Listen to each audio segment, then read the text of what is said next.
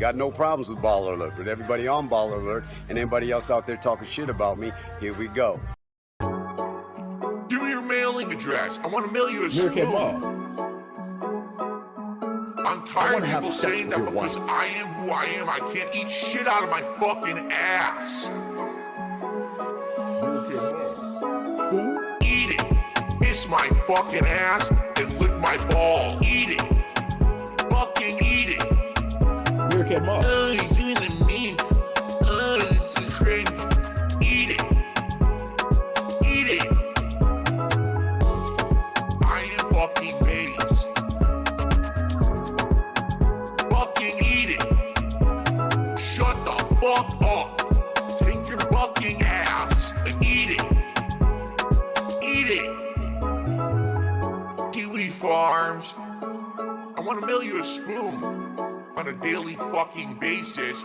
Phil's a racist, Phil's a sexist, Phil's this, Phil's that. I am who I am. I am fucking based. Eat it. Kiss my fucking ass and lick my ball. Eat it. Fucking eat it. Oh, he's doing a meme. Oh, this is cringe.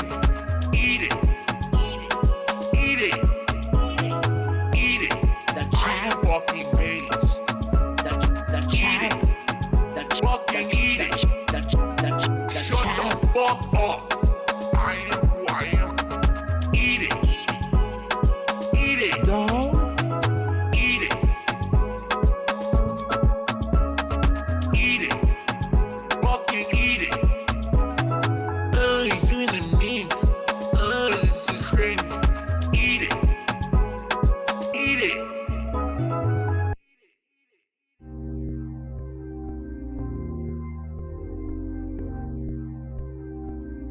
Let me tell you something, brother. When I hold a man's penis, I tell you what I do. I hold on to it tight, brother. States of Phil, I am the supreme being. I make the rules, and what I say goes. This is not a place for you to stand on your soapbox and complain about censorship and freedom of speech. Because the bottom line is you don't have freedom of speech. This is my land. Control is desire. Meerkat Mob. This desire. Take. Fuck all you hoes! That's what I'm talking about! This desire. Take. This desire. Control this desire. Devour. Stop it! Stop it! What? Control this desire. Devour. Take. Do what gives you pleasure. And fuck everyone else. Devour. Control this desire. Take. Control. Take. Devour. Just care about money. That I just can't help it. I'm so just enveloped in greed and money. I need money. I need money. Take. Do what gives you pleasure and fuck everyone else. Suck a dog off. Suck a dog off. Why am I toxic?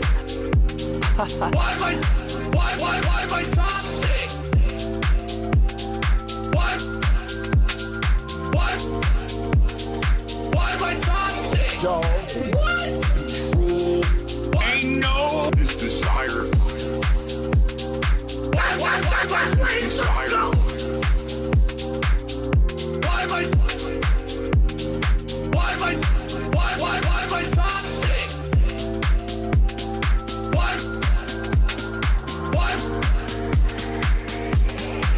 Devour. What? Control desire. Devour. Take. Do what gives you pleasure. Dog.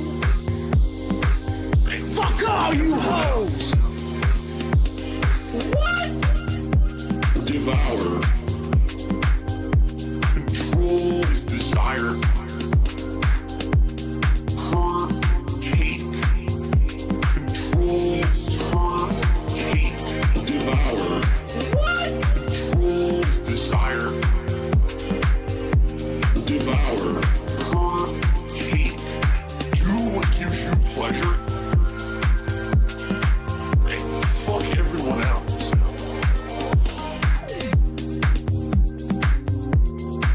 dog.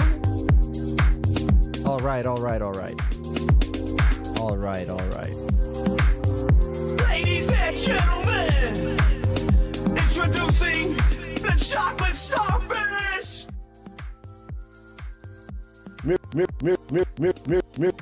Meerkat Mob. Who? Meerkat Mob. Wait. Okay, there we go. Welcome everybody. This is the Swaycast number 21. I've been gone for a long time, and it doesn't seem like way too much has happened. Aside from some storylines that have, I guess, come back, such as the bots and all that stuff. So let me change this layout right here. Oh my god, look at this. Look at this, dude. We're back. We are back in the studio. This is so hype. Speaking of hype, King of the Ring is like 2 days from now.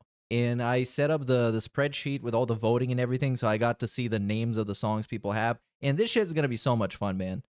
It's gonna be so much fun. So make sure to show up when you get the stream to be up. Anyways, I've been looking at the Memology 101 DSP clips type of thing, just to see what kind of general stuff has happened. And it's kind of the same old mental health saga that's been going on for the last 2 years, of the constant delusion about, you know, the past and how people treat him and how people don't respect his opinion. I don't know if I saw him wearing the actual wig on stream, because I saw he put it on at some point, and he actually had a couple of very solid days, I guess. But let's get a quick recap on the support in the last few streaming days, I guess. I think he took the night off yesterday to do taxes or something private, but you know he's doing the taxes. What else can he be doing? It's tax season. And he also hasn't been spending on champions, so you know shit is going down. You know, the tax man is knocking and he's looking for like coins underneath the couch cushions and shit. Yeah, it's that time of the year. So anyways, first from yesterday, shout out to Gamerface Gaming, obviously. If you don't follow him on Twitter, you're not a real gamer, and you're not anything. You don't even exist.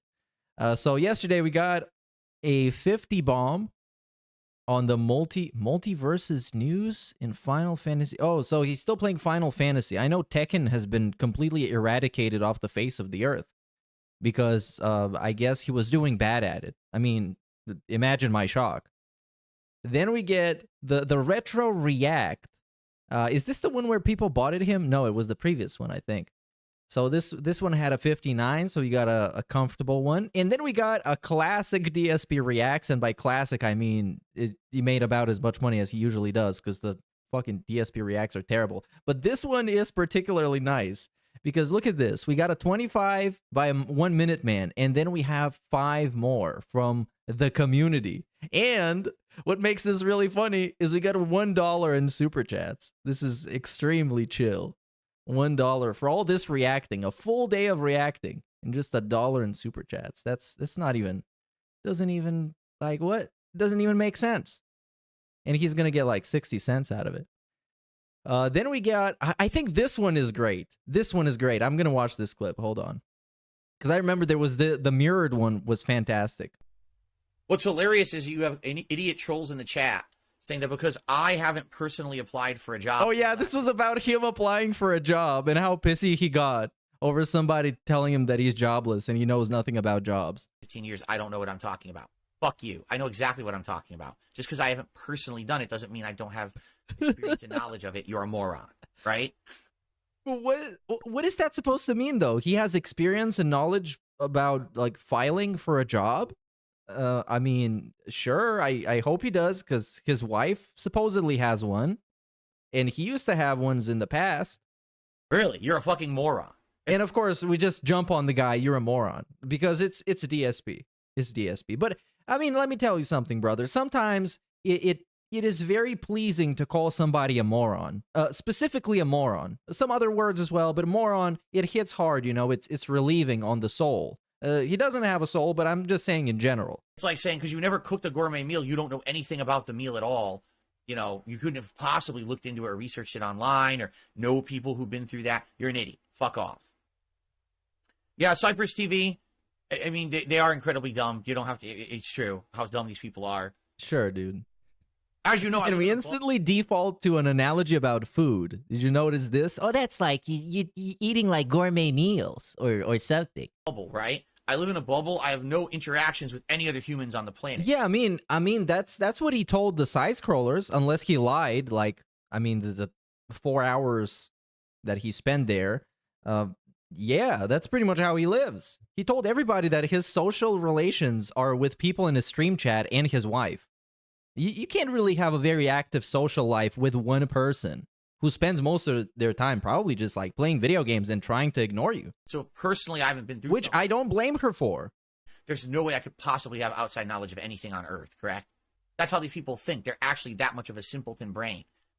Oh, I also love the word simpleton because he is exactly that.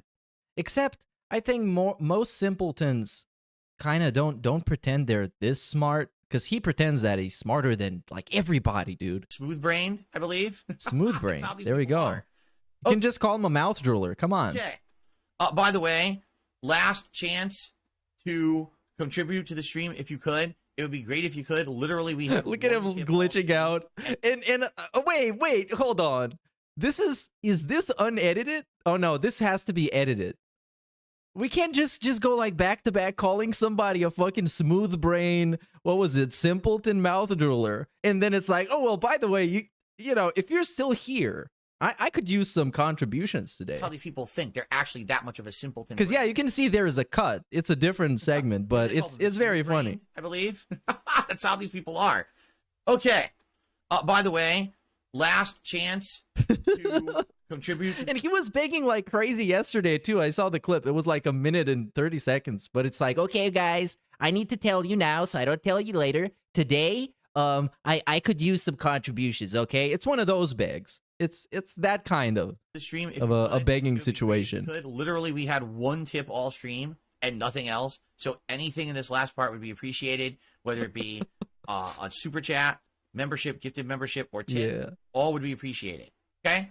So then we got just a very nice chill segment of Nightbot flooding in his chat. I mean, just like look at this. You can't see it on screen because it's way too big. But it's what is this? 1, 2, 3, 4, 5, 6. 6 out of like 10 messages in his chat is just paragraphs by Nightbot. This is insane. Then we also got the whole like Photoshop gate. That was a super micro storyline. It basically almost didn't exist. But he's blocked me, so I can't literally pull it up. But there was some picture going around that was very, very slightly edited, and it became suspicious about why it was slightly edited and why it even exists. You know, it's weird.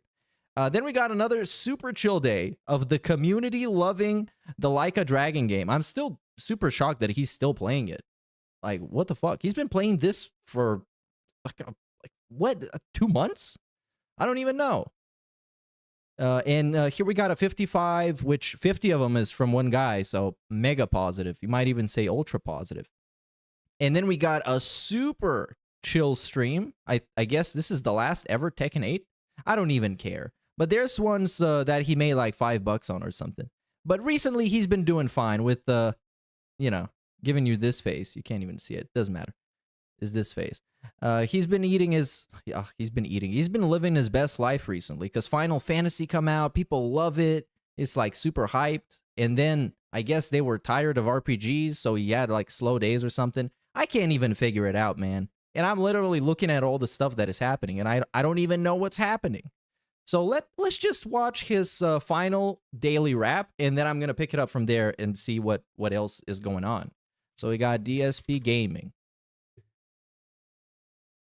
Apparently there has been a video from 5 days ago that's called the scrub mentality of DSP Gaming, Tekken 8, and it got almost like 30,000 views. Wow, somebody is scrubbing his ass.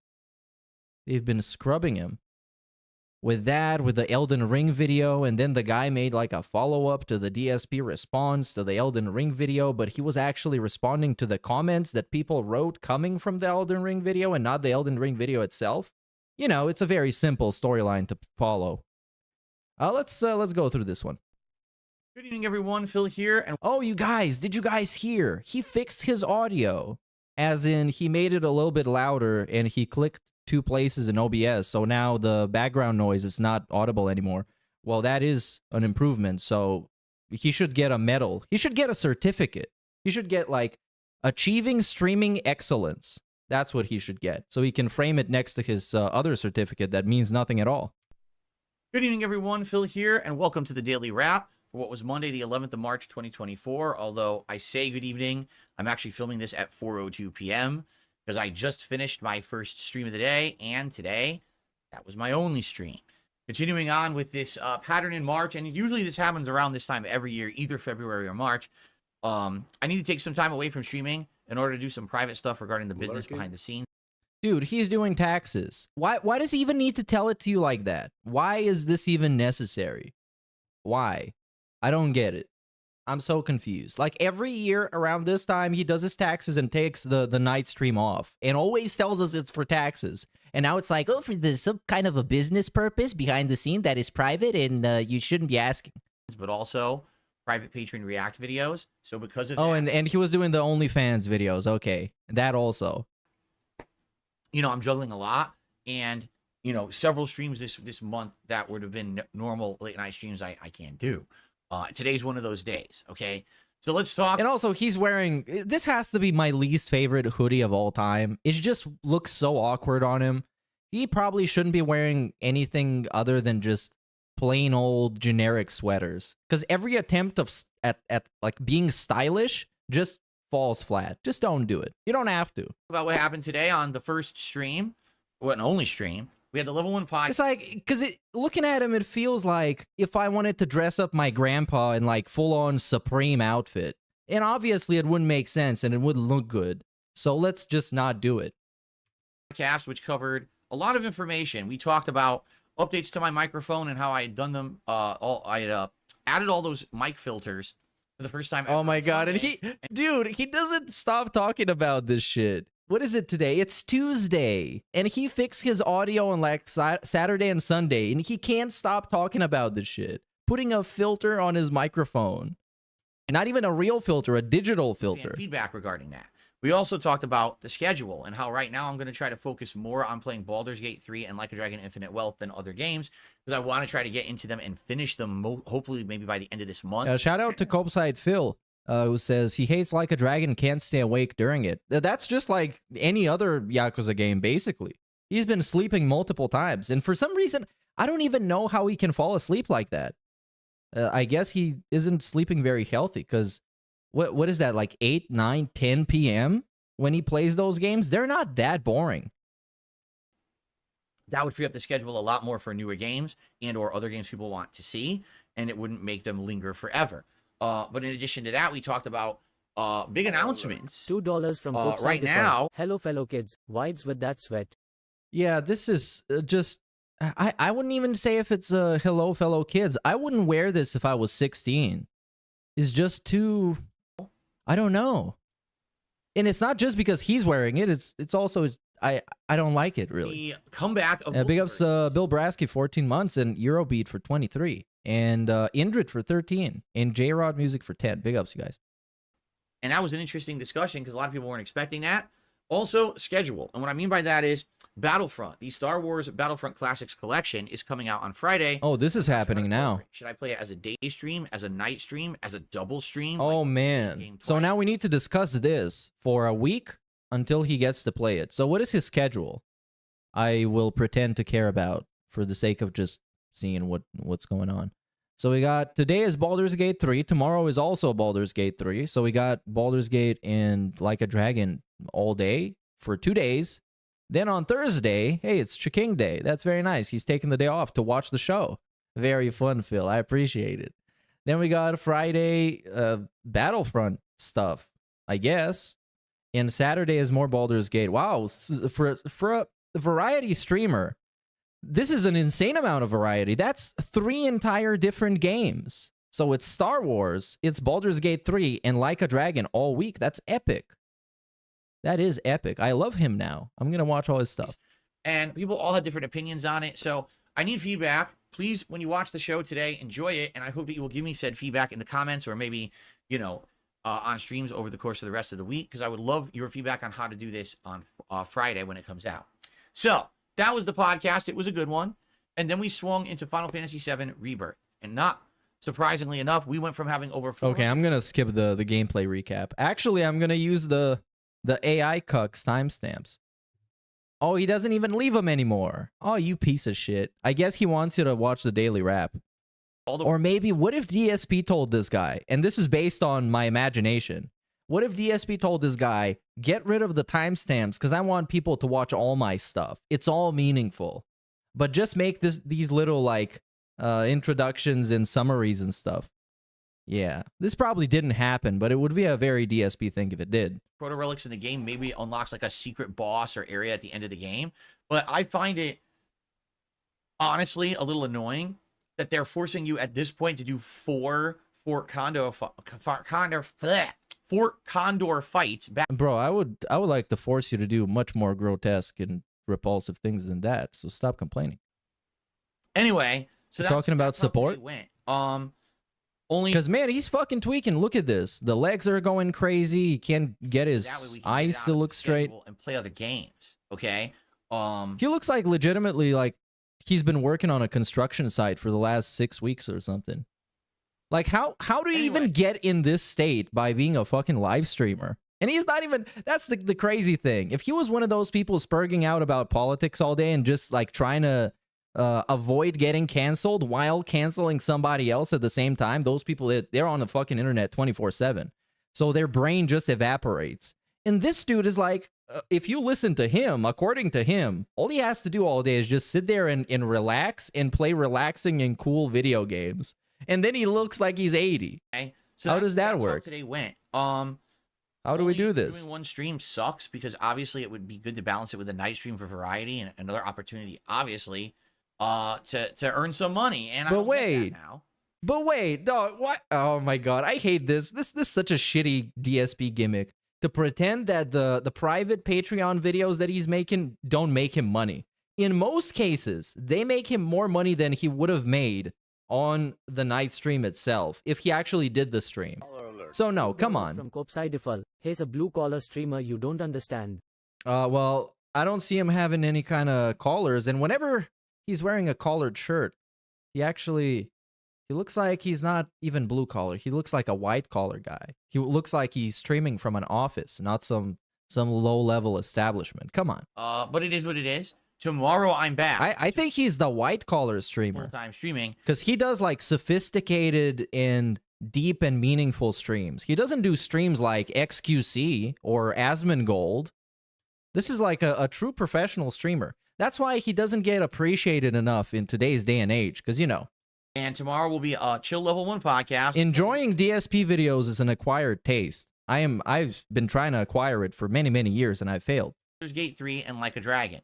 By the way, but I keep trying. Will also be a Chill Level 1 podcast, Baldur's Gate 3 and Like a Dragon. I'm trying to push as far as I can in these games. Hopefully, the more frequent streams now will allow me to make more progress and hopefully finish Baldur's Gate sooner rather than later. So what's going to happen now is he's going to finish those games he's been playing for like 12 weeks, and then nothing is going to come out that is significant, so he's going to complain about games not coming out and not being meaningful enough or big enough. Because I don't know of many game releases that are upcoming that are actual bangers. Maybe you can play Dragon's Dogma 2. I mean, yeah, why wouldn't you? Outside of that, that's really about it. That's all that's going on. That's really about it. I hope that you enjoy all the content today. Remember, there's... I actually didn't. I didn't watch any of it. I don't intend on. So let's see this thing about the bots. So if you don't know, a couple of days ago, or the Memology video is dated March the 4th, which was 8 days ago. So he had this night stream where he was doing his weird ass stuff, like how do I even call it? Retconning his whole existence on the Throwback channel, when you're just watching back your old videos that are full of things that you don't like, and you point out how much you don't like them. So yeah, he was doing one of those. And then he started getting tens of thousands of views, which is insane. Not just for DSP standards, just for, you know, streamer standards in general. Obviously, clearly, they're not real, and somebody's been botting him, but it's very interesting to think of the angle. Because if it was a DSP fan botting him, to get him, I don't know, in the YouTube algorithm, to get him prominent, I don't think that would even work. I don't think they actually show the view count, and they calculate the view count, you know, the way it shows it. So I don't think so, honestly. But if it's a troll trying to get him like suspended or something, that's not gonna work either. Because I mean, he didn't get anything happen to him last week, not last week, but last year when the Team Ico Gamer guy allegedly used bots. There's no way I have that many viewers on the stream right now. It's not legit. As you can see in the chat's not moving. No one, like literally. Hey, big ups Twerk to Spec for the membership. No one is talking to me. Everyone's having their own conversations about bullshit. What are you talking about? Like that. So just ignore it. It's just bullshit. You know, it's just nonsense. Okay. So guys, hope you're having a good time. Thanks to those who are chilling and supporting in any way tonight. Again, remember, these streams literally are my income for this channel. Oh my god. That I have to keep it alive. So if you really like the Heavy Rain Retro React, if you could contribute in some way tonight, I would really appreciate that. And if you want to see me continue to be able to do this as my job, you want to help the efforts to keep bringing the fun gameplay streams every single day. Whether it be a super chat or a tip or a membership or gifted membership, it's all appreciated. Oh okay? my god, man. Good? I fucking, yeah. I haven't been watching this guy for a long time, and now these things that I'm usually like desensitized to, they actually get my attention. Thank you very much. When he starts just like savagely begging. For that. Just like aggressive begging. By the way, Bossman Jack, what are you talking about? He says, you should reset the stream. Someone's doing funny business. How do you think resetting the stream would fix that? Yeah, just call him an idiot. Tell him to go fuck himself. God, people are so dumb. Oh.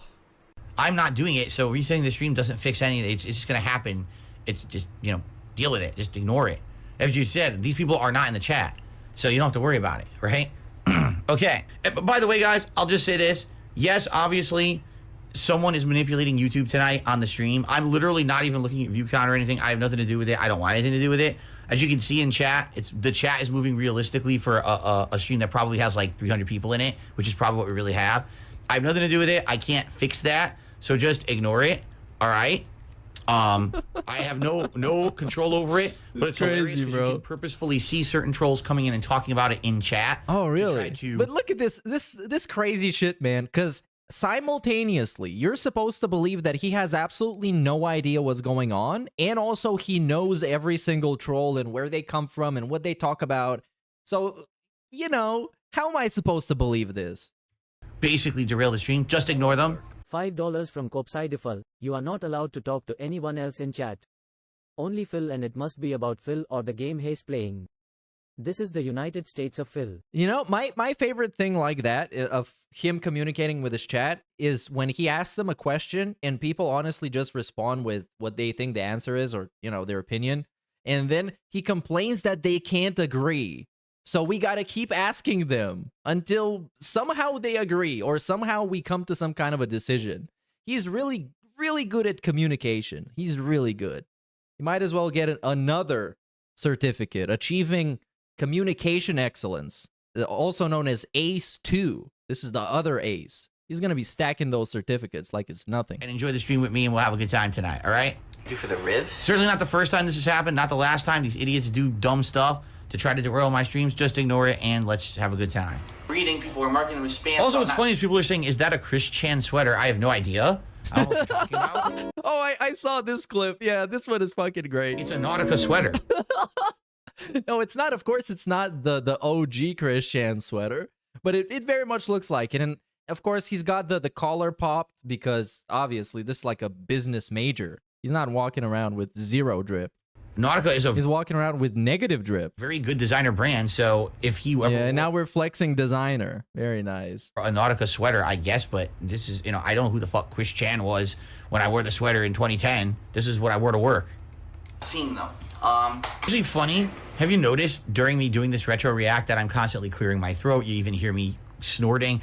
I had Post Nasal Drip bad 14 years ago. Okay. But it's funny that some people like, oh yeah, this is some great logic. Started referencing it once I started streaming because I had better audio set up. No one really cared about it back in the day when I had my camera pointed at my TV, but I've had this my whole life. It's just something that, sadly, I have to put up with, you know? No, you don't. There you go. No, actually, you don't. Okay, well, you have to put up with it if you don't want to do anything about it, which is clearly the case. Because there is treatment for post-nasal drip. Come on. Come on. I have the internet. I can look it up. I'm not saying there's like a cure where you just take a pill and it goes away like a Pandely mental breakdown moment, but you can treat it. Better get going then. Hey, do you have dreams about getting gangbanged by 4 dudes and ski? And also, I don't like this whole logic of him trying to spin the whole snorting thing as like a part of a meme that is just not genuine, but people repeated it enough to the point where it became a meme. You know? Mask and then getting your throat slit in the bathroom. It's like, it's something that people have been complaining about since they could hear it, because it is an obnoxious and pretty much uncultured thing to do. The hell? And also, what was this? What did he say? But I've had this my whole life. It's just something that, sadly, I was too distracted by the drip. I have to put up with, you know? So there you go. I better get going then. Hey, do you have dreams about getting gangbanged by 4 dudes in ski masks? And then Bro, getting your what? throat slit in the bathroom? What the? Bro, what? Like, actually, what was this? Is this supposed to be a joke? Or a genuine question? Oh my god, Jesus Christ, what? This is not even like, it wasn't even funny back in the day. And I know because back in the day, I was like 12 years old. So I was watching all of these people that made all these jokes. And some of them were very funny. And some of them were like this, where it doesn't even make sense. It's just, I'm gonna say something crazy just to get a reaction out of you.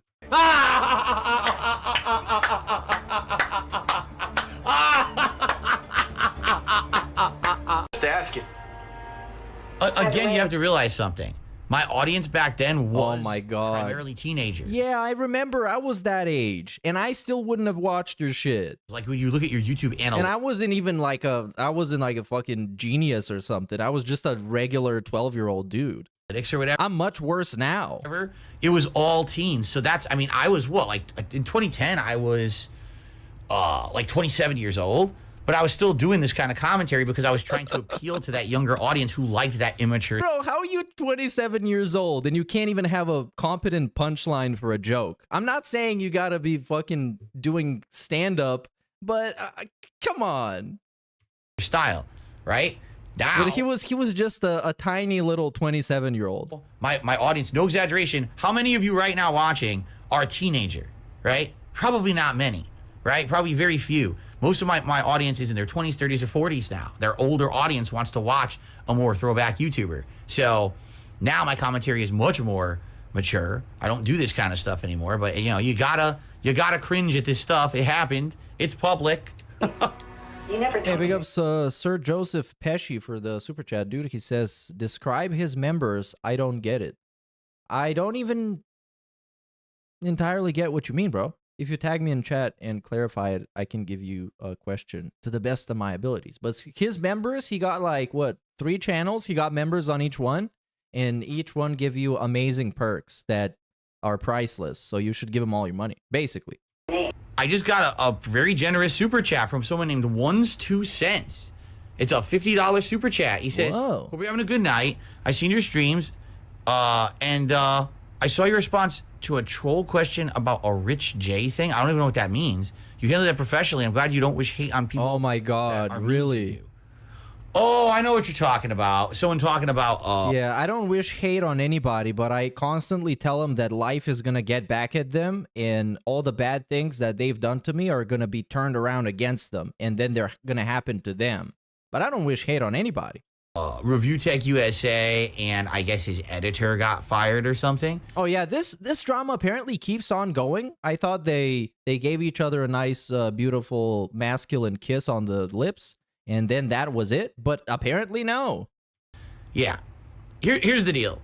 All right. There's a reason why on a stream like tonight, I can't have open chat. I wish I could, right? I really do. I wish I could have open chat. I can't because of the amount of trolling that I get. I have to have this 24-hour sub-only mode. It's the only way to avoid having people come and try to ruin my streams with trolling, bots, and all kinds of stuff. But the thing is, for all the people who have made fun of me over the years, basically turned me into a running joke on YouTube, which is why.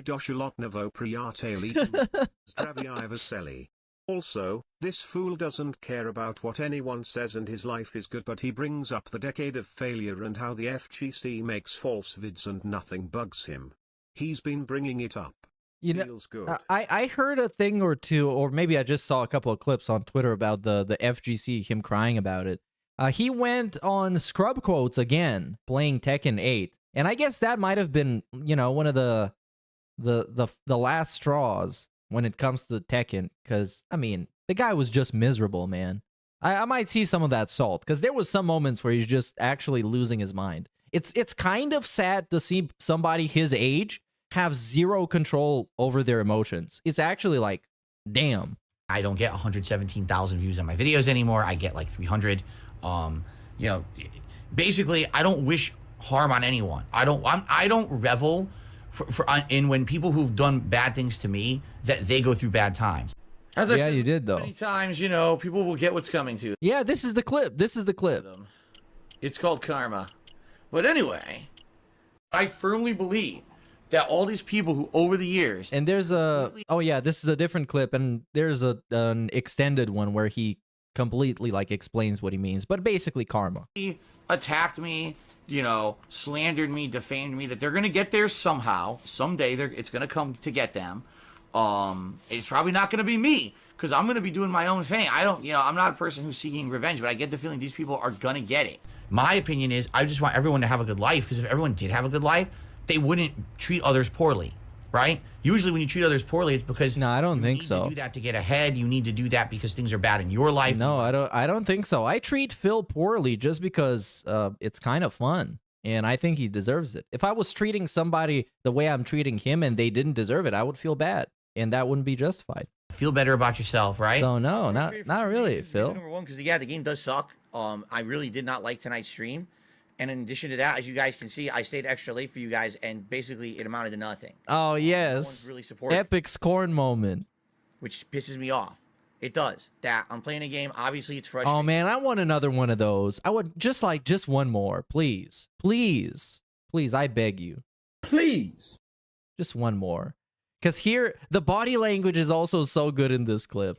People forget how good it is. Because he's actually genuinely angry, but he has to restrain himself because, you know, he's talking to the people that paid his bills. To that, as you guys can see, look at this. Stayed extra late for you guys, and basically it amounted to nothing. No one's really supported, which pisses me off. And it pisses me off. Then he looks right into the camera, starts shaking his head. He's like actually pissed off. Big ups Shadow Ouija 9000 for 12 months, dude. Is the kind of guy who wishes bad on people, but the universe says here's a reverse Uno card, hit him with a draw 4 card multiple times a turn. Big ups everyone. Please talk about my wife Mia Cat Mob who. But you know, that's kind of the thing with the Uno cards, because sometimes you would be preparing to do dirty to somebody in the game, and then out of nowhere the play just gets switched around and you're the guy who's taking it. So yeah, that's kind of how with DSP works. But he just kind of passively sits around until somebody gets something bad happening to him, and then he sneak disses the shit out of him. It does. That I'm playing a game, obviously it's frustrating. A lot of people showed up to watch it because you saw how frustrating it was, and no one supported. Yeah, that does upset me. Okay? It would have been one thing if I'm staying late and people are laughing, having a good time, and a few people are at least supporting the stream, but no one did. I actually, you know, by pure stroke of luck, I woke up very early that morning. I had to go to work and I wanted to have breakfast, and this dude was still live. And I just happened to open up his page and this happened. It's one of those moments where you're just there. And that really upsets me. And then you get to say, I was there when this happened. I'm going to hope that tomorrow when I finish it, there will be some support. Because it is pissing me off that I just stayed extra late and I got nothing for it. Let me tell you something, brother. Let me tell you something. If my wife is giving birth at the hospital, but at the same time, we're getting like the most unhinged begging segment ever, bro, we're having like a 24-hour restream of that shit. You know what? The game's not even good. Are you a functional retard? I have to ask. Come on. I've been waiting for this for longer than 9 months. Shut up, bitch. Sit here and whine like a little fucking bitch for 20 That's what I'm saying. About stuff The moderation's this, the moderation's that, the moderation. Are you watching the fucking stream? No, you're here to bitch. So get the fuck out. I'll ban you myself. Oh, hold on. We didn't. I don't know what's happening to the text to speech, man. This shit keeps getting just ghosted. I don't want to be ghosting people's contributions. Big ups, Copeside Phil says, Rich is scum. He messaged Jay after Rich said everything was okay between them. He keeps saying he gave Jay a free computer, throwing that in his face. Plus, he was gonna give Phil the PC for free. Is that the whole Threadripper type of situation that happened like a year ago? Yeah, I heard the stuff with Rich and Jay has continued to exist, but it's just like super fucking boring, man. I just can't. Neither one of them is like interesting. Unless Rich throws like a super pity party, I can tune into that, and that's very funny. But that Jay guy, we can just recast him as somebody else. Can we just do that? Can we recast Jay for like Boss Man Jack or something like that? So we can get somebody actually exciting get in this conflict? Thank you. Little whiny baby, suck my dick. Please pass on my notes to the director. Seriously. Now I can concentrate on the game again. I'm playing a fucking video game, you idiot. Please stop being stupid. So now we get some clips in the end. Don't enjoy explain the conversation and intelligent commentary on something and criticism. So sorry that you're stupid. I don't. This clip is a very underrated clip. So he's explaining how sophisticated and amazing he is, and then it's like, well, sorry, you're stupid. It's not my fault. I don't. Obviously, I don't enjoy being the butt of everyone's joke on the internet, but at the same time, I'm not happy when things are going bad for those who are bullies to me. Really? You know? He really, he's not happy. And so, yeah, He did like a, what was it? Like a 3 to 4 hour debunk stream just because Pro Jared got caught with his dick out? Like literally? Come on, give me a fucking break. Shout out Cody Taylor for the 5. Scorn Moment is so underrated. Gave birth to the Sir Moist, the Dream, the Interview, LTG, the Clothes Change, and multiple mental breakdowns. I would say it's not exactly all the credit of the Scorn clip, but it's like dominoes, you know? One thing leads to another. It's like a huge butterfly effect. Sad to hear that things are going badly for others. So, yeah, thank you very much for that super chat. That's very appreciated, and that helps a lot tonight. Thank you so much.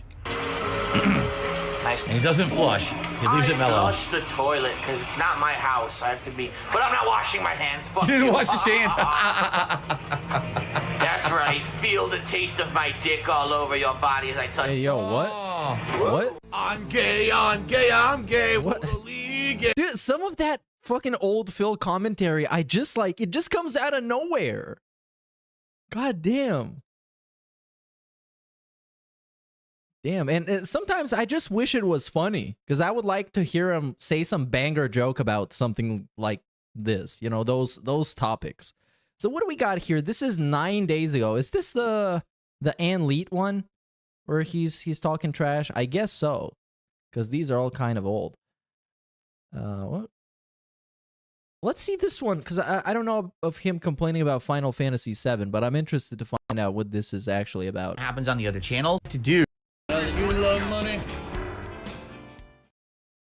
Okay, very quickly, let's talk about the games I'm currently playing. Let's briefly review the schedule. Then what I would like to do is a general review of how everything's going right now on my 3 different channels. Oh no. Once you hear this, you just close the tab, please. I'm getting like a huge visceral reaction right now. I want to just like close my laptop. Might be an opportunity. It's crazy. If you're someone who only comes to DSP Gaming and you don't know what happens on the other channels, well, it's React Day. It's day. Yeah, but that means I don't care. I know if I only come to DSP Gaming, I know you got like 50,000 other channels. I just don't care about them because you talk about that shit incessantly.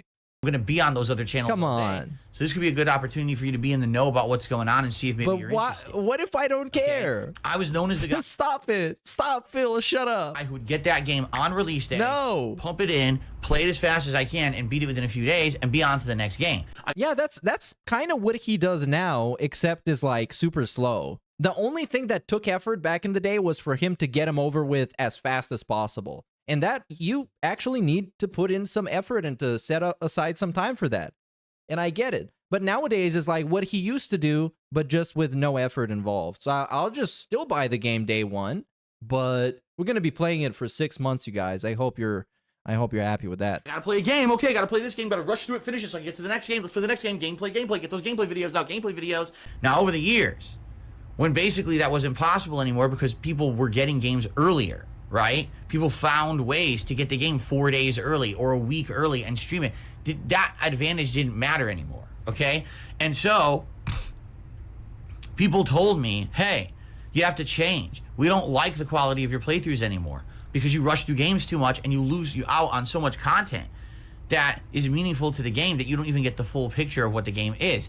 So we want you to change. So I did. I then became, well, I'm going to focus in on the games that I like more and play less of the games. You know, I'm not going to play 5-6 games in a 2-week span. I'm going to play maybe 2-3 games in a 2-week span, but I'm going to focus more in on what I'm doing. And so I started. Oh my God. This, you could have told me this is a clip from, I don't know, April 3 years ago, and I would just believe you if I was just listening to it and not looking at the differences in the background. This is the same fucking discussion he's been talking about for like always. Exploring open worlds, doing all the content. It's actually insufferable. And let me give you a good perspective. If you haven't seen this, I don't know why. You probably, how did he call it? A mouth drooler? Probably. So we go to dspgout on Twitter. Shout out to Gout. Make sure to follow him.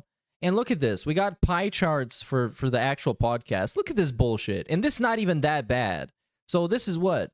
We got 54%. This 51 minutes of the whole podcast is DSP business, which is, just all the business boardroom segments. Also begging and shout outs. It's literally 50 minutes. Literally. And it gets worse. It gets worse. It's actually much worse on some of them. There was one day, look at this. This is just Pac-Man. 61%. This is a straight hour of actual just bullshit that we talk about every day. This one, though, was crazy. Look at all the diversity in topics and entertaining, meaningful conversations that have been had. Wow. Epic. Anyways, let's go back. Big ups Aid Robertson, who says, big ups at me. Thank you. Meerkat Mob. And all of that, right? People liked it. People, oh, this is much better. Now your playthroughs are more interesting. And I had people along for the ride with me.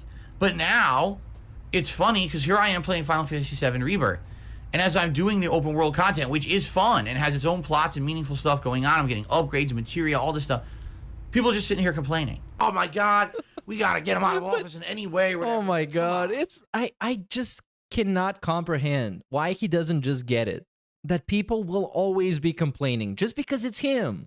And I don't think it's always fair, but I think it's pretty much always funny. That's what matters to me. Because, it's DSP. He's going to be hung up on the smallest little complaints and bullshit from people, and he's going to tell you how upset it makes him, and then all you have to do to make him upset is just keep doing the thing that you're already doing. You gotta be a mature fucking adult and stop being a whiny little baby about this shit. That's what I'm saying. Like a whiny baby doesn't get their way. They didn't get their ice cream. Oh my God, why is he doing this? Does he not know that this content is boring and grindy? And I'm like, it is. Is it not? If you want a game that doesn't have that content in it, there's a game like that. You wanna know what it's called? Final Fantasy VII, the original. It doesn't have this open world questing or any of it. It's literally leave Midgar, right? Go to Com, get a flashback scene, go to the swamp. Oops, there's a snake there that's gonna kill us out. Phil should skip all the content of Final Fantasy VII and just do the story. Oh my God. But I just don't understand, why can't he just balance it? Because you know how when you go to school, you got a teacher that knows exactly how long the class is. And that's not because they've been looking at the clock every 2 minutes, but that's because they're just used to the pace of a school class. And he should be the same way too. He should know what takes too long and what makes the stream boring, and then you just do a little bit less of it and you balance it out with something else. So you do a little bit of side questing and just other stuff to upgrade your character, to see some of the side stuff, and then you do some of the main story. It's just not that hard. But for him, everything gotta be like a scientific equation or something. I swear to God, we go full circle. Just like back in the day, I used to do mature rated content. Mature rated content, man. They put him that he's the R-rated superstar. Sexualized commentary. R-rated? The rated R. My bad. Shout out to Edge. Smack your neighbor in the face with it. If they say stop it, just ignore them and keep Dude, every once in a while, I would just see a random clip. Schedule now.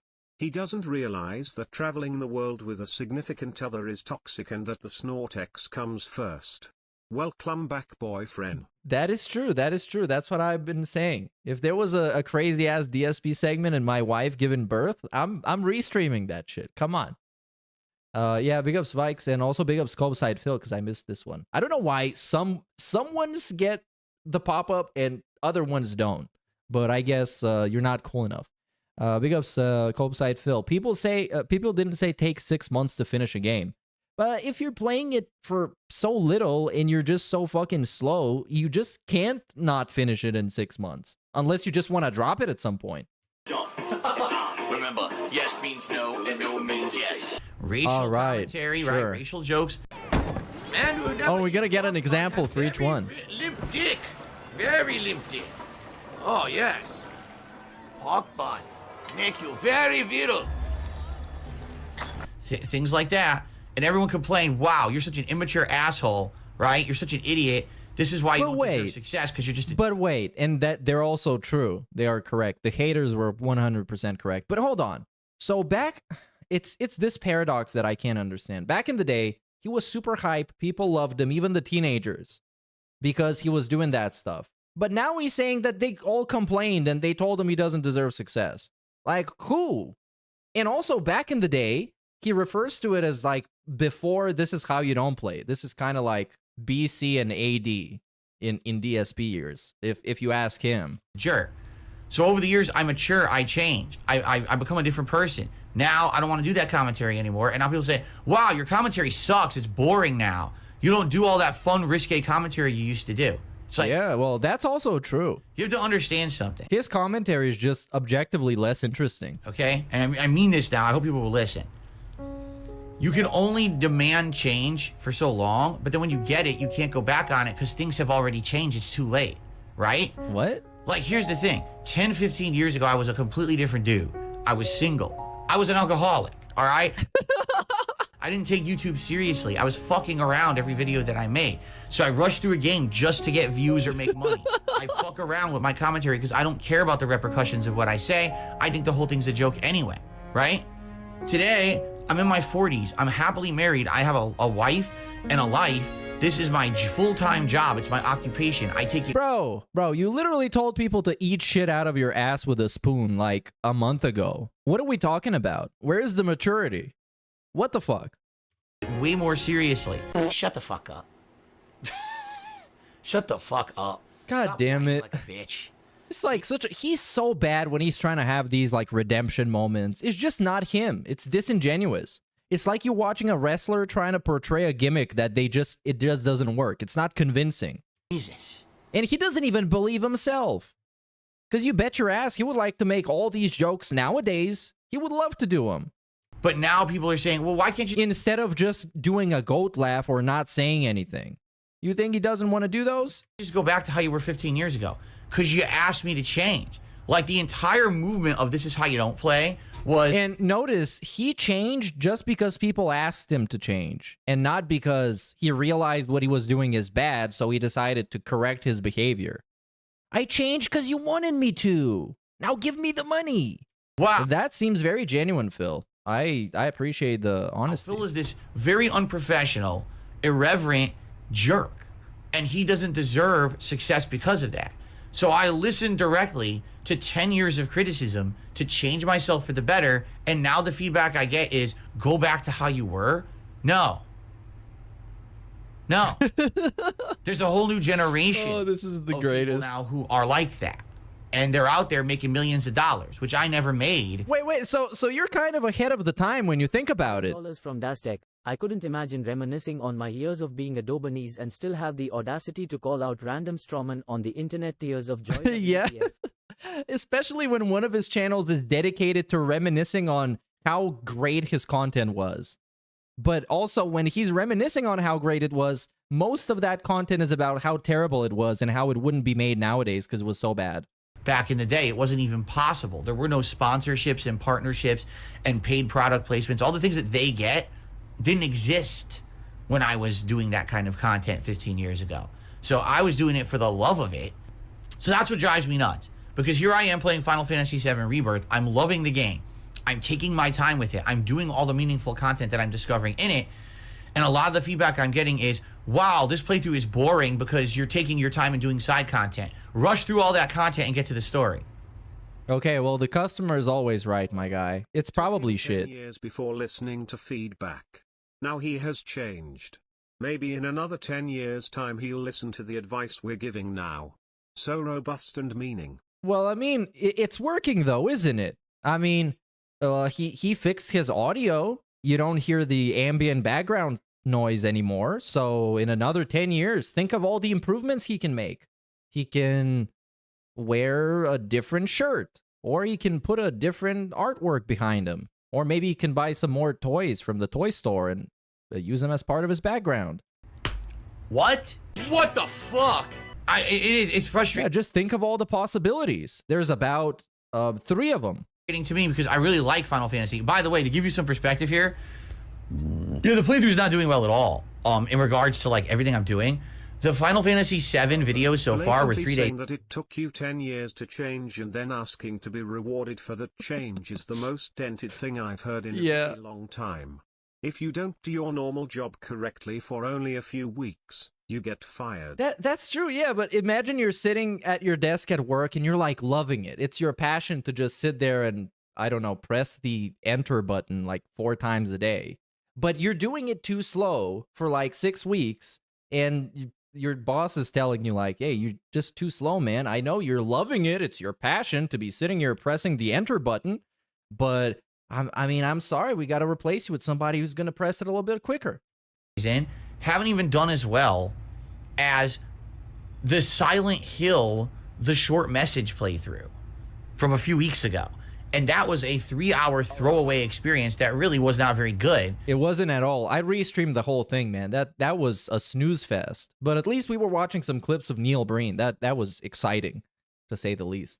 Shout out Broside Phil for the membership, dude. About being one of the first racists on YouTube?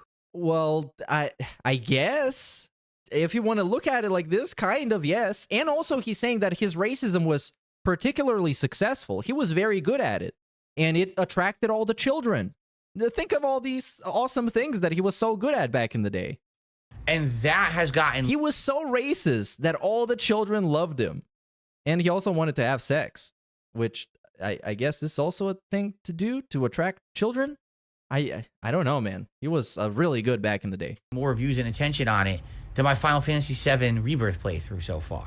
So I'm sorry, because a lot of people like to make excuses, right? And they say, well, it's you. It's you and your commentary. Well, yeah. Is it really? Yes. What am I doing wrong in my commentary? What am I... Well, there's not enough of it, and it's not interesting enough. Because, like, saying what is happening on the screen and explaining it multiple times, it's not really commentary, it's a description.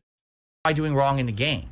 Do you want me to rush through and skip all the content? Then And of course, immediately we jump to the extremes. This is like you're arguing with a 10-year-old, an actual 10-year-old. This is an underdeveloped brain argument. It's like, oh, you want me to do this? Well, what if I do this in the most extreme way that it's not even acceptable and nobody even thought that I would do it like that? Playthrough sucks. But if I do all the side content, then the playthrough's boring. It sucks, right? I'm talking with my audience. We're having conversation. So what did I do wrong there? Right? I did nothing wrong. I did absolutely nothing wrong. I did everything right. No, here's the truth. Because as much as people want to always pin it on me, the truth is it's not the case. There's tons of stuff that I'm doing that people like, that people are actually turning out and watching and enjoying. The problem is... Well, not enough people if you still have to beg. I guess that's like the most basic logic we can use here. It's not RPG playthroughs. Oh, that's the problem, obviously. $2 from JVoSav 989. Goat laughing isn't commentary DSP. Get a job. Well, it's not just goat laughing. If it was just the goat laughing, that would be fine. I went into his stream after being told the guy provided meaningful content and that he didn't work just like my legs. When I got into the stream, I was bombarded with snorts and belches with a lot of begging. Would not recommend. Go watch me a cat instead. But the thing is that this stream is a little bit more obnoxious because you get me talking over him, and you also get the snorts and the belches. You get the whole package and with more stuff. RPG playthroughs are played out because there's too many fucking RPGs. Big ups, a 1-star review of DSP. Speaking of those, if you look up Burnell Productions on Google, you shouldn't be able to access his ratings anymore, and you probably wouldn't even see him as a business. I'm gonna try and do this now, but I saw a couple of posts about how you can't do that. So Burnell, All the boxes. I'm following the cargo cult rules.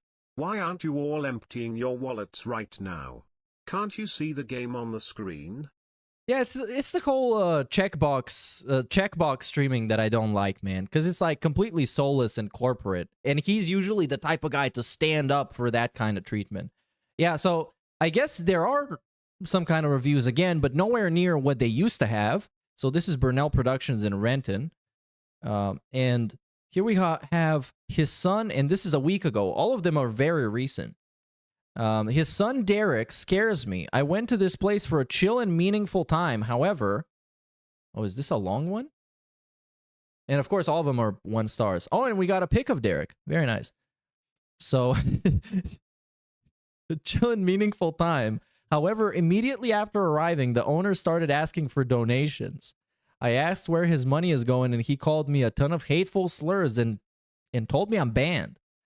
On the way out, his son Derek approached me and asked if I like mango ice cream. There you go. Control your son, Phil. Control your son. Very nice. Well, I guess DSP Burnell Productions is back, everybody. They Gather all came around. out with But there was some actually like fantastic reviews. Fantastic. this 3+ month span. Keep in mind, it Too bad started they in got December deleted, with Baldur's apparently. Gate 3. And I figured December and January were the perfect time to play Baldur's Gate 3 because there was nothing going on. But then what happened? RPG, RPG, RPG, RPG, RPG. There's too many fucking RPGs at once. Yeah, man, it pissed me off. Right? Sucks. And what's the problem with RPGs is that even though you can argue that RPGs are very different in the way that they execute, they're all very similar. Okay? What do RPGs have? Usually loads of characters with different backstories, loads of elaboration on that backstory, loads of combat, whether it's action-based or turn-based, there's still loads of it, and it's very repetitive and takes up time.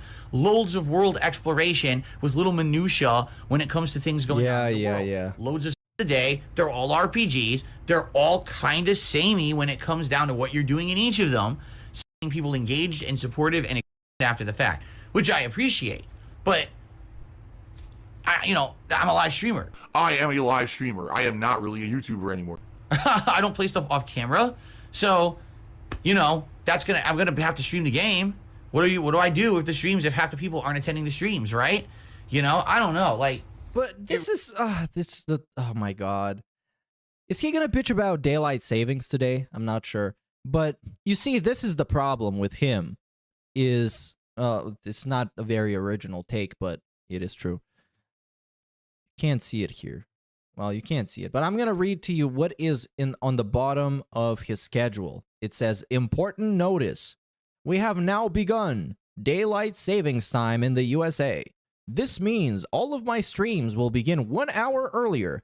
Be sure, and this is all caps, be sure to show up on time. An exclamation mark in the end. Very nice.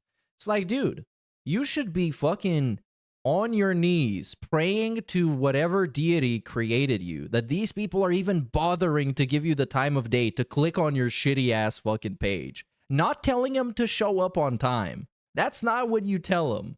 That's not what you tell them. Because otherwise you just end up like a Dark Side Phil, where everything else is at fault. And those people that pay your bills also suck and are terrible and have terrible ideas all the time, somehow. Really is a tough time right now when it comes to the gameplay. It is. Like, I'm confused of what I'm supposed to be doing different when no one seems to have a solution, right? And the funny part is people keep saying... Yes, it's not one of those things where you can just have a solution. That's not how business works. It's a complex process of having a business. It's not just like, oh, which button do I push to get my revenue to go up, to get my customers to go up, to make my product better? Where do I press? Where do I sign?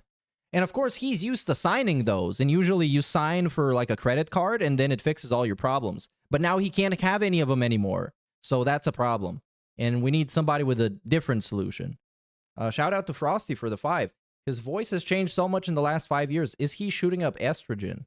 I think he's just kind of worn out because he's talking all day, every day, and sometimes just like screaming and yelling. And also he's living very, I would say living dangerously, but I guess living unhealthy. Oh no, it's not that. It's too many RPGs. Then explain it. Really explain it. Right? I'd love to hear your explanation. You're trash. That's the explanation. That's it. You're trash. For this, because there is none. It's just there's too many fucking RPGs. It's not that people aren't interested, it's that they're not interested in the same thing 20 times in a row. I love Final Fantasy VII Rebirth. We're now around 11 and a half hours into it. We've beaten the first open world segment. I love it. And I see tons of people complaining, why did he do that? Well, I didn't want to rush the game. You know, I bought the game to play it, not to skip the whole game. And people are like, well, you have to understand that that content's boring. But yeah, that's the thing though, because he can make it much more entertaining if he was fun to hang out with. Because it all comes down to like hanging out with him playing the game. It's not you're sitting there in a theater watching a movie. No, it's you're supposed to feel like you're hanging out with this dude that likes games just as much as you do. And he wants to have fun with the game just like you want to have fun. So you, by extension, you have fun with him. Like, why the fuck am I even explaining what the fuck streaming is? Well, then you just think RPGs are boring. Sorry. You're supposed to take your time. And then it's like, it is just telling you, well, that's your problem then. If you don't like my gameplay, you don't even like video games. And immerse yourself. Why do you think it's called role-playing? Because you're supposed to be playing the role of one of the characters in the game. He gets so angry over this. Why it's even... Character doesn't just ignore the universe around them and run at a breakneck speed to the end. They actually... immerse themselves in the universe and take advantage. You should immerse yourself in a fucking bucket of water. Everything around them. That's the point of an RPG. So if you don't like RPGs, I get it, but then don't say that I'm playing the game wrong. That's asinine and stupid. Oh, and now we're just calling him stupid. It always, every DSP argument ends with him calling you stupid, dunce, idiot, moron, or a mouth drooler. That's just how you talk to DSP, and that's how you should talk to him too. It's like, hey, Phil, your fucking audio sucks ass, you piece of shit mouth drooler. Have a nice day. Like, my mind is blown that there are people that stupid. Okay? Okay, so I love it. I wish more people would attend the streams. The streams already, you know, we're only 3 days into it. Already, attendance has dwindled, support has dwindled, and there's not much I can do about that. So anyway, here's the state of how everything's going in summary. DSP Gaming is slow right now, and there's nothing I can really do about it when the only hot new releases have been RPGs, and people are already This is a great edit. It just gets me by surprise. RPG'd out, all right? And when people say things like, well, I don't get it, because those games are doing better on other channels. Yes, giant channels. You're right. Big popular channels with engaged viewer bases of people who virally come there because... Yeah, but how did it become like that? How did it happen like that? This is... Oh, I hate this logic, man. I always hated when he did that. Logan_K. Role-playing also includes tips and shoutouts, correct? His streams are so immersive. Yeah, well, I mean... I guess you can role-play as a member and send him a video to watch. I don't know how that's been going. Because I know a couple of weeks ago he had like a troll trying to give him some porn video with Derek in it. Crazy shit. But yeah, big ups Logan. They get viewership no matter what. All right? For me... Yeah, I hate this logic with the whole, like, big YouTubers are big because they're big. It's, he's putting himself in like a chicken or the egg situation. That's just not how it works. And he's stupid. The first RPG did good, Baldur's Gate. Then that got tired when we hit the 100-hour mark. But yeah. Anime Slayer, and he does a... I got tired of him talking about how tired he is of RPGs. And I'm not going to take this out on Anime Slayer because I'm not angry that he said this. You know, we can address it. I think people don't like Final Fantasy VII, unfortunately, because you have a stigma to JRPGs. Every time you play one, you point out things about Japanese culture you dislike or you demean otaku culture. It's a turnoff. I can tell when the beach segment of Final Fantasy VII happens, you'll make fun of people for enjoying it. He's turning off the weeps because he's shitting on Japan constantly. Well, that is true. He's being super fucking negative about Japan. Because he thinks that these games are like super authentic, so if you play a game like Yakuza, you're basically Japanese. So you listen to negative memes. And there we go. And this is how all this gets understood by the guy.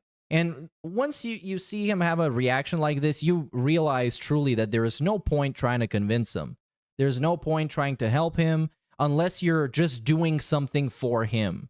You're just doing it so he doesn't have to do it. That's how he sees you helping him.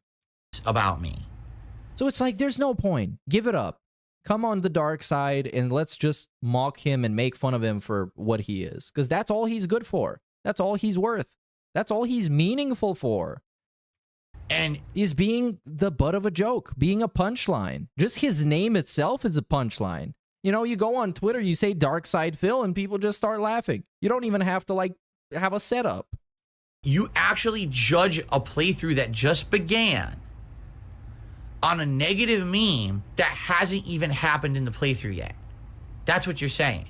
You're literally saying, well, because Final Fantasy VII is going to have one beach scene out of a 60-plus hour playthrough, and because of that one scene, he may make a comment that this is kind of immature, that this is in the game, the entire playthrough sucks. What the fuck is wrong? And this is, you know what? I actually see why he sees this as a conversation, because this is the ideal conversation for him. You get to say something, but in a very limited capacity. He gets to say a bunch of things in an unlimited capacity. He can say whatever he wants, and he can talk for 15 minutes if he wants. And in the end, he gets to call you a dunce. And then that's it. That's for him an ideal human interaction. You get to step on the motherfucker, you can't do anything about it, and you get to spit on him in the end. That. What the fuck is going on? What the fuck is going on? Listen, be immature. Say what you want. I don't have to participate in that kind of commentary or whatever. I don't. And that's fine. But I'm not going to say... Do you really think that when that scene comes up, we're just going to pause the playthrough and I'm going to go on a 2-hour rant about how of course horrible it is? Well, he did pause the playthrough when the similar scene happened in Atomic Heart. Scenes in the game? No, no, he's not gonna go on a 2-hour rant. Nobody said this because he never has gone on a 2-hour rant about anything other than needing money. It's a Japanese game. Or somebody somehow hurting him somehow. It's part of their culture. They like that kind of silly stuff. In fact, what a lot of people don't realize about this, and when they have scenes with like, oh, there's risque clothing or a sexual reference, they actually find that comedic. They don't find that like, oh, it's perverted. They think of it as comedy. Like, sexual content is part of Japanese comedy, correct? I think sexual content can be a part of every country's comedy. It's also a part of American comedy. Because, I mean, you get all these stand-up comedians talking about how they fucked some girl, or all these female comedians talking about, you know, their pussy, usually. And then you get Amy Schumer talking about how her husband is autistic and she's super disgusted by the thought of having sex with him, I guess. And that is very interesting. But anyways, we'll have that in there and to get a laugh. I like, just because I might not want to partake in a scene like that because I'm 40 some years old and I'm happily married and I don't look for that in video games because I'm past that point in my life. Oh fuck! Dude, he landed face first in the wall, like the bush. He's like, boom! I should like a red splot. Ouch. Bulletproof says we should protect Betty White. Third out of the third says, do you like to land face first in bushes? Depends. It depends on if it's... I'm not going to say that. Actually, his whole argument of him being a mature adult kind of works backwards. Because if you really are a mature 41-year-old married with a wife, happily, with a feline son, and, you know, you're really proud of him and a successful business, you shouldn't really have any reaction to this sexual shit. You shouldn't bother by it at all.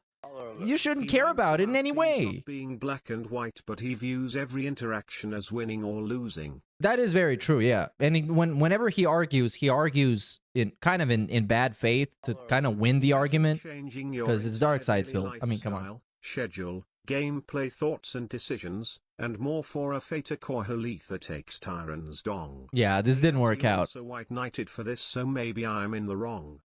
I don't know, man. I don't know how things truly work in their household, and this is why it's so fascinating to me, because it could be any way. Maybe she runs the show and she tells him what to do. And whenever she says something, it's law. Or maybe it's him.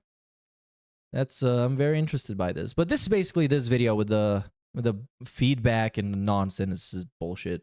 There's also one of these of him talking about you know, the Mike Klum documentary, because he doesn't, you know, you've heard this before. Superman Howard to the Snort Fort to save their mom's son marriage and teach Phil about real meaningful, robust, mature, adult relations. Wait, oh yeah, Dwight, we need to send Dwight Howard. But you know that there's the possibility that Dwight Howard might want to have a relationship with the Dark Side Phil and not Kat instead. So you know, you gotta keep an eye open for Dwight Howard. He's probably getting freaky in Taiwan right now. Yeah. He's getting real freaky. I'm pretty much to the point where, yeah, I'm financially destitute. It sucks. So. Hey, very nice. So, I mean, I think, quite honestly, I dodged a big bullet there. And what I mean by that is not to say that working with. Oh yeah, we're still talking about the documentary. Like, he had to go to actual shoots that continue for the whole day for like 6 weeks straight. This guy takes himself so incredibly seriously that it's you can't comprehend it. Mike Klum is a bullet, but I don't think that, honestly, with the situation I'm in my life, you know, I mean, just being real here, right, that I would have been able to handle that at all. It would have been overload. And again, as I've already reiterated previously, imagine if I was trying to do that. Now, the thing is, this is very important. You know, a documentary about me would have had to be done well. Imagine if I'm just like at my wit's end, stressed out, overworked, and now it's gonna end up not being that good, right? Because, you know, it's just as much Mike Klum working on a documentary as it is me. You know? No. Mike is working on it like 10 times more. I would be a major part of the input of this thing. Me. Now, how am I going to be creative? Oh, so it's just, yeah, he's making this basically the Project 7 2.0. Is like, yeah, I'm going to have so much input, man. I can say, well, film me when I'm sitting on this chair. Or I can say, well, film me if I'm sitting on that chair.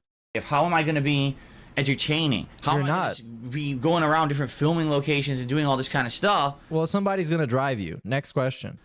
When I'm already exhausted to my wit's end, right? I just don't think it would have worked, being honest, especially my lifestyle with how much that I work and everything. Imagine if, like, these weeks, I was like, by the way, guys, 3 days this week I can't stream at all. The other 3 days it's half days. Just because I'm, you know, filming all over the place. Oh, by the way, yeah, but that's an investment into your promotional campaign, dude. What do you not understand? He can't have any kind of a risk when investing something, or something that might not pay off, but it's worth having a shot. Because this could have been it. I mean, he could have nailed at least like 5 new whales from the whole thing. That would have, I guess, in the long term, actually make him profit thousands of dollars. But he just decided not to do it. He decided not to give himself a free marketing campaign. I also have to work on my taxes. From a dude who, like, it's his fucking living of Mike Klum to do, like, marketing campaigns and PR operations for, like, companies like that. This one. Oh, by the way, we're in the midst of 300-hour games that I'm never going to finish, and there's more coming that I have to skip all of them now because I'm working on a documentary. Of course. It's too much work. I can't. See, I think Would you rather be cat size for 1 week or think like pig roach for 1 week? Cat size, definitely, out of curiosity, because I wonder what it would be like if I was fat. He still can't admit to saying, click on the ads, the lengths of avoidance is astounding. Well, that's crazy. I wish I would have seen him watch that clip during the interview. That would have been so much fun. I want to see his actual take on this. It's like, okay, Phil, exactly, you can see here where you tell him to go click on the ads, and you tell him you're doing this specifically so you can profit, and then they clicked on the ads and you got suspended for invalid click activity. Explain how you think this works. And then his explanation you already know. It's like, well, people, they watched my video and they felt so sympathetic to me and they loved me so much that they actually went by themselves to click on the ads. They didn't even listen to me telling them to click them. They just went by themselves. The difference here is, when it's like actually impressive level of delusion. Impressive. Big ups M. Stoney for the membership, dude. Get someone who can work on a documentary. I'm going to be honest, it's probably someone who just has a lot of time, that they're not particularly doing something too important with their time, that they have time to do that shit. I don't, right? Like, I'm just constant. Everywhere I go is work, work. Got stuff going on here. Busy with my personal life. You know, I got shit going on. Constant. Everywhere I go, work. Just like hearing him say it is funny by itself. He didn't even say anything funny, but it's really funny. Because like a couple of years ago, you wouldn't really catch him talking about this like work. And then at some point it was like, you know what? Not only do I have a job, I have 2 jobs when he was streaming on Twitch. Because his first job was a YouTuber because he was uploading the videos, and his second job was a streamer. So he doubled down on not having a job by inventing 2 jobs to have. $5 from Brotherhood of Steelman. Been out of the game for a while. What's up with the pig now? I saw the Godzilla is a huge B***TC. Well, I mean, I just came back after like 10 days of not keeping up with this.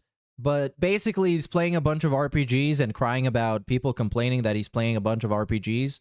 And also, he got view-botted, and he's still coping over Craig breaking his heart and Adam breaking his ass.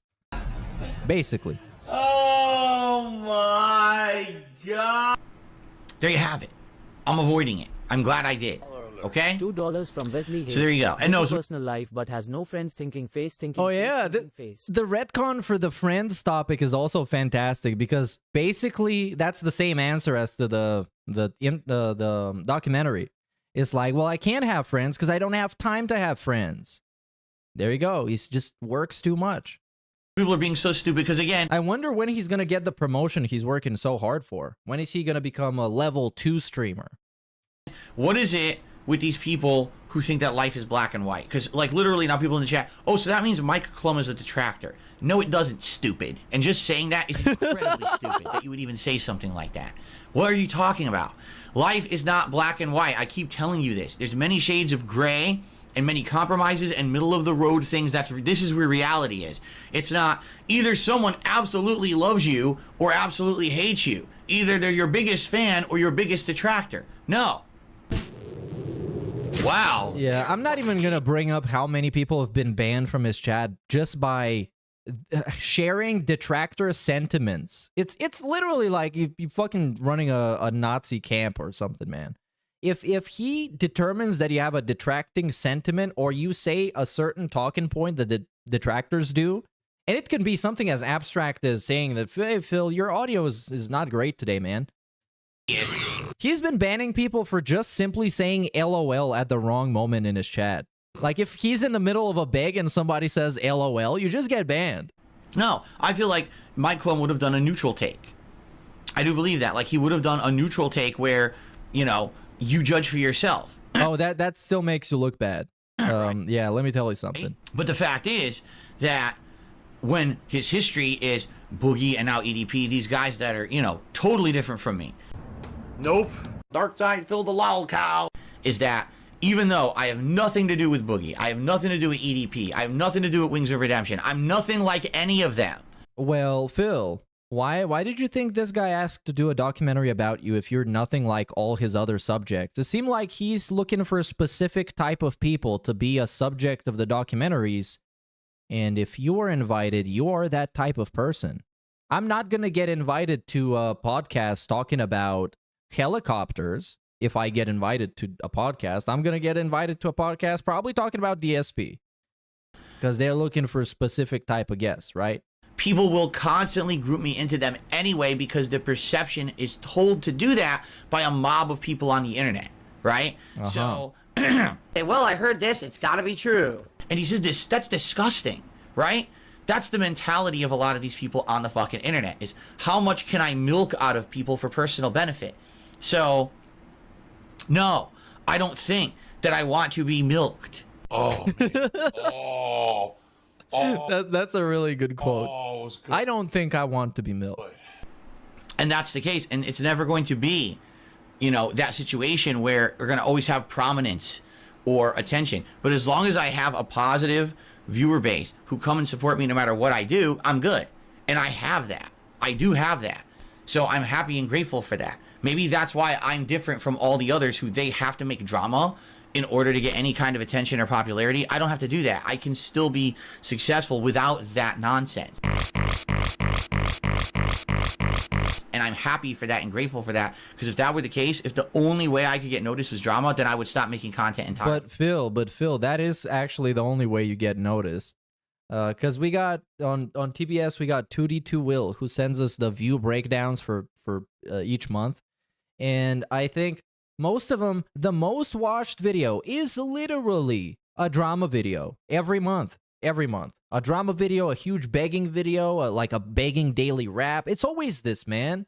Just embrace what you are. Really, I would just quit. Because like I've said before, and this is a quote from Red Dead Redemption 2, the more you try and force somebody to be something else, the more they become who they truly are. And DSP is like a prime example of this, because he's forcing himself to be this completely like pussy-whipped, just like spineless, pathetic piece of shit that, you know, he's got no backbone and he can't say anything, but who he truly is the king of hate. He wants to talk trash, say slurs, he wants to fucking go at people and have beefs with them and call them names. And now is the best time on the internet to actually do that, because you can do that and create a bunch of hype and entertainment for like hundreds of thousands of people, instead of just doing whatever the fuck this is and running away from who you are. Okay. There you have it. And are we good? Oh, beside this guy, yep. Basically a bunch of idiots showed up to talk shit when I was saying that, because, you know, they don't like reality. They like to live in their parallel dimension, and they don't believe reality for what it is. Plum is head of the circus, recruiting Bearded Lady and all the other freaks like Boogie and DDP. Yet somehow Phil genuinely thought he was being recruited because he is a normal human, and right? What Mike wanted. Right? Think of how diluted you have to be. Yeah, this is it. This is the DSP, the Pigma male grind set. You can't even, like, it's sitting right in front of you. You can't even, like, understand. So fuck you and get out of my chat. And there we go. This is how the discussion ends, you guys. We tell somebody to go fuck off. Okay. What happened? There was a blip over here, and then a bunch of people got banned at the same time for being trolls, so that's what happened. Damn, he snapped him out. Shout out to Wesley H for the 10. I was literally watching an old Piece of Peace video where he banned people for pointing out that he didn't count money properly on the Kirby streams. His chat jumping to that conclusion is his fault. Well, there was also, I think Piece of Peace actually made a, yeah, well, I think that's the video I'm thinking about. It's a good video. Go check it out. The dude was like blatantly just concealing the fact that he got a certain amount of money. From Shots Vald, the West streak technically ended in the middle, but he wants to say people don't like reality. Well, I kind of forgot about that. I don't know when the false finish was, like the real ending, the true ending, because I just know the 276 streams. Okay. But I've heard legends about the Vest streak ended.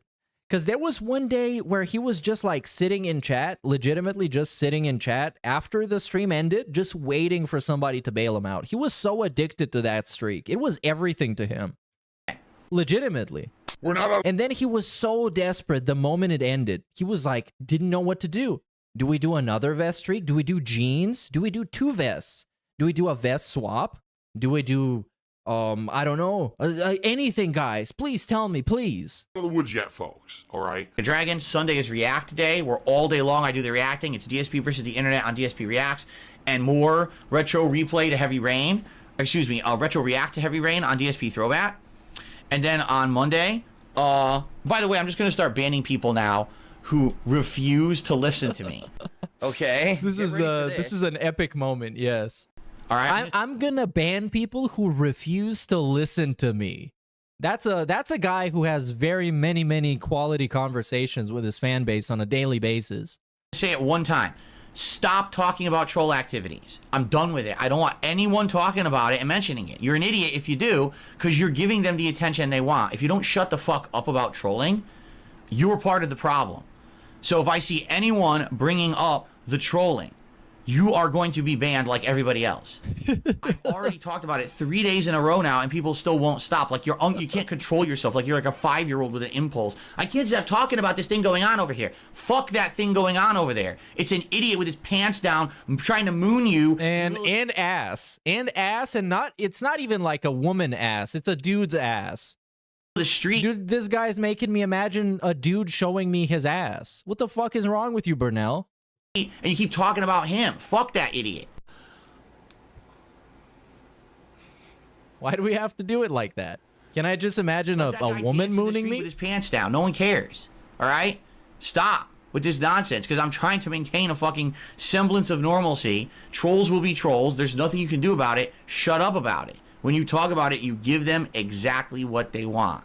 No, I think you give us exactly what we want, because if I watched this clip, you know, I couldn't see the chat. I couldn't see what people were talking about. I only know that they were talking about the trolling, and in particular the bots, because he brought attention to it. Okay? Let the guy flagellate himself in the middle of the street. Oh, let him... Okay. I might... All cleared. We're good to go. No problem there. Done. So that's what's going on. All right? Now, since so many people keep mentioning it, I already talked about it last night in my daily wrap, but I'm just going to say it again. Yes, it's obvious that troll activities, they're trying to view bot. And there we go. And there we go. And now we're just making a public statement about the thing that we just banned a bunch of people talking for. What the hell? Stupid. It doesn't affect the channel. Okay, I'm just going to say it doesn't. Well, it doesn't. It obviously does. You're talking about it. Don't count. When you see a view bot come onto a channel like this, it doesn't count. It actually doesn't count as a legit view. YouTube doesn't count it for a view or for anything like ad revenue or anything like that at all. It's completely, it's you know. And also, the thing is, I've heard Darkside Phil speak with such conviction on 1,000 different topics, and he's been right about 1% of the time. So I'm just gonna pretend like he didn't even say it. Well, I'm having a brain fart. Hold on a second. Held apart from that, I guess you could say. I don't even know how to say it, you know? So they've been doing it for days because they want your attention. That's literally the only reason. They're not affecting the channel in any negative way. They've done this before. They were doing this for weeks a couple years ago, and nothing happens. So all you got to do is relax and sit back and stop mentioning it. These idiots want to blow their money on nonsense. It's not me doing it. I condemn it. I don't support the practice. It doesn't benefit me or my channel in any way, shape, or form. It doesn't bring anyone new to the channel. It doesn't help me in anything. It's just a waste of time, okay? It's just an idiot, literally an idiot, blowing money on it. So just ignore it, all right? I literally do not look at view count on my streams. Well, okay? I mean, that's just bullshit. That's just bullshit. I don't. Because whenever he's about to talk about drama, when he has those specific pre-streams, intentionally he looks at the view count and stalls as much as possible to have the drama segment happen in front of as many people as possible. That's just what he does. So since that's happening, all right, just ignore it. If you consistently bring it up in the chat, you're going to be moderated, because there's a rule on my streams. It says it right there. Don't bring up detractors. Don't bring up detractor content. This is considered a detractor action. This is considered trolling. Just ignore it. My stream, my rules. If you keep bringing it up, you're giving them exactly what they want. Attention. Don't give them attention, and it's going to go away. Okay?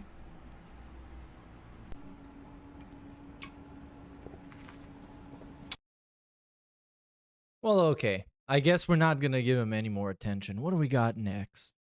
Yeah, this is the Tekken one. The Tekken one. I'm not gonna watch the video where he quits. I'm gonna watch the video where he's like super literally salty. Just guessed and just kept throwing out moves at the end there. This He was is nervous it. as fuck. Man, I just, dude, you don't see dudes like this, his age, losing their shit like this. Oh my god, it's crazy. What the fuck?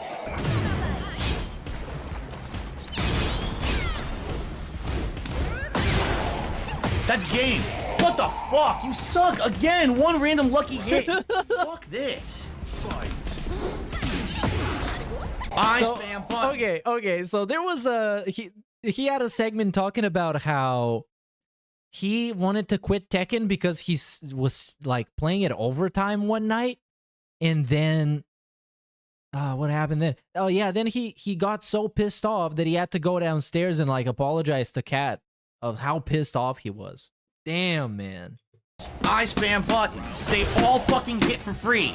Every fucking input I press, the jab stuff. Wow, you're a great player. Every person has a move that you can fucking spam over and over online, and unless you know exactly how to get around it or punish it, you're fucked. You can't even fucking play the game. Like, I can't even do anything. The guys, here, watch this. Safe low move over and over.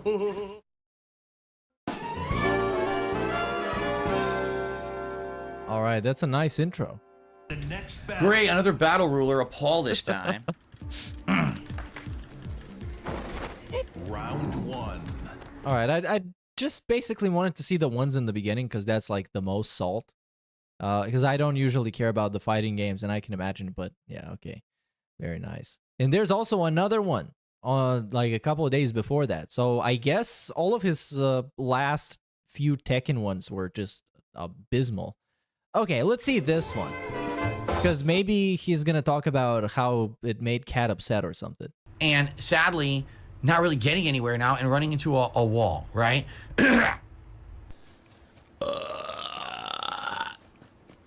Excuse me.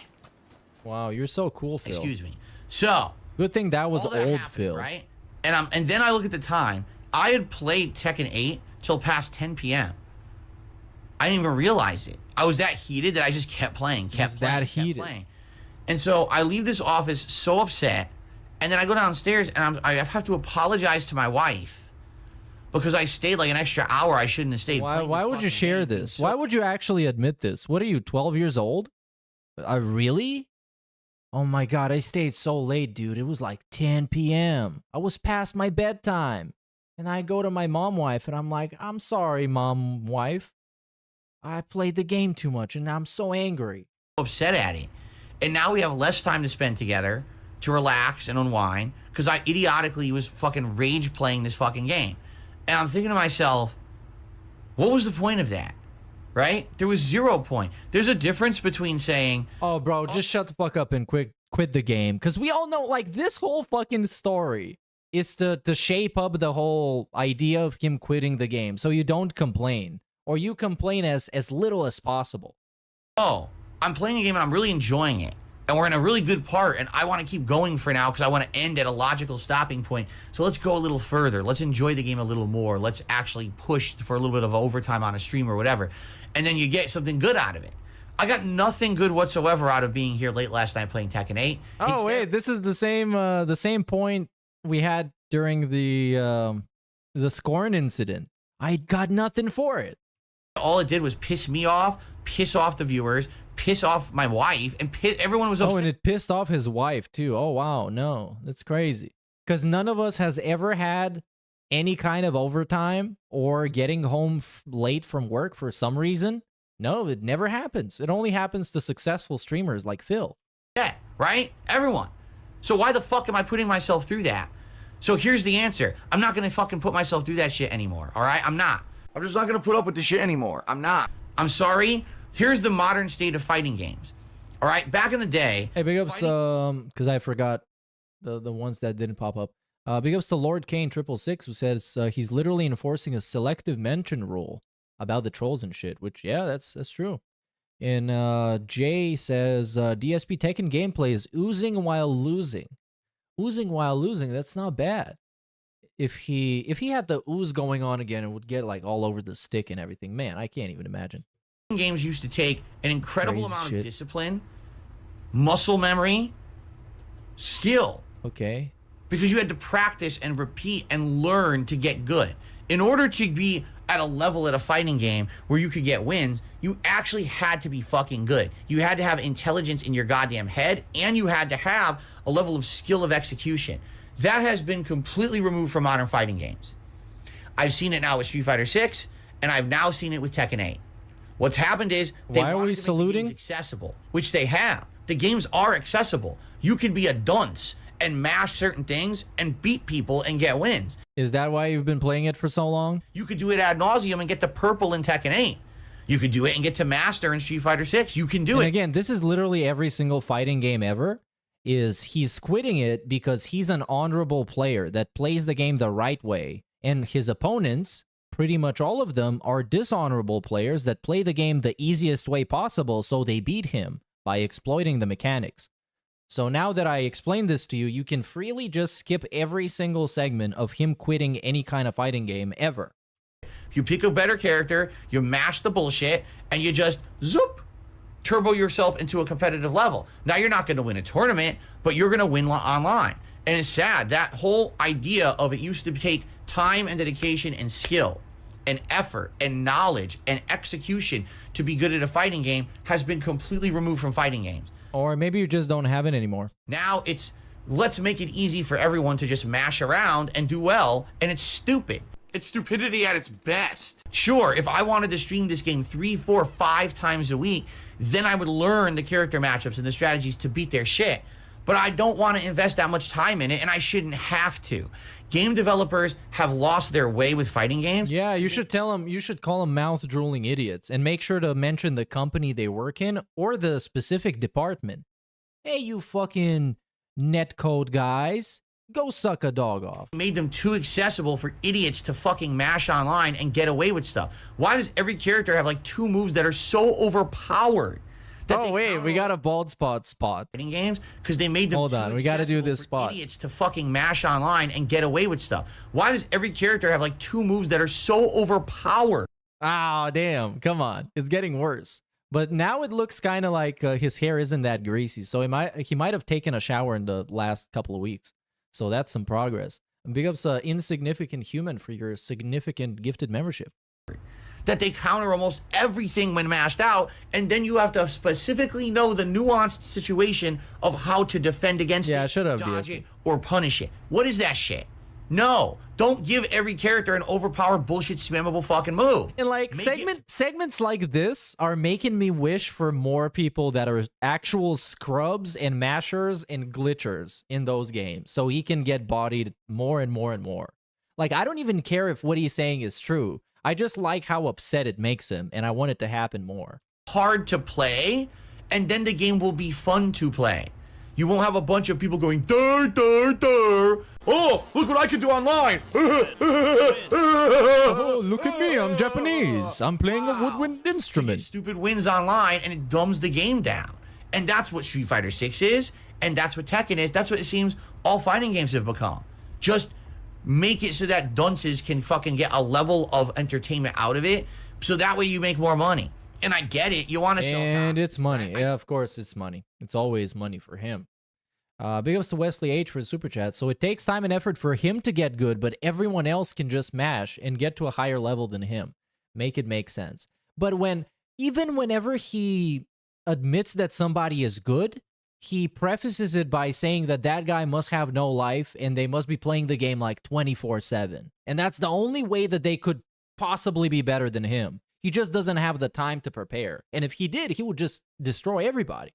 And when he has the chance to do that, like in Street Fighter, and he gets to play it every day and it doesn't work, then he just doesn't feel like it. He just doesn't feel like winning. Totally get it. But at the same time, you've ruined the competitive nature of fighting games. The only way for me to play this game at an entertaining level at this point is to invest too much time into it, and you didn't have to do that back in the day. You had to have natural skill. Today there's no natural skill. There's not. It's just time investment. And that's not good, in my opinion. All right? Why do you think it is that the best players in this game all are signed to teams? And they travel the world, the team finances their travel. And they play 5 hours a day. Stop minimum. it. And because this is it. It's just time investment now. It's not skill, it's not knowledge, it's not ingenuity, it's just time investment. I mean, does he think it's all just time investment? As if you don't need some kind of motivation to invest that time, some kind of a drive, some kind of, being concentrated, being disciplined, being focused? Because those games are fucking complicated as fuck. It's not that easy. Because, like, I'm looking at it from the perspective of somebody that doesn't know shit about fighting games outside of, like, playing Mortal Kombat every once in a while. But it's like, it takes a lot more to be an actual esports level player than just sitting around and playing the game all the time. Well, I don't have the time to invest in this shit. I don't. Everyone over basically like this. But why didn't I do a vlog on that? You see what I mean? I don't have any time for anything. I wish I could. If there were 2 of me, one person today would have filmed multiple entertaining vlogs for you here on the King of Hate Vlogs. The other person would have went and played Pokemon, and the other person would have went and played my bills and did the personal stuff. But this is life. This is oh my life. god, this is like worst. This is probably, I know people talk about how bad he looks nowadays, but this is just like an alcoholic dude that just woke up. You can't convince me otherwise. Just look at him. is the most raggedy, scuffed person you've ever seen. That's like if you tried to draw DSP from memory, and it's just like this. Whatever this is. He's wearing a shirt that looks like it got fucking sweat stains all over it. It's just like a homeless dude who happened to find a house, and nobody was in there, so he's like, you know what?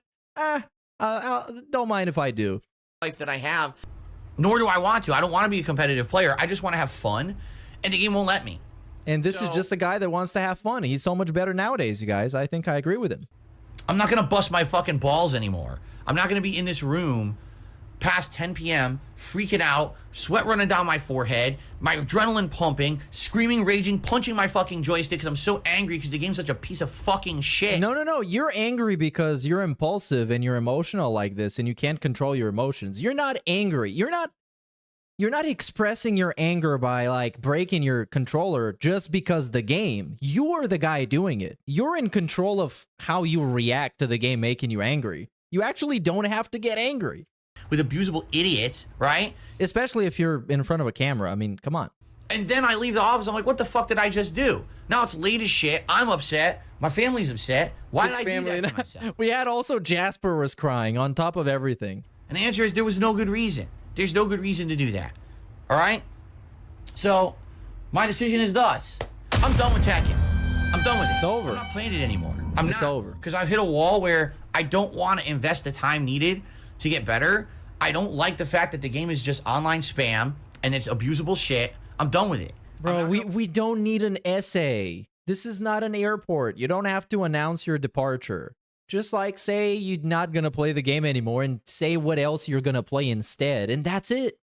That's it. People are going to complain regardless. Regardless if we get like a 12-hour explanation segment or we get none at all. People are always going to complain because you're Dark Side Phil. Waste more fucking time on this game. I like the game and I respect it. And quite frankly, I think the online connectivity and matches is better than Street Fighter 6. Not that there's less lag, but there's less dropped inputs. And again, I would rather play a game where there's less dropped inputs and lag than no lag, but half my moves drop. And I think that's where Street Fighter 6 has missed the mark and they don't understand. Their game looks great online and plays like dog shit. While this game plays great online, but it just has more laggy moments. Okay?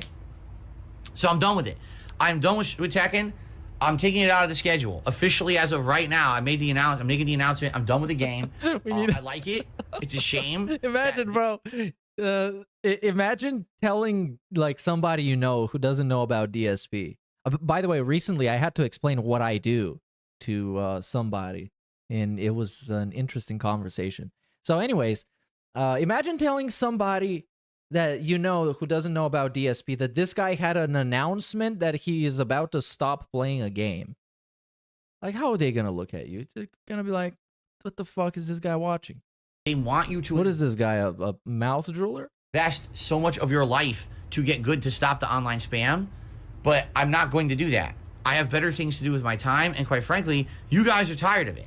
I already know you are, right? Because you're not showing up. The only people who show up are people who are laughing at me, raging at the game and losing.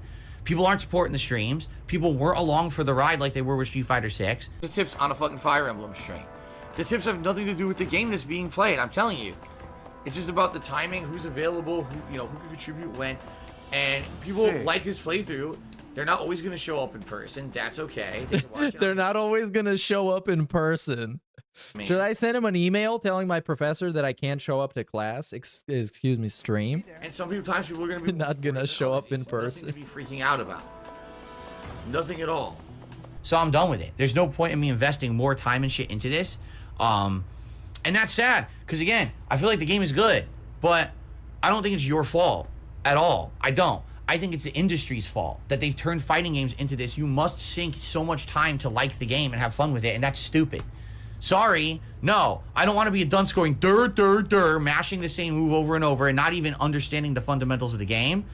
But in order to pass that level, I have to put too much time into it, so I'm done.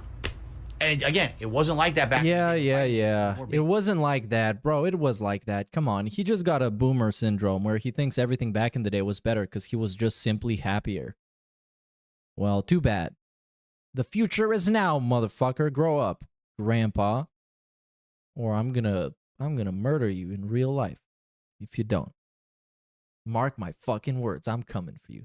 What else do we have? Do we have some DSP reacts? I don't think so. I haven't heard anything interesting happening on the React channel since me and the Decepticons stopped doing the drinking streams. So yeah. The last interesting thing I heard is them trying to sneak in like a video where there's just like random porn in it and Derek. Yes. I think I did this last stream. You can go and see that segment. It is something. Yeah, he had a tribute to this Toriyama Mr. that passed away recently. I don't fucking get it. I don't have anything to say about it, so there you go. What else did I wanted to see? There was something I wanted to see. I want to do some like miscellaneous stuff from back in the day. So obviously I want to open the Mr. Huth stuff channel because obviously it's fucking outstanding. If I can actually find it, if it is still alive, I think it is. Please? Please. Please. And yeah, the guy's going to go live soon, but there's going to be like half an hour between now and, or him and actually existing on his actual stream. Or you're just going to be listening to music. What is, oh, here it is. No! This is, it got DMCA deleted. What the fuck? I'm sure there was another one. Come on. There can't not be. There can't not be. Come on, I need my Mr. Hut stuff. You got like the most obscure clips from like 1,000 years ago. Nobody remembers anymore. I want to remember them. Please. Please. Please. Please. Well, I guess no. I guess he doesn't exist. Well, let's go watch something older then. Or it's called just Mr. Stuff? Mr. Stuff? Okay. This is the best segment of this whole stream. And no, we got everybody else but him. Basically everybody else. We got Amberlynn Reed gets trolled by DSP and Wings detractors. Man, this bitch is fucking massive. But she has like some pretty squeezable cheeks. Like you can use them as a stress toy. It looks very like soft and squishy. It does. You can't tell me it doesn't. I mean, just look at this. Okay, let's watch. No, this is a commentary thing. Hold on. Okay, let's check this one out. So this one is the Tekken video, and I want, hopefully this guy's gonna explain to me why DSP is so terrible at Tekken and why he's such a scrub. So yes, this video is by Chaser Tech. It came out 5 days ago. Here it is in the chat. You can go check it out. Give him a like. And let's see what this is about. Yeah, I'm going there. He's going there to make a video about DSP, Darkside Phil, DSP Gaming, Philip Brunel, whatever you want to call him. Never in my life would I ever imagine doing this sort of thing, but here we are. One of the main reasons, or at least one of the small reasons why I'm even talking about this guy is kind of a petty reason, I'll admit, but it feels justified. So I at least want to highlight the little bit of hypocrisy going on that I've seen. It's not even about action games either, which is the funniest part, but I promise this will be the first and last time I'll make a video about him at all. Unless he plays Dragon's Dogma 2 and says some nonsensical crap about the game. Before we get all into this, I think somebody in chat earlier said that he's not playing Dragon's Dogma 2, which fucking blows my mind. Because out of all the games that come out this year, Dragon's Dogma 2 is one of the few ones where you look at it and you're like, wow, this is not going to be a complete dumpster fire. And I'm pretty sure about it. So I got no clue why he's not playing it. Because it's an RPG? Well, what else is he going to fucking play? Just know that this isn't about me being a better player than DSP. I still have a lot to learn about Tekken in general. No, this is about DSP being a hypocrite, putting the blame of him losing in matches onto his opponent or some other dumb crap. There have been times where I wanted to make a video about some of the games that he played, like Devil May Cry 5 or Devil May Cry 3, but after witnessing his Tekken 8 shenanigans the other day, yeah, I wanted to point out how absurd and obnoxious he is. For anyone out there that may be living under all right, so this should be a pretty good recap video. Time YouTuber who streams for a living. Because I haven't been keeping up with any of this bullshit. He streams various games, and his skill is sort of questionable. Sometimes he can be fairly competent with what he's doing, and other times... Let the combat work!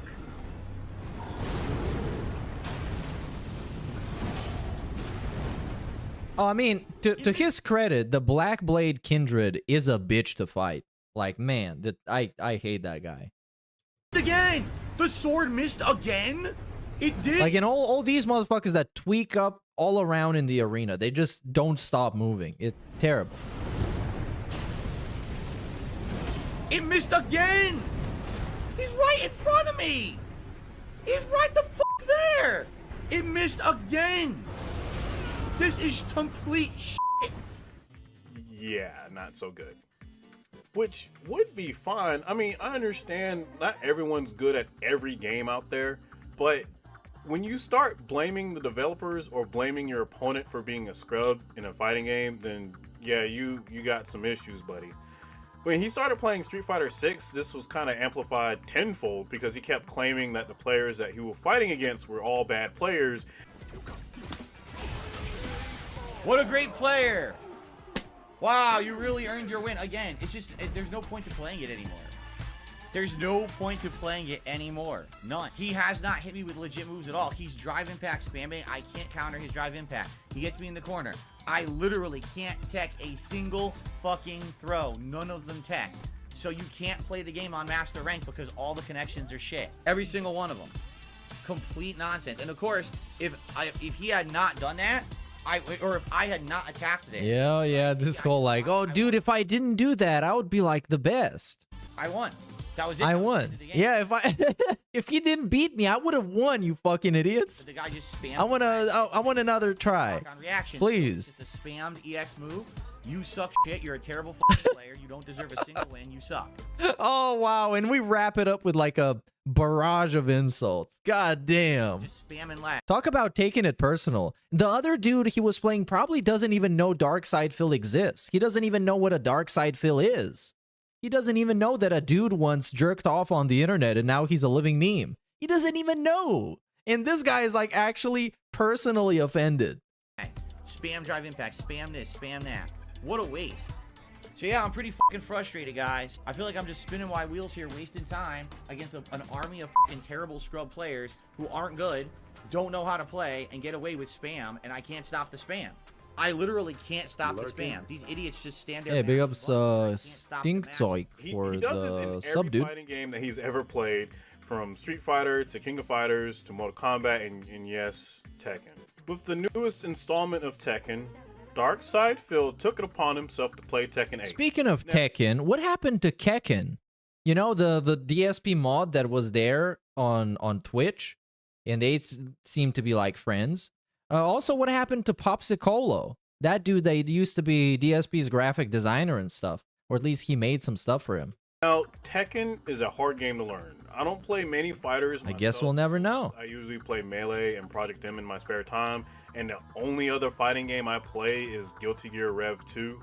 But I've always wanted to play Tekken properly because I've played through the series as a long-time casual fan. Even with Tekken 7, I tried to learn. Oh, they're both dead? Yeah, I thought so. So when Tekken 8 came around, I told myself that I wanted to learn how to play. At least learn to play at a competent level with Yoshimitsu, since I really like the character due to his complexity and trickery. Like, this man has 180 moves to use with his moveset, and a lot of them are really wacky. And I've seen a lot of players do some cool stuff with Yoshimitsu. So imagine my surprise when I witnessed DSP Dark Side Phil fumble his way on ranked using Yoshimitsu. This is the same guy who thought it would be a great idea to run away from lightning in Tears of the Kingdom and then complains when he gets hit by it.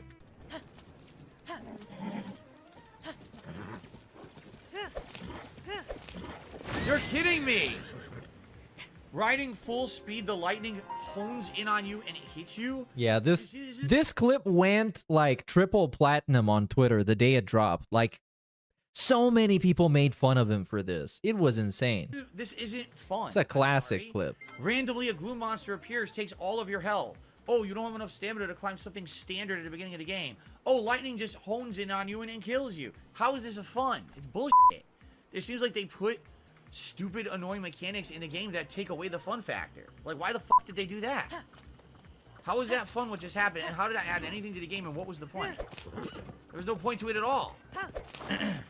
Now, I'm not going to harp about any drama surrounding him because I want to put... Why not? It's so much fun. Insane hypocrisy that I've seen from various videos containing his Tekken 8 matches, including watching one of his streams. With DSP playing Tekken 8, his excuses have come back again, blaming his problems on lag. They never left. Opponent spamming attacks, his inputs not coming out, the whole 9 yards. But because I have some experience in Tekken now, I can accurately point out what DSP is doing wrong. So let's look at a typical match and see what usually happens when he plays.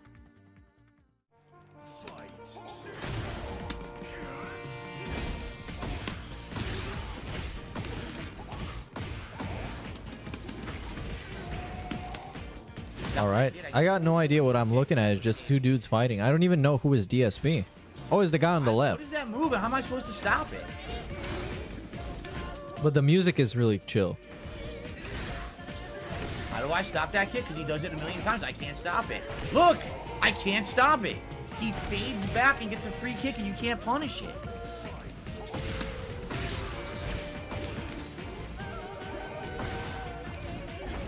Okay, more floaty combo bullshit that I can't stop. You're not timing anything, you're just button pushing.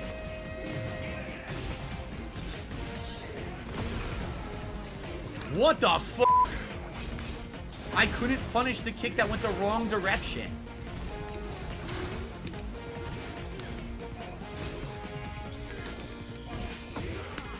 Unbelievable.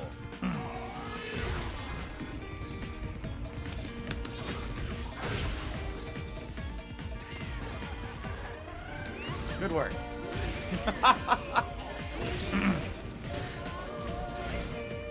All right, I guess I can fast forward to the next chapter where we, I guess, are we going to analyze the gameplay? That's kind of what I was wishing for. Let's see what we got. The DSP tactics and rages at Rage Arts. And then against good opponents and inputs. Oh, yes, I want to see this one. What you get.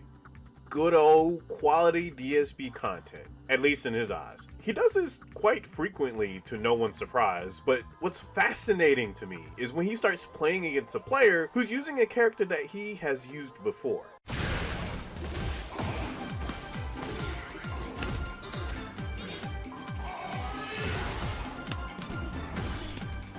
Why did that whiff? It went right through his body. Oh my god. Is that a low? Because I was just standing there and it hit me anyway.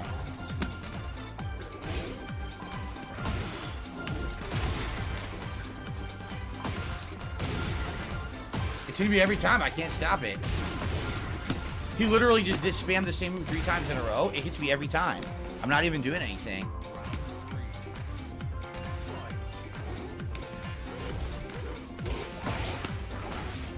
Oh, I'm getting hit. I haven't done anything. Free combo for him, even though I didn't do anything wrong.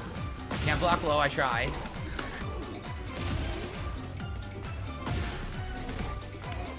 Yeah, look at this. Everything is counter hitting me. This is ridiculous. This is absolutely ridiculous. Every button counter hits. Every fucking move is a move that just is out there, meaty, and counter hits everything I attempt to do. That's fucking stupid.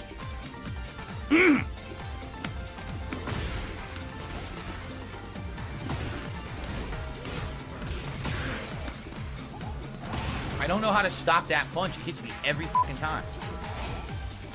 What? What do I do? It hits me every fucking time. It's like an unblockable.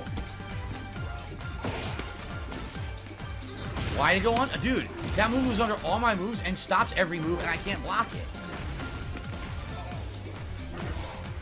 What the fuck? My punch went through his drop kick as if I never did it. Dude, I can't stop that. What is that fucking move? It's every time. What is this stupid shit now?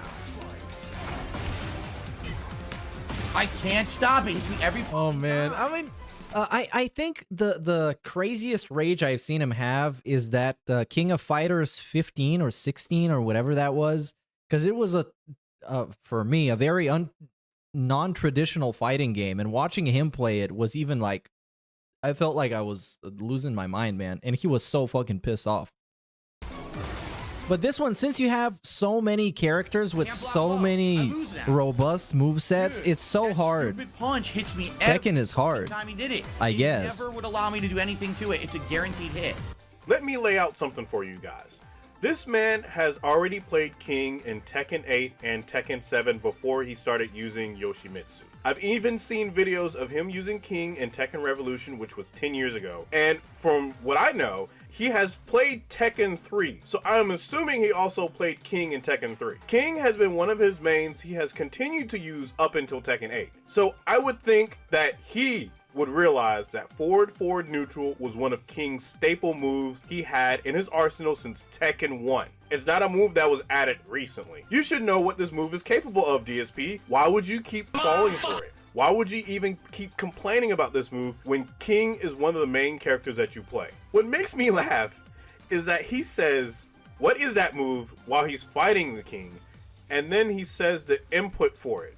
Any move I do, it's a free hit for him. What is that bullshit? Why? Wow, let's give King a move, forward neutral right punch, and just hits everything in the game. He doesn't even have to do anything. He's not timing it. He's just literally doing this. This is his whole round. And then it hits me and then he wins.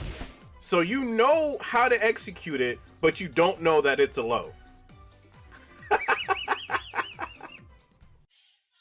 It's funny to hear him whine and complain about the people he's fighting against, because anytime something works for DSP, especially if he's doing it over and over and over again, he doesn't say a damn thing about it. He doesn't even consider it spam like every other person that he fights and cries about. He simply states that his opponent is falling for his tricks. But the moment he starts getting on the receiving end of a strategy working on him, he claims that a move is broken or that the player is just spamming. My personal favorite, combo spam. Okay, let's see Free it. spam combo. Look at this. Oh no. Look at this scrub. 3 times in a row, his fucking combo spam stuffs me. You literally won because of spam. Now he's just doing combo spam. I just don't like that I was beaten by combo spam. This fucking sucks. So what they're all using now, they've all learned a strategy online that is probably easily avoidable, but I don't know because I've never seen it. I've never seen a King do that low kick in the throw. This man would rather walk through shards of glass barefoot than to ever accept responsibility for his mistakes. His examples of combo spam include people just simply overwhelming him with attacks, or simply just using the same combo string over and over again, which he does himself. Even when he fights someone that literally does not block low, he will use the same down back 1-2 attack over again with Yoshimitsu while insulting his opponent.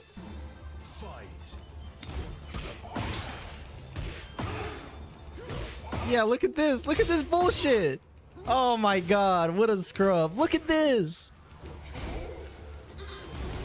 He kills them all the way with this one fucking spam move. I hit him every fucking time. Get this guy out of here. I literally could have done that the whole time. I literally could have done that the entire round, and he just never blocks. He's an idiot. What are these shenanigans? Get this bullshit out of here. Good, huh? Anyway, all right. Oh, and my favorite is how he complains about flashy moves. Yes, you heard me. He complains about anime moves, a fighting game that contains ninjas, wrestlers, cyborgs, and all kinds of characters is allowed. Oh, but anime moves? No, we can't have those. What the fuck, dude? Are you kidding? He mashed it. He did anime full screen kick. It made the whole game's frames drop. I couldn't tell where he was or what was going on. It just hits me. Anime full screen spam kick. Do you see what I mean about this fucking game? Why are characters like him and Elisa in the game? How is that fair? The whole fight we're playing fair. Oh, it's the end of the fight. Wake up super like a scrub. Spam full screen frame dropping anime like kick that instantly teleports me. The anime like kick. What the fuck was that? That was terrible. That wasn't good. He knows so many terms. He must have been a pro. I didn't want to bash his playstyle that much, but since I brought up how he plays, I like how he complains about these people using simplistic strategies, yet DSP has the most one-note Yoshimitsu I've ever seen in my entire life. He spams 1-1 and back 2-2 constantly if he's being pressured, not really adjusting his game plan to people who manage to duck or sidestep his jabs, completely ignoring Flash, claiming that it's useless after the most recent patch, and only uses it within combos. 1+4 doesn't work anymore. They nerfed Flash. Don't ever tell me to use Flash because it doesn't work at all. It has insanely small range and doesn't counter hit properly anymore. So saying spam 1+4 against Steve is the worst advice you could give. They literally look, he doesn't even move anymore. It does nothing. Look. It's terrible. For Flash, it still works just fine. The range is only tighter when Yoshimitsu's sword is already out. But in no sword stance, the range has not been nerfed, at least to my knowledge. It's a few frames slower than regular Flash, but it's still a reliable tool if you want to get pressure off of you at the right moment. I'm not a professional player or even a good player, but I still find use for Flash even within my own game plan. Also, as I showed you earlier in the video, he will use down back 1-2 after a jab. He would do this once or twice before running up for a rainbow drop throw. And he'll attempt this in almost every round that he plays. Even if it doesn't work and he gets punished for it, he will do it again without adapting at all. In this clip, you can see him use down back 1-2 again, and then he does it a second time.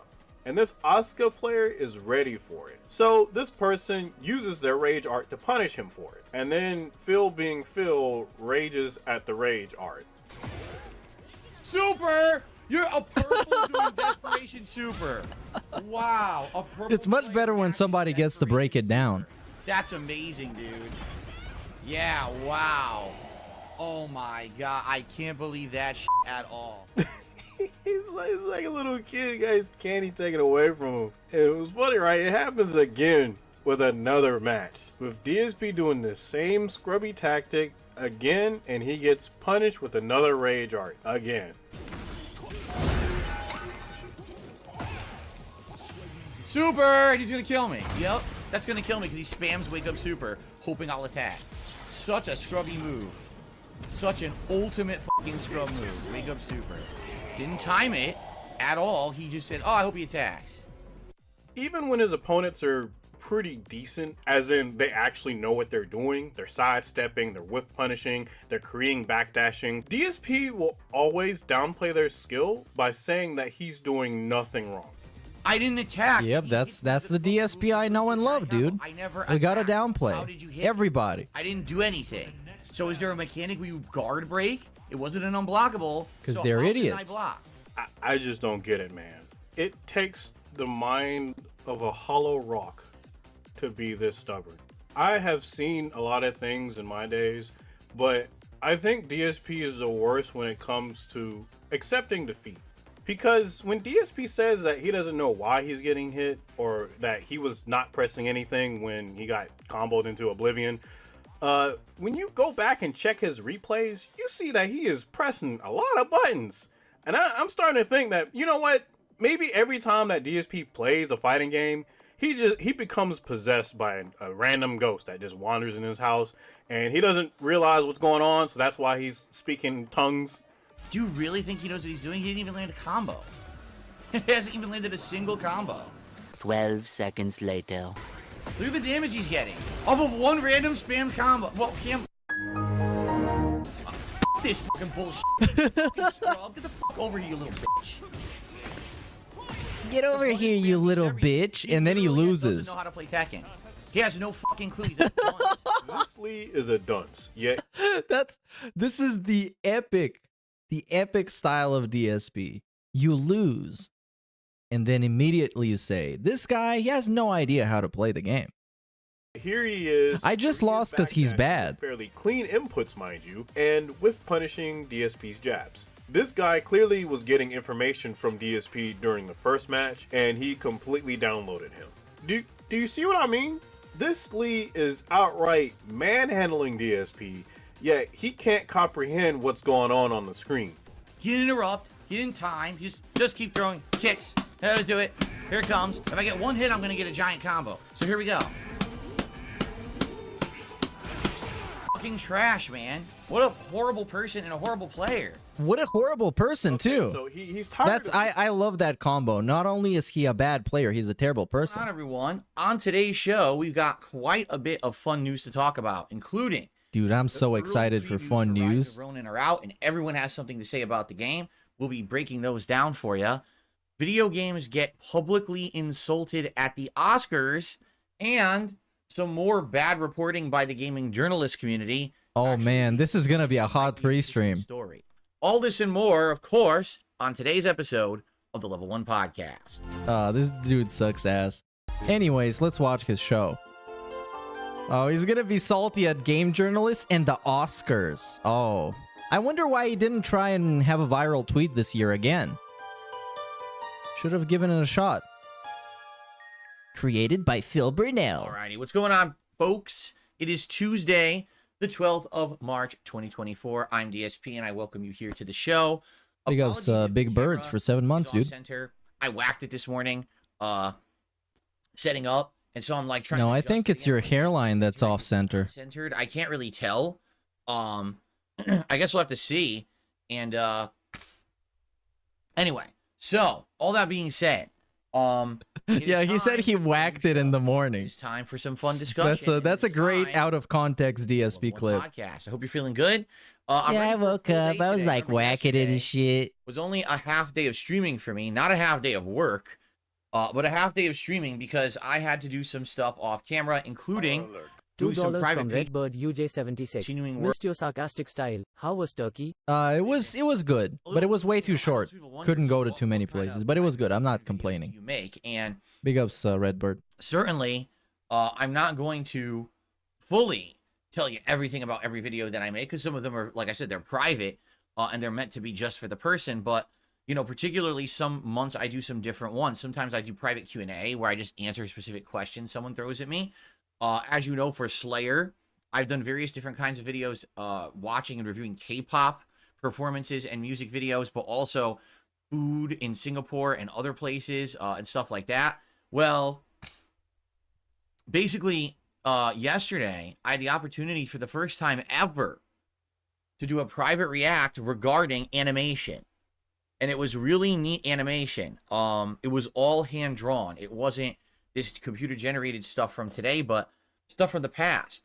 However, whenever you do something like that, it's a kind of a double-edged sword and a big risk. And what I mean by that is YouTube oh, he got doesn't understand blocked again. Never have, okay? Regardless of the fact of if you're doing a react and you have the legal right to react to something, to add your commentary and criticism and essentially turn it into a live review, YouTube doesn't care. And if it has things listed in its stupid blacklist for content, it will end up, you know, kind of flagging and blocking it. And so I'll give you an example about this. Last year, or was it 2 years ago? Now, it might have even been 2 years ago. Someone had commissioned me to do a private video. Oh, and now we get an example for an example. Pop artist. No, we can just stick to the story. Why do we need this context? Listened to the music of this artist. Never. So we know that YouTube is crazy with the copyright system. Let's just get on with it. Why does this story need to be twice as long? YouTube has a lot of issues with this stuff. Just to forewarn you, okay? So I did it. It was like a 30-minute react of maybe 5 or 6 music videos from this one particular artist. And I uploaded it to YouTube, made it, as I always do, a video just specifically for the person, and YouTube flagged the living crap out of the video, basically blocking half of it. So what I had to do was edit it to cut out the parts that were blocked. And what resulted out of a 30-minute video was like a 15-minute video. Now, what am I supposed to do about that? Nothing. I mean, that's just how YouTube works, right? This is so stupid. Imagine somebody pays you $50 and you send him like half a video. Even some of the times that I made the videos for Slayer regarding the K-pop stuff, a lot of the times the video will get flagged, but it's just flagged for, demonetization, which is fine. I don't monetize private react. Yeah, but why is it even on YouTube in the first place?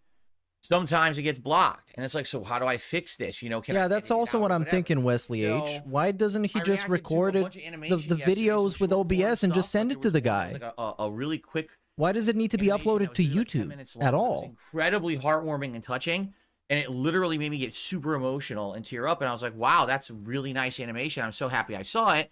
And it just so happens that one was fine, so I'm sure the person's going to enjoy that part of the react. But then I was actually reacting to a piece of work from a well-known anime and manga creator. And it was about half an hour long, okay? and I had to find various means to watch this thing. It actually wasn't in its entirety on YouTube. It was like clips on YouTube. So I had to find it. So what did he have to do? And where did he go? I watched Daily Let Motion. me tell you something. It was amazing. The story was outstanding. The visuals were just so impressive. And I'm like, wow, this is the kind of animation that doesn't exist anymore. You know, this is from back in the day when everything was hand drawn, cell made, and everything. It's like, wow, you could tell the difference and how it feels gritty almost to watch that kind of animation these days, because today everything's just so super clean and computer generated, and it definitely doesn't look like that, right? So I absolutely loved it.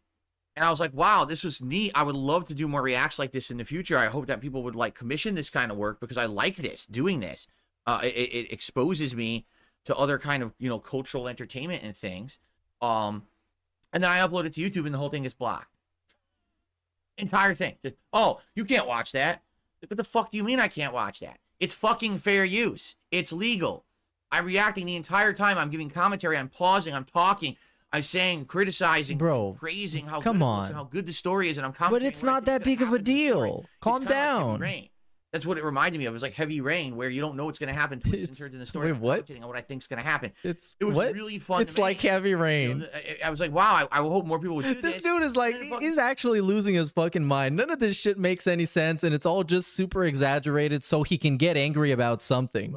No, it's one of those days he just gets up in the morning and realizes, you know what, I want to get pissed off about something today. What do we have? YouTube copyright. Let's go.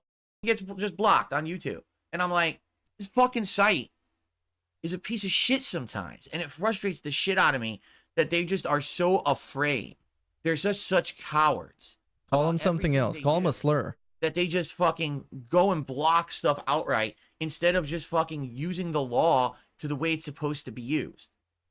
It really pisses me off.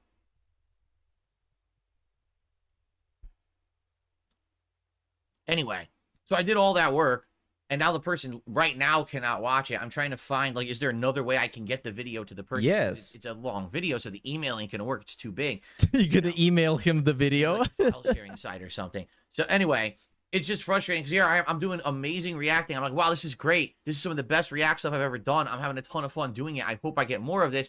And immediately I get run into problems. Like the second I try to do something different and creative, blocked by YouTube, cock blocked. How dare you have fun with something? Yeah, right? The moral of the story is that he should never try to be original or creative. That's it. Because every time I try, man, something stupid happens.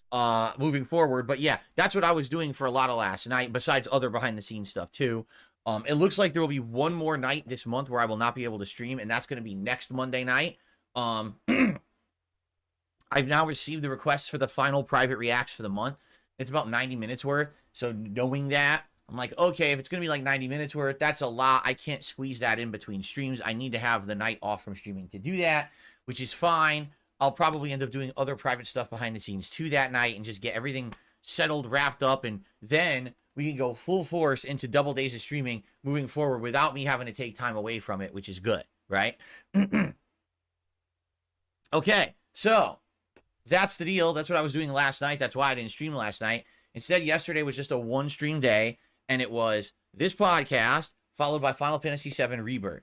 And I find it hilarious because after yesterday's podcast, okay, this is going to be a nice segment. On the podcast and said, you know, I don't believe all this discussion. You've been having all this discussion recently about the fact that a lot of people come to your streams and watch your podcast or watch your other style of content, but not your gameplay. But I believe that your podcast is just a waiting room where people are just sitting there waiting for the gameplay to begin. Well, that was their actual comment. I'm waiting for some milk. So I responded to it. And I said, that's funny because why is it that yesterday during the podcast, I had over 400 viewers. And the moment that But I thought you don't look at the viewers ever, Phil. Rebirth, we went down to 200 viewers. There's no waiting room. People are here for the show. In fact, yesterday, most people supported the stream during the podcast. When Final Fantasy VII booted, I got a few super chats and some gifted memberships, and that was great. But no tips came in whatsoever. Zero. In a 3-hour gameplay stream, not a single tip.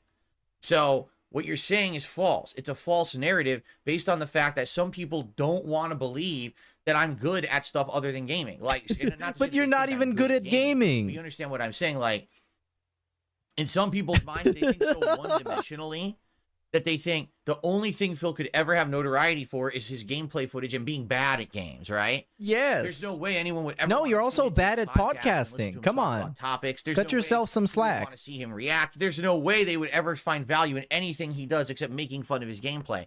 It's such a false fucking narrative. There's no. We also find value in making fun of his podcast. Actually, I find the most value in that. Substantiation for that. In fact, the evidence is totally pushing in the other direction. So much evidence. Look at my views. Us having this fun discussion. They're less when I'm playing video games. Events and game news. Us going back and forth and just being social with each other is ending up being more popular these days than my gameplay. Now, I'm not saying that's not going to change because we've got big games coming up. I mean, Rise of the Ronin probably is going to do pretty good. And then over the next few months, there's some big ones coming up that I think people will enjoy. It's going to bring back the attention to the channel because this is stagnated. Like my views. 76. I have a childlike understanding of the world. Well, I guess so. Maybe you're just colorblind. You see something in black and white. Down. My attention is down on the channel. I don't know, man. 3 fucking RPGs, and you cannot maintain a YouTube presence playing 3 RPGs unless you're already giant. You know what I'm saying? And I'm not. So I know the gameplay is going to bounce back. Okay, but the point I'm making here is the future is diversification.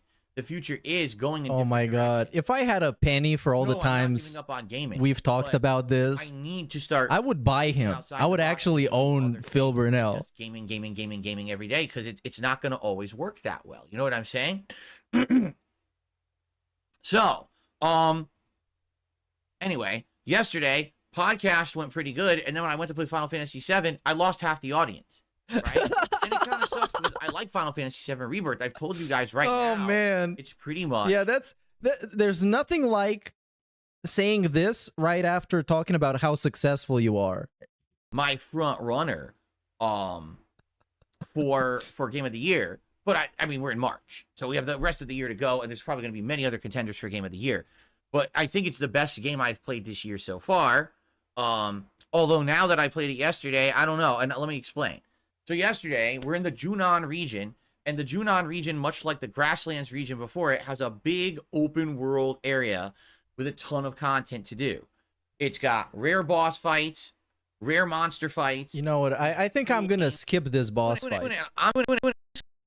It's kind of repetitive.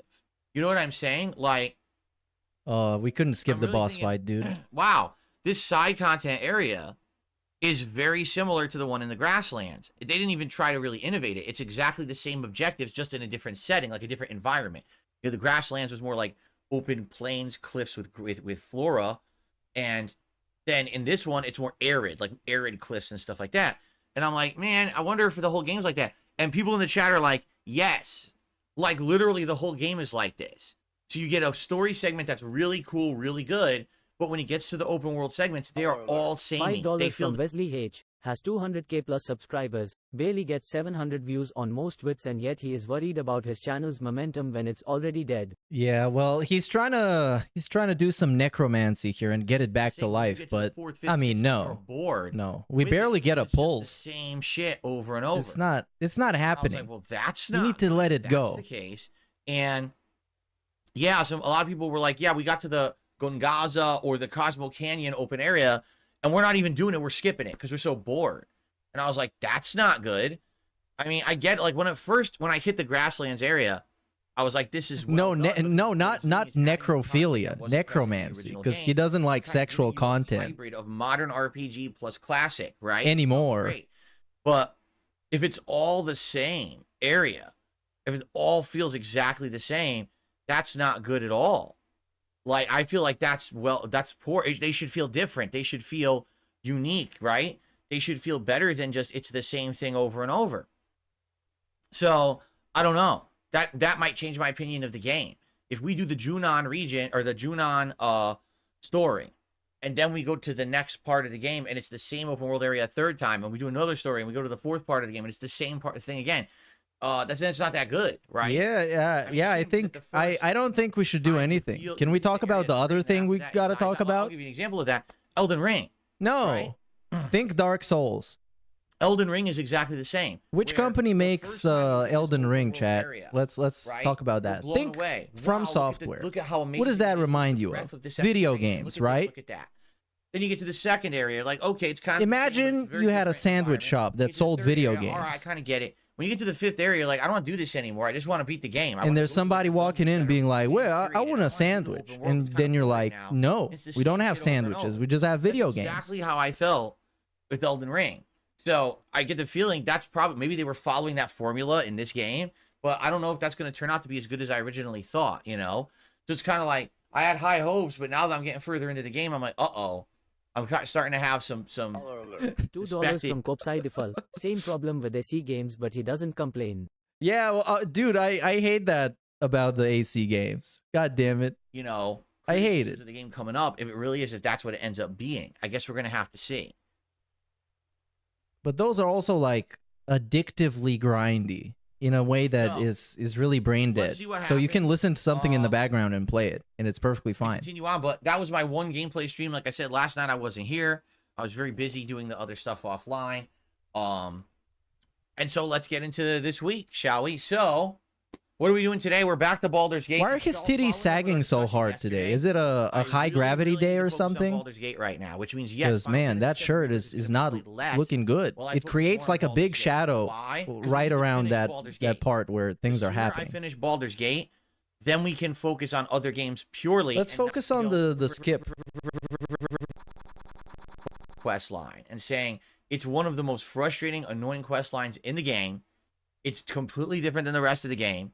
It's designed to be that way, and it's time consuming. Like, maybe I shouldn't do it, right? Maybe I should do everything else and just skip that, or, you know what I'm saying? Like, but if I focus on Baldur's Gate 3 and I really focus on the stuff that I want to do, I think maybe within a few weeks, maybe by the end of March, we can beat it. You know, we got three weeks left. We're having some, big ups Flutter Dark for the sub. We're having some discussions that he should have in his own mind while he's taking a shit or something. This discussion right now, this topic is so stupid and worthless. We're just wasting everybody's time. So just figure out which game you're gonna play. That's it. It's not that hard. Soon, and I would like to beat it within the next few weeks, so that way we can get onto other stuff. I would love to focus on these other games more, but I can't when I still got lingering games like Baldur's Gate. Act 1, we were at the hag's hut or whatever. We found a letter that she had been writing to apparently someone she's related to, maybe even her sister, at Baldur's Gate. So maybe there's another hag at Baldur's Gate. I don't know. That's what we're investigating today. So we'll find out, I guess, and go from there. So we'll see what happens with that, and then continue on. Okay, so let's see. I'm excited. All right. So that's today's main stream, and then tonight on the late stream, more Like a Dragon Infinite Wealth as we continue through Chapter 8. Chapter 8 has been a crazy chapter for unlocking content. No, please, no. He's got reminiscing. He's got people he's running into and having entire big ups Copeside Phil. So we got Zelda jammies, regular jammies, or sweatpants today. I'll try and spot that one. Date is the former detective. Spot the jammies. We're playing it, guys. Lock in your picks. Actually, I'm gonna set up a poll for that. Orphanage and other stuff as they grew up. So I think keeps unlocking in Chapter 8. Usually Zelda jammies is a safe bet, but every once in a while there's some kind of a anomaly. Like do it all, or maybe he just stumbled upon something else and it was easier to put on than the Zelda one. Chapter 6 was like 10-15 hours. It was nuts how long it was. And now here we are in Chapter 8, and it's wrapping up to be that again. It's like, whoa. Okay, so we'll see what happens tonight on the Like a Dragon stream, 6:45 p.m. Pacific Daylight Time. I just want to remind you all that. Daylight saving time has begun. That's why my stream is an hour earlier. I don't want people to be too late for the stream tonight and miss the first hour. Okay, tomorrow we are doing literally the same thing. More Baldur's Gate and more Like a Dragon. Why? Because I need to advance in these games. These are the games I'm hoping I can beat first. So we need to make as much advancement in them as possible. Okay? Thursday, I am off from streaming. No stream on Thursday. It's my day off. Friday, it is the premiere of Star Wars Battlefront Classics Collection. featuring Battlefront 1 and 2 re-released for modern consoles. Now it's 64-player multiplayer. Okay? However, number one, it's not cross-platform, so I'm going to get it on PS5 because I feel like that's going to have the biggest player base. Okay? Number two, I need to figure out how to cover it. I want to play Battlefront right away, so I'm thinking do it as the daytime stream. But then what about nights? Because putting RPGs like Final Fantasy VII or Baldur's Gate at night probably isn't going to work. I'm probably not going to get an audience for those at night because they've always been daytime streams, What? right? What So are then, people saying in his chat is really interesting to me right Battlefront all day now. long. So we I could got do that. I could play most Battlefront people all day are long, saying and then let's it would be find Final out, Fantasy VII or we will find Like out, Dragon just on to get him to Saturday. shut up. Sunday It's would like, be okay, react Phil, day. let's just And then see, Monday I would man. probably I play, don't like, know. Baldur's Stop Gate, talking. and then Let's Tuesday talk we something bring else, back, Battlefront, please. right? That's maybe what we can do. That's what I'm thinking. But would Please. Battlefront hold up all day long? Would people want to watch me play it all day long? 5 hours of this crazy multiplayer. The game is fun as shit. Just to tell you guys, I haven't touched this game, obviously the original Battlefronts, since the 2000s. These games were so much fun. It's easy to jump in. It's easy to play. And by the way, it's not samey because there's all these different classes that you can play as, and they play differently. So the more you play, you'll start jumping around the classes and learning more. And it's like, wow, this is neat. I'm telling you. And then when you start unlocking the heroes and the villains, and they get summoned in, it makes the game super fun. It's tons of cool Star Wars environments. Here's what happened with the more modern versions. Remember they made Battlefronts in the 2010s, right? Yeah. They kind of ruined it because what they tried to do. The first one got us the great moment of Mr. Medicare watching DSP, and DSP went and woke up Panda Lee to make him dinner while she was sick. Battlefronts were. They weren't meant to. Hold on, I'm just gonna show you, dude. Because every time I think about that game, I think about this. Have fun with it. Now, by the way, Jesse just said something in chat. The game is ridiculously unbalanced, but it's still fun. You're right. I remember particularly there's certain units and things that are very overpowered, but it's just fun. It's just pure, clean, jump in multiplayer fun. That's the best way to describe the classic Battlefront games. They weren't trying to make some insanely complex system. It's jump the fuck in there, blow people up, have a fucking fun time with it, keep swapping around, become a fucking villain or hero, toss people off ledges, chop people in half, is fun as shit.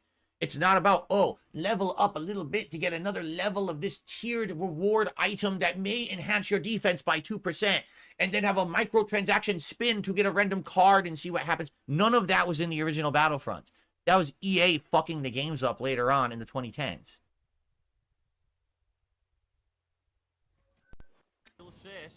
So I'm excited. I mean, again, I haven't played Battlefront 2 in so long that I'm not going to remember the meta or whatever. You know, I knew it back in the day. The meta. So I'm very really cares about this. Just go there, shoot some if you guys want to Empire see me play all day, guys. I will play it all day long on Friday. But I need your feedback.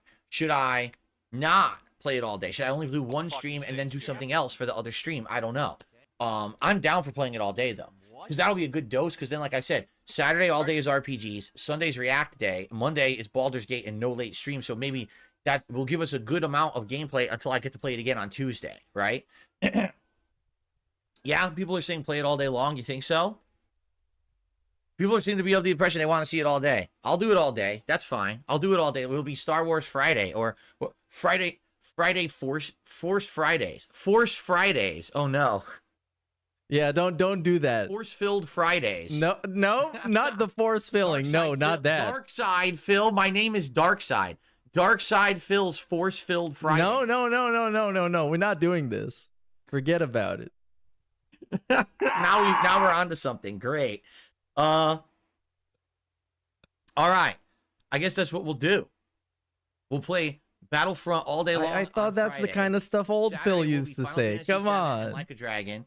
Sunday will be React. This is Day not for funny 2 react anymore. shows. Monday it'll be Baldur's Gate and no late stream, and that'll be the last day this month that I won't have a late stream. Tuesday it'll be Final Fantasy and Battlefront, and then Wednesday it'll probably be either Baldur's Gate or Final Fantasy, and we'll decide if we want to do more Battlefront or Like a Dragon that night. So the one game that might kind of get the shaft this week is Like a Dragon. And there's not much that I can really do Like a about Dragon that. is getting the We got shaft. Battlefront coming out, and we're trying to juggle everything. Ichiban is getting shafted, just like Phil. Dude, he's literally like him, for real, I guess we'll see how the week goes. Okay? But the whole goal is if I'm playing Baldur's Gate today, if I'm playing it again tomorrow, if I'm playing it Monday and then I'm playing it again Wednesday. So that's 12 hours. We right now are like 110 hours in. So here's the epic Battlefront clip. Like actually epic for real. Shout out to Trigger Point. Doesn't make you look like shit. I just want to shit. make sure that Leanna's awake. She's not been feeling too well. I want to make sure she's awake because she has to start making dinner. Give me a second. I'll be right back. Are you fucking kidding me? Did he just say his girlfriend's sick, but he's got to go wake her up to make sure she can cook his fat ass dinner? Holy shit, what an irredeemable piece of crap. Yeah, God, my girlfriend who sells her shitty fucking soap to support my fat ass. She's real sick right now, but I better go make sure she's awake to cook me dinner. Wow, what a champion. Who doesn't want to be his girlfriend? Well, Panda Lee. You can hear him in the background. Yeah, wake up, bitch. I need my Hot Pockets. Okay. Wow. Why is she... It's actually insane how he said it like it's the most like perfectly normal thing ever. It's like, yeah, she's not feeling okay, but, you know, women gotta do the women stuff, so wake up, bitch. And, you know, it's really fun. Okay, so I'm excited for that. All right, so that's the schedule, guys. I'm trying to think if there's anything I want to cover before we get to game news. Probably not. There's really not else much to talk about. Thank you all, as usual, for being supportive. You know, right now, it's kind of rough because not only am I still coming off of the fact that we lost so many legit paid memberships on this channel. Oh, man, this is still going on, right? Yep. Now, also, everything's It's down. a slow drip. Down because I'm playing 3 RPGs and the like. But I want to say thank you to everyone who has been around and supporting the channels regardless. Thanks so much for that. You know, there's going to be ups and downs on the channel. Right now, we're in a downward slope because of this. But I know it's going to come back as the new games start to come out. So thank you for your support. Any support today is greatly appreciated. Super chats, super stickers, memberships, gifted memberships, and tips. Anything would help. And I thank you so very much. Brandon S. in the chat was asking, he's like, what is Phil talking about with the private React videos? I don't talk about them that often. As you know, I have a whole React channel. Oh, no. Oh, React, no. okay? We get the whole context. But I've done Reacts before as well to documentaries and other YouTube channels. And when I was doing that, people got the idea, hey, what if I wanted to get a private video made just for me? And I said, well, I already have that available on my Patreon. If you go to patreon.com/darksidephil, it's a $50 pledge. And if you pledge $50, I make you a private video that's roughly 20 minutes long. It could be a little shorter, a little longer, depending on the subject matter. Traditionally, people would have done private Q&A.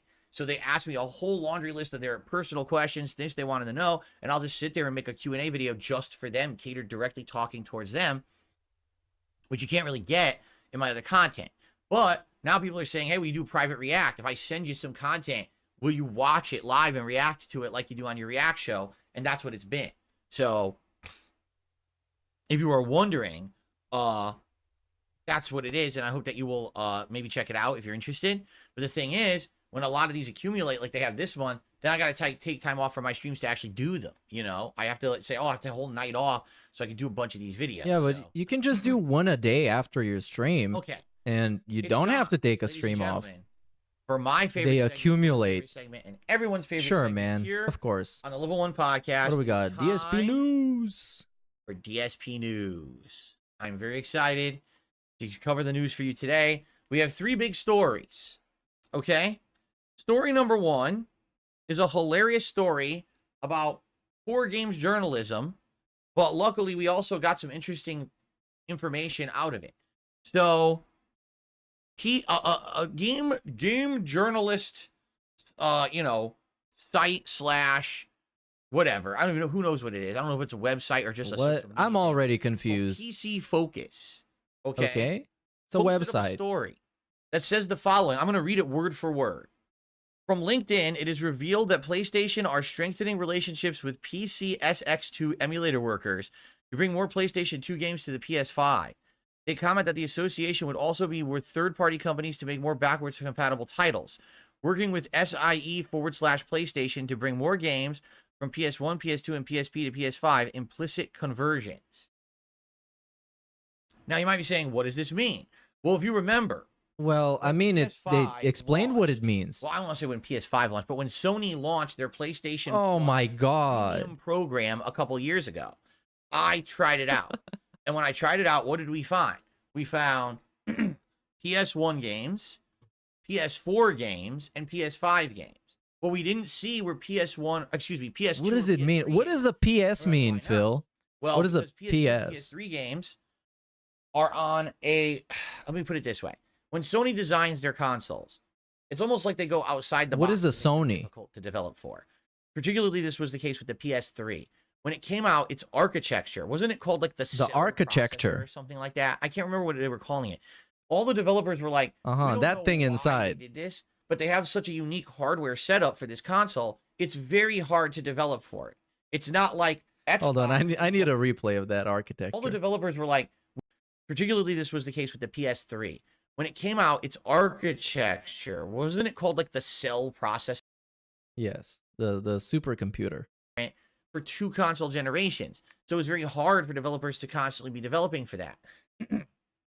So fast forward to the present day, and now it's hard to emulate that. So it's funny because when you're on a PS5, you can play PS1 games, PS4 games, and PS5. Where's the other games?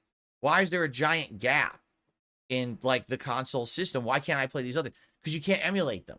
The emulation is so difficult to do that they don't have it on their own console. Now there's other competitors to them that have been putting out emulators for PS2 and PS3 on the internet for many, many years, and some of them are quite good. But Sony seems to have not really taken advantage of that and just says, well, we can't do it. If you want to play our older games, you have to cloud stream them. And that was their solution with PS Plus Premium. You could play PS2, PS3 games, but only streamed through a cloud system, which in some cases works. It worked for me. Like I tried Infamous 2, and it wasn't bad. Yeah, those work for me too. They work all right. We were playing it off the game disc. It was a lot of blur, but it was still highly playable. It was still very fun. And I was like, oh, this is definitely, better than my cloud experiences in the past. But for some people, it just ain't going to work. If you don't have like tip-top internet, you can't play those games. So people wondering, oh, does this actually mean that Sony is really working with this emulator PC SX2 to make their games run on their console now, so they'll have backwards compatibility? This is great news. Except it's not true. Because Community Notes on X, corrected the story by linking to PC SX2's own post, and here's how it goes. There's a bunch of rumors going around saying that we're updating games for Sony. None of this is true. 2 people who are no longer associated with this project are now doing updates, not us. We hope this quells the rumors.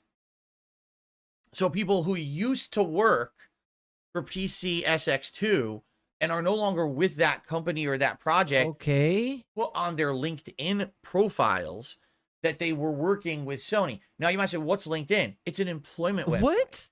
You put your... you might say, who might say what's LinkedIn? Jobless people, probably. There to say, here's what I've worked on previously. If you're interested, this would maybe hire me because here's my experience. I didn't expect this. This I didn't expect. You might be asking, what is LinkedIn? Literally, this company, PC Focus, whoever the hell they are. Oh my God. LinkedIn resumes and speculating news stories off of a LinkedIn resume without corroborating any facts whatsoever. They didn't reach out to get from PCSX2 if this was true or not. They just published the story without asking. Okay, yeah. I mean, that's stupid, but do we really need like a whole segment about it? Because I see like 1,000 of those things on Twitter every day because it's just people trying to get engagement. Because now you get paid on Twitter for engagement. So guess what's going to happen? How do you not know what LinkedIn is and act like that? You know what I mean? Like, but wait, you just what? LinkedIn is not a fucking news site. You get companies announcing a bunch of stuff on LinkedIn.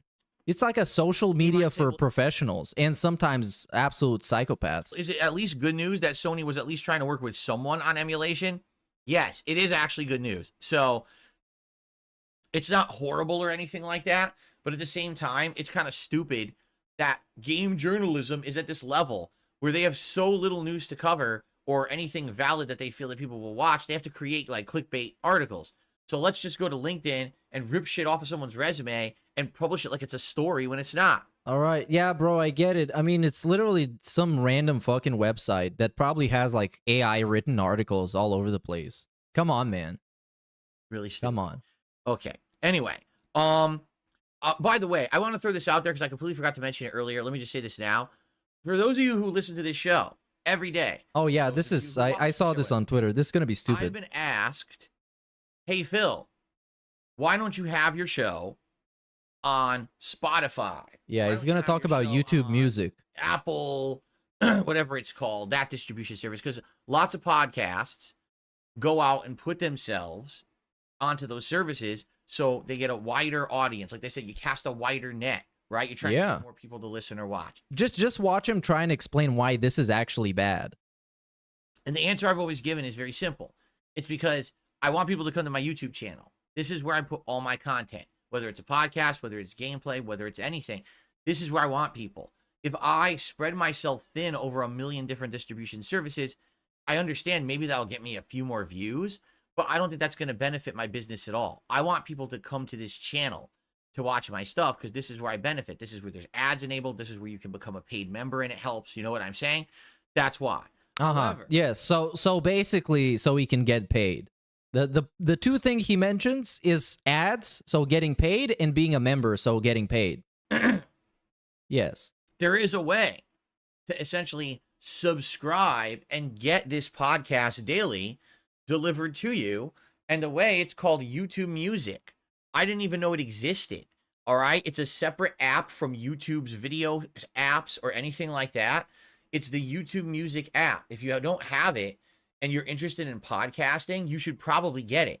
Okay. So you get, but the thing with the Spotify and distribution of podcasts is that you don't really put them out there for discoverability. You put them for convenience. So people on different devices using different platforms that they're used to using.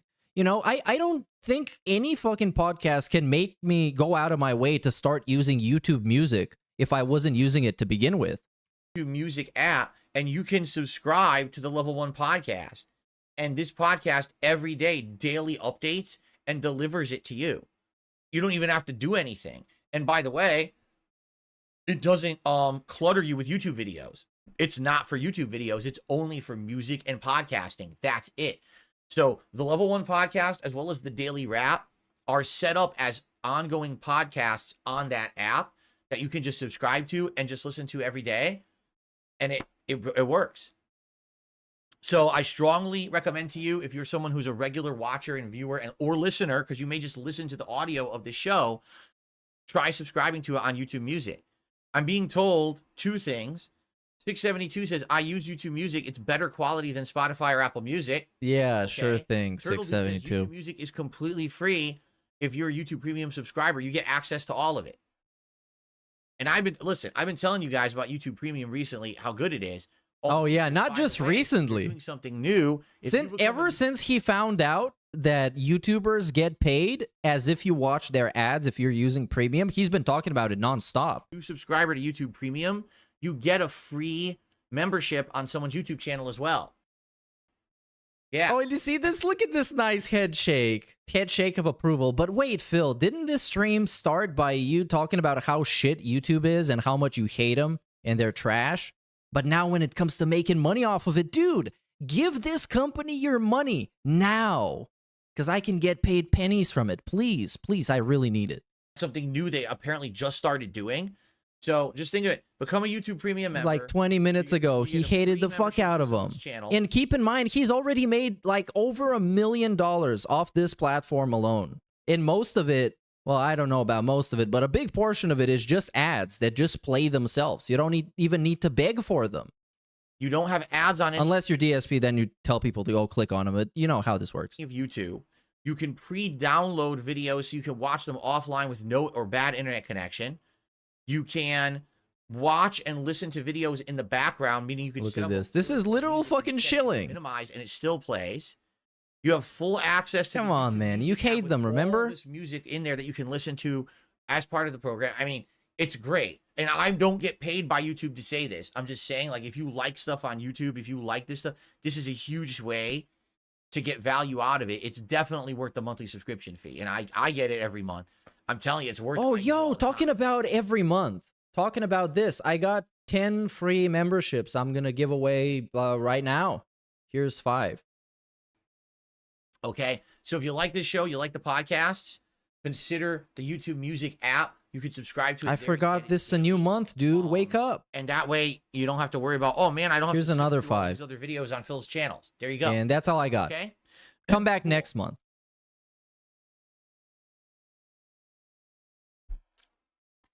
Let's talk about the Oscars, which is something that I usually don't do. However, it relates to gaming.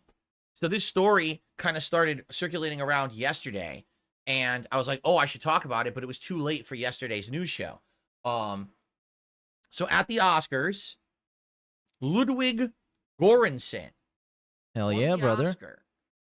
His second Academy He's a great Award, composer. actually, for his score to the movie Oppenheimer. Oppenheimer? I don't even know. I didn't watch the movie. More like Closeheimer. So he's 39 years old. Okay, and he goes up to accept his award, and he has a heartfelt speech. He thanks his parents, and then he said something that irked a lot of people and rubbed them the wrong way. No, I think it just did you literally and said people on Twitter. This, you ready? To my parents, thank you for giving me guitars and drum machines instead of video games. Okay. Okay. And when he said that, of course, a lot of people laughed. Ah, it's so true. Wait, what? Well, it is kind of true. Wait, thank you for giving me instruments instead of video games. Right? Now, wait a minute. Can you analyze that statement? Because Why do you have to? It's not very deep. He's basically putting down another art form, right? Bruh. Because if you're not aware, and this is very much corroborated and truthful, video games are the biggest, most profitable entertainment medium in the world. Video games make more money than movies, television, music, and any other art form combined. That's how big they are. This guy is essentially in his statement saying, gee, thanks for the instruments because this is what gave me success. I could have just been sitting around playing video games, kind of wasting my life away. Yeah, literally. And what's wrong with saying that? He's saying that while video games are bigger than the art form he just won an Oscar for. Oh, who fucking cares? And look at this, the shit-eating fucking smile, man. Oh my god. What a obnoxious fucking segment. Genius, but I don't think he's very smart outside of that. Okay, well, he doesn't have to be. He doesn't have to give a fuck about video games. Right? I mean, what a dunderheaded thing to say. Oh my god. Just call him a mouth drooler already. Move on to the next people you're gonna shit on. On his platform. God damn. And it makes me scratch my head because... No, don't do it. You're gonna go completely bald. He should have been composing for video games. You know what I mean? Or maybe that might be something he does in the future. And for him to make a statement like that is kind of ignorant, I feel. And the internet definitely reacted that way. Well, nobody asked them what they think about anything. Lots of people reacted. That's just how the internet works. Actual composers, people who were classical musicians actually reached out and they were like, we're happy for the guy, but you definitely don't have to put down one art form to celebrate another. And we don't know why he kind of did that. I mean, yes, maybe it was just a joke and he thought it would be funny, but it was a joke at the expense of video games and gamers worldwide. So what? Not a very good joke. Are you legitimately this fucking sensitive? With the Oscars. Come on, bro. Come on. What the fuck? Now we're just like pretending to be offended. How are you going to be offended over something like this? Much of a public spectacle. So I just find that funny, right? That he did that, but at the same time, why aren't you laughing then? A joke that pretty much previously everyone would have heard the joke and just laughed and said, who cares? But today it's 2024, so because you make a joke like that, everyone has to talk about it over my No, they don't. And go crazy about Well, you're doing, bruh. it on social. And now he's just blaming it on everybody else, even though he wanted to analyze this statement. Right? So what I mean, like something like that. He didn't even fucking watch the Oscars. It's just something on Twitter he saw, and he wanted to parrot a bunch of people's opinions of it. 10, 15 years Come ago, on, man. I was like, ha ha ha, who cares? You're too old for But this now shit. It's like everyone's so sensitive about everything that you hear the joke and you're like, wow, you know, here's the truth. I'm happy that my uncle introduced me to video games. It was my uncle who did it. If my uncle did not introduce me to video games, I might not have a job right now. I've been doing You don't have a job right now. Job since 2011. You don't have a job right now. Years of my life. I've been employed for arguably a third of my life because of something that my uncle introduced to me when I was a kid as a hobby. And I found a way to turn it into a job. Come on, dude. My uncle introduced You found a way to turn it about yourself. That's what you did. me to this. So you know what I'm going to say? Fuck your uncle. Uncle, thank you so much for introducing me to video games instead of handing me a guitar. Because I might be sitting around unemployed. Yeah, right you might fucking hang yourself with the strings, you fucking moron. If it weren't for you. With those Salvano thumbs. How are we gonna finger a fucking chord? You see? Come on, Now, get the how does fuck that out of here. This is such obnoxiously cringe-ass segment. sound nice to music? Bro, this guy just won an Oscar, and you have a Tekken 3 trophy from like 2002. Or musicians? No, it doesn't. It's insulting to them, and that's It's like you're objectively a failure. How are we gonna grandstand on this? On a guy that's infinitely more successful? That's why today, come gotta on, make these different kind. Oh, I gotta be careful about how I said it and what you know.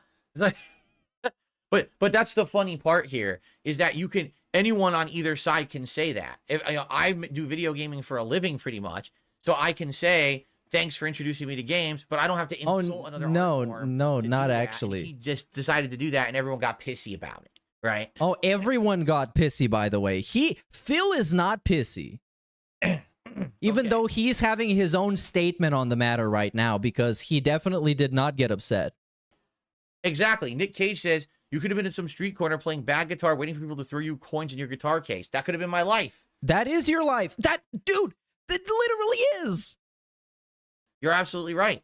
Not everyone makes it big. Just because he made it big. He literally is a guy at a street corner playing video games and waiting for somebody to give him change. Literally. Well, not literally, but you know. Doesn't mean that other people... You know what I mean. So why do you got to put down video games, right? Anyway, I don't think that guy's going to be getting any video game companies reaching out to him for work anytime soon. He kind of burned some bridges there, just saying. All right, our last story for today. Actually, I take that back. There's two more stories. System Shock, the remake that has been out on PC for a while now, and I guess people have said it's really good if you like System Shock from the 1990s, is finally coming out on consoles May 21st. And it's on all consoles, like PS4, PS5, The Xbox. slave trade was a good joke that was misinterpreted by idiots, but he needs to dissect every word of this statement. Yeah, you know what? Yeah, that's exactly it.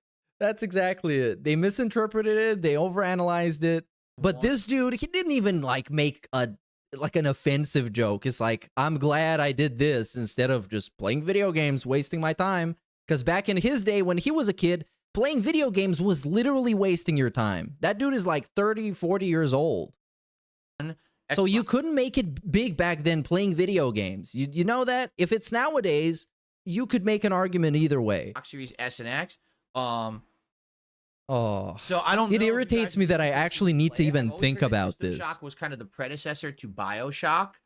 It's the game that kind of later on went into BioShock. And I'm excited for that because I've always wanted to kind of play it. But I don't know if you guys would be interested in seeing me play it. What do you think? The System Shock remake? No, I think you should have a shock to your Just system. saying, That's maybe what an I think. interesting game for variety to play. But then again, I don't know if it holds up. You know, I never played it. So I don't know for like modern audiences and modern gamers if it's that good of a game still. Or maybe it's a kind of game that people would be like, oh, it's too outdated. I literally have never seen it. I don't know what to expect. So I'm just throwing that out there. If you guys are interested in that in a couple of months, I'd be willing to check it out if that's something that you would like. I mean, for me, it's kind of like gaming history. I want to see what it's all about. Where did BioShock originally come from, right?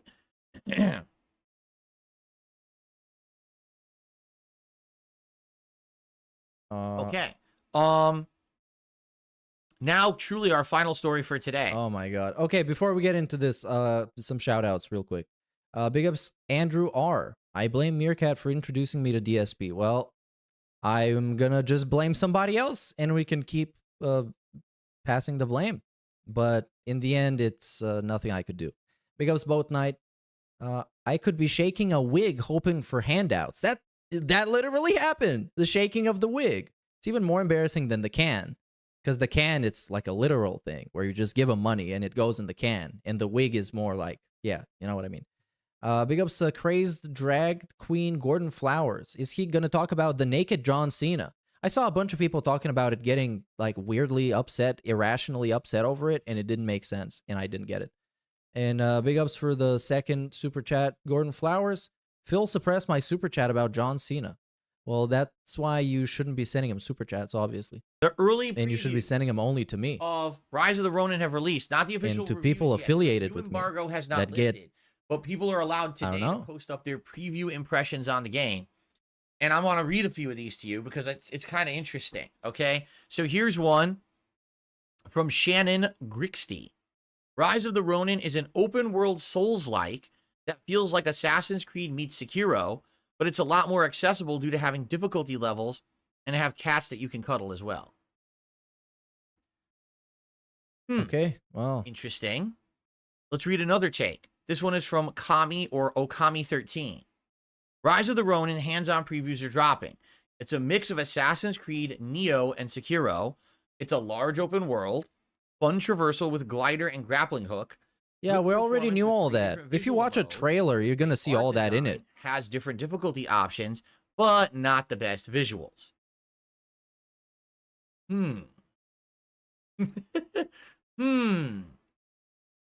See, listen, this is starting to sound like something that I know. That basically, when I'm reading these previews, I'm thinking to myself, this definitely is reminiscent of something. Dark Souls? It sounds to me, now bear with me here, it sounds to me like it's a combination of two games.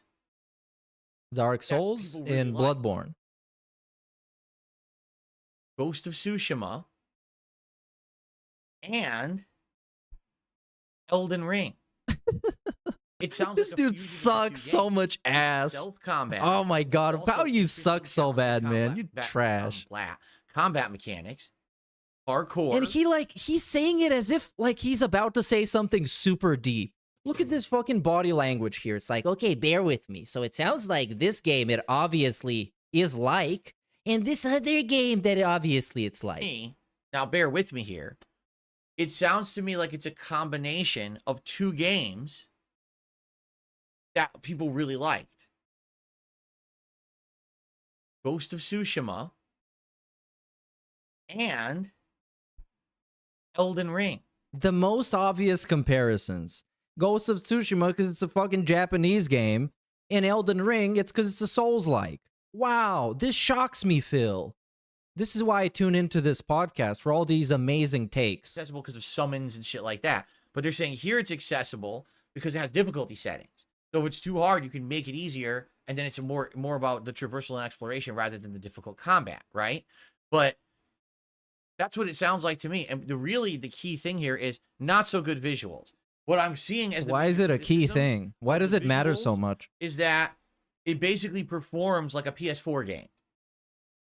Now, everything performs like a PS4 game. We haven't seen a significant leap in quality. At this point, a last gen situation.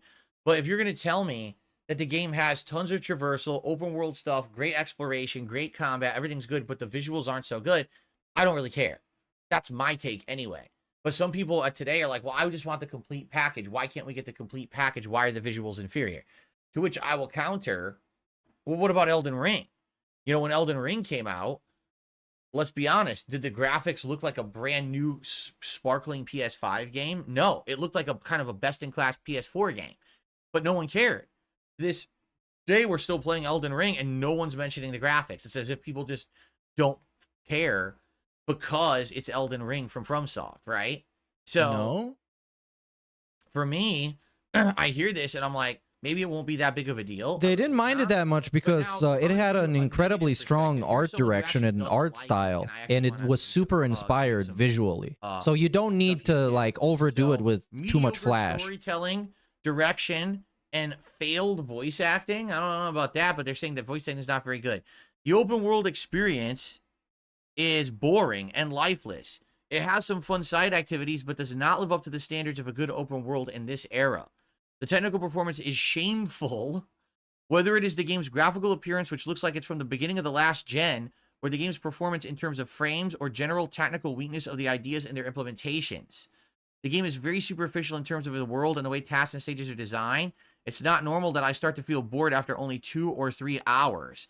And although it's the biggest focus of the game, the gameplay still has some problems as well. So basically what I'm hearing here is some people are probably really going to like it. Some might not, because it depends on wow, groundbreaking opinions. And obviously that person is a lot more critical of it, right? Because maybe they were looking for something else. Oh my god, why even bother? Why even bother having some kind of editorializing about this? Just read what the article says and move on to the next thing. You got nothing to say.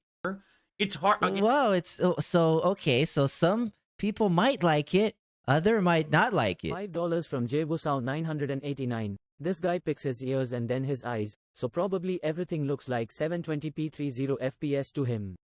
What a joke DSP news segment is. Oh, dude. The thing is, I forgot. And as usual. Oh yeah, with the 720p 30 FPS. Yeah, you remember when he said that life isn't in 3D? That's all it takes to know what kind of a dude he is. It's very hard to judge these games early because until you've actually seen in real life, do you see like a 3D, three-dimensional ball flying at your face? Right? Legitimately, he says that.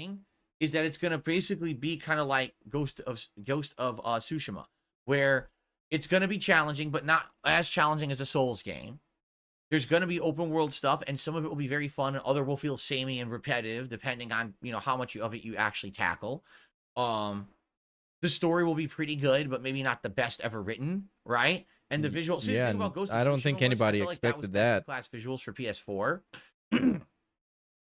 and since this is PS5 and they're kind of saying, oh, the visuals aren't that good, I am expecting the game to maybe look like Elden Ring. That's kind of what I'm thinking. It's going to be like kind of like Elden Ring, which I'm okay with. I was totally okay with Elden Ring's graphics. I didn't have an issue with that. Some people who are just like sticklers for graphics, like, oh my God, it's not living up to the potential of the current gen consoles. Maybe they won't like it. But for me, I don't really care. From what I'm hearing in the previews, it's mostly good. I'm curious how people are going to review this game.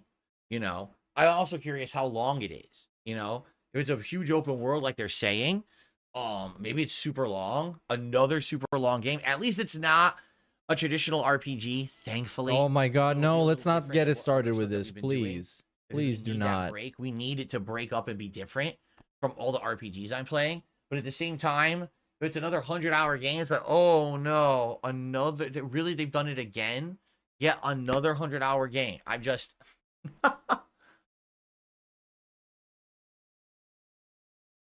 I seriously hope not. I guess we'll see, though. But anyway, the early previews sound promising. But we won't really know, I feel like, until number one, the review embargo lifts and the real reviews come out, and then you start to see the gameplay. And, of course, until we finally get to play it. But I'm playing it. So that's in a week from Friday, by the way. So I think the 21st is the date. I think so. Okay, ladies and gents, thank you for listening. That is it for DSP News for today. It was oh, that was all? Wow, thank you, Phil. I know so much more now. Okay? So we start about the world and the news. And now we get to do quality content. Can I skip this shit? Oh, yes, I can. Okay, let me try to figure this out. To give them thanks for the content, hashtag DSP Politics. Wait, what?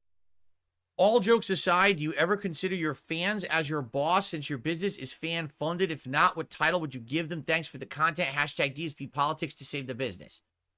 Ugh.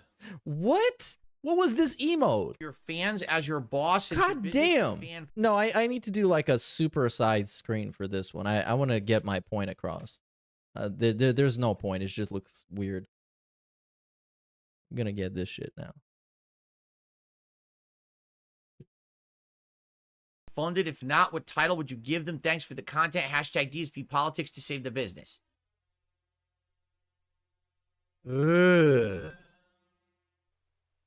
Epic gamer moment. Do you consider your fans as your boss? Yes. Okay.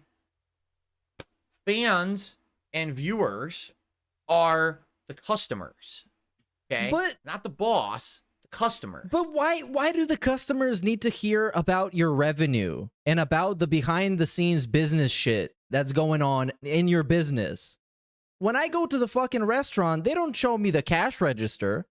It's the same as if I operated any business, any independent business out there, whether it would be a shop where people bring in their computers and people repair them and put them back out, a shop where it's a sandwich shop and you make food for customers coming in, and you sell it to the customers. It's what it is. The difference is it's not a paid for upfront service. It's free, and then you basically tip after the fact if you like the service. You understand? Yeah, but you're gonna suspend the service if you're not get paid enough, correct?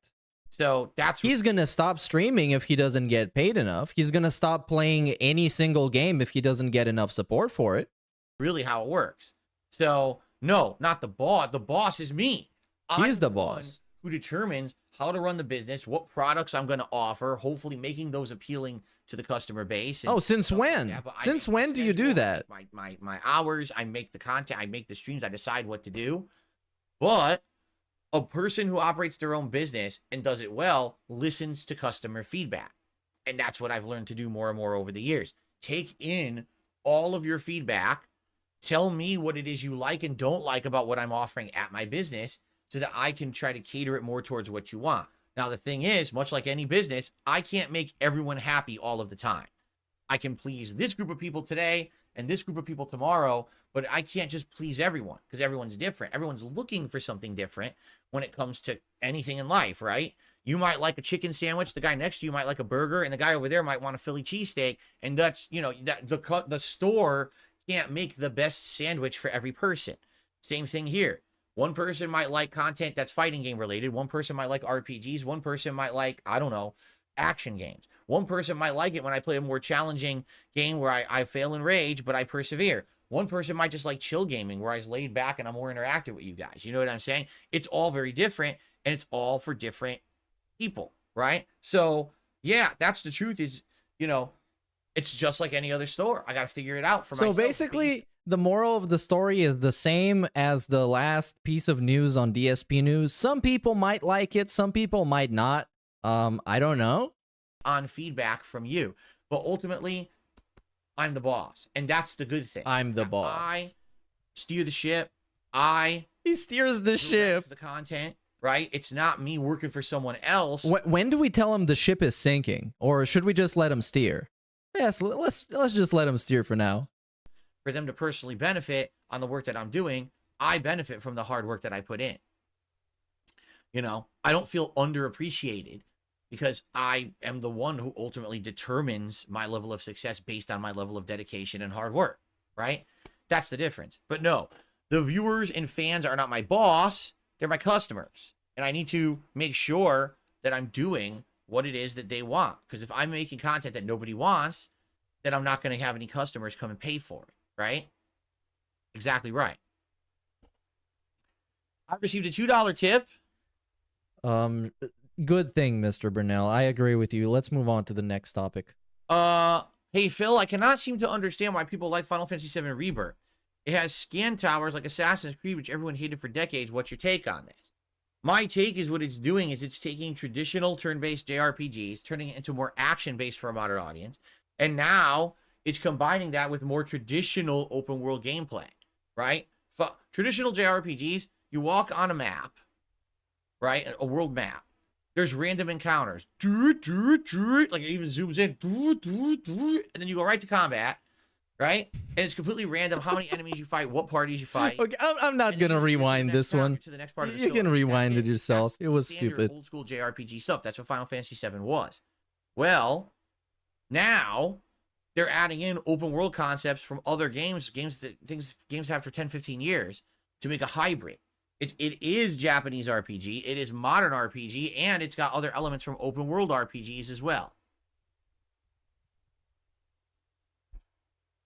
Now, do I feel that people have criticized the open world aspects of other games before? Yes. In fact, it was about the time of Far Cry 4 or 5 that everyone said, why is every Far Cry game exactly the same now? Since Far Cry 3, they're identical, right? You go around, they're easy to make. Tower, it scans an area, it shows you because it's Ubisoft. That area, and then of course base takeovers times 5 zillion, correct? Base takeovers are one of the more fun parts of those games. You go around, you climb a tower, you scan with eagle vision, it shows you all your things on the map to do in that area, and then you go do them. In Final Fantasy VII, it's the same now. Absolutely, positively. So Is that a valid criticism of the game? Yeah, it is. You can say, I don't get it. If everyone's already tired of that formula in other games, why did they implement in Final Fantasy VII, and why is it okay in that game? Fair enough. You know, I feel like there's nothing wrong with the formula. The problem is the formula doesn't work if, number one, it's overused too much, and number two, if it's used too much in the same franchise. And that's what happened both with Far Cry and with Assassin's Creed. Literally every time you played one of those games, it felt like you were playing the same exact game because they never innovated with the game. Yeah, the towers in Assassin's Creed is one of the things I don't really mind doing, as long as they're fun to climb. It gets boring and repetitive. And on the more recent Assassin's Creed games, climbing is just not very fun because it's just, you just press up and your guy automatically climbs everything. Yeah. But maybe later on in the game it will. Maybe when you get to the 3rd, 4th, or 5th region and it's the same exact formula again, you'll be like, oh, God, again? Like, how many times do I got to do this, right? So that's what I'm thinking. Anyway, I hear you. It is kind of weird how sometimes things get criticized, but then someone else does it and they don't, right? It's absolutely Yeah, maybe they do it in a more interesting way. Oh, my God. Like, that's what they're saying with Rise of the Ronin. Well, wait a minute. When Elden Ring came out, it was a big open world with tons of content. But dude, because this is why we're never gonna get any kind of productive thought out of this guy. It's just different stuff. You're comparing different stuff. It's two elements of separate products that you're just comparing because they are similar, but they're not similar in the context of fucking actual products.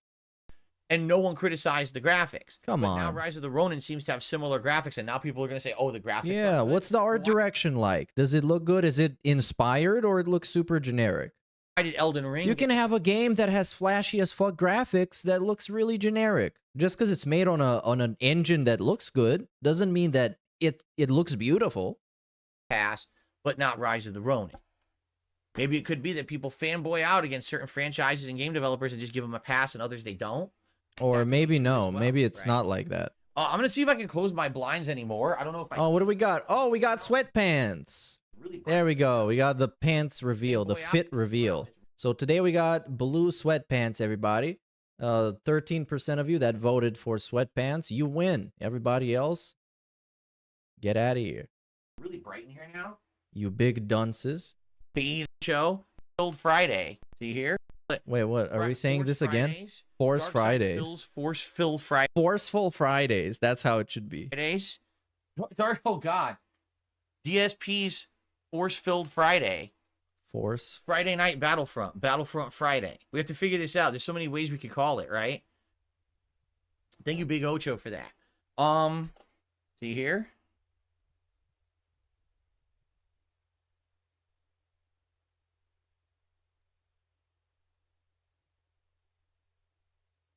What the heck? What is this? Hold on a second. What happened, Burnell? What happened? Weird.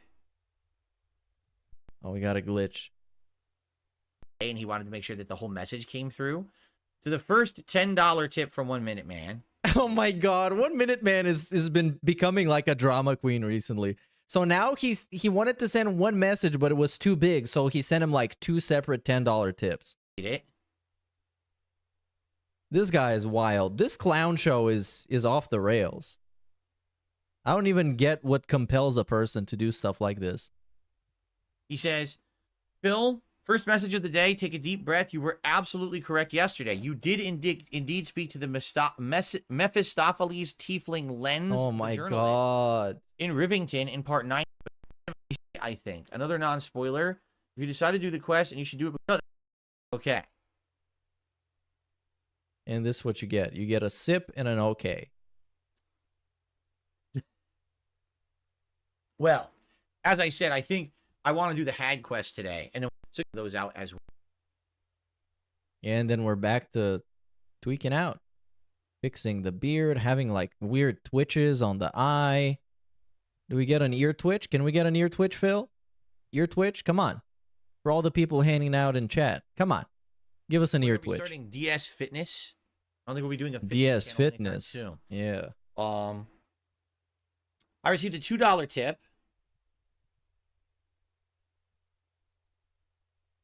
Thanks for answering my question. I think you nailed it on the head. Once you complete Final Fantasy VII Rebirth, I would love to hear your final thoughts on it to see whether or not you think the side content was filler or if it worked. Sounds good. Just to forewarn you, It's going to be a long time because apparently the game is very lengthy, and I need to finish other RPGs first. So my focus will absolutely first be on Baldur's Gate, and then likely. So like he's talking about this like he's very concerned, and you start thinking about what he is saying, and he's just talking about which game he's gonna play first. It's such like worthless problems. It's like imagine having these problems, then crying about your life being hard.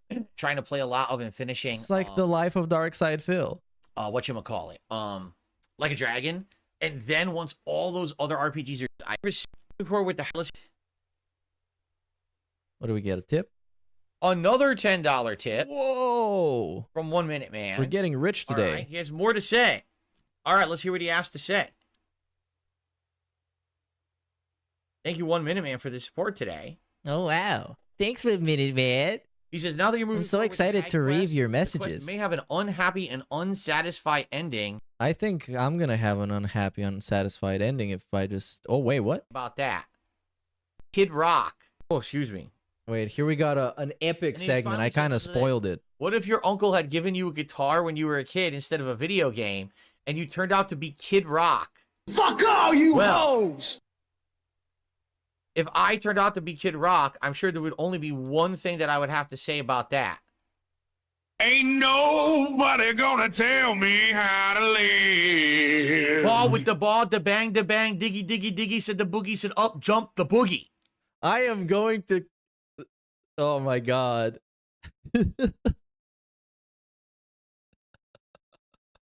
I cannot believe he just fucking did this. This was the most embarrassing thing I've seen a grown person do.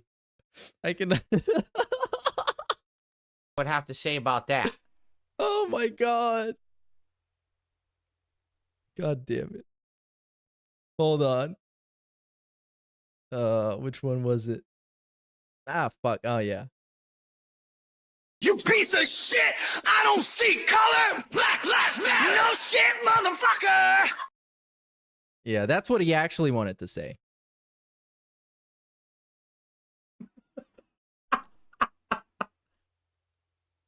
All right. Very nice. I could have been. Who knows? I could have been. You know, never know what could have been.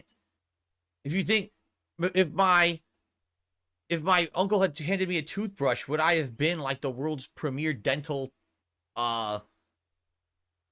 representative? I don't know. Yeah, the den head. Handed me like, definitely. A tube of confectionery sugar decoration. Would I be like a cake maker today? I don't know.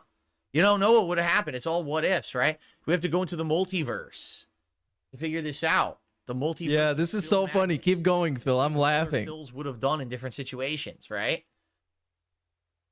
I will tell you this. My parents never, ever, ever, ever, ever, ever thought that I was going to do anything with video games. No, they did not. I don't think they thought you would do anything at all. They always thought it was. It's kind of, I think they would be shocked for him to make it to like 50 after they've been shocked for him to make it to any other age. It's going to be like a fun hobby.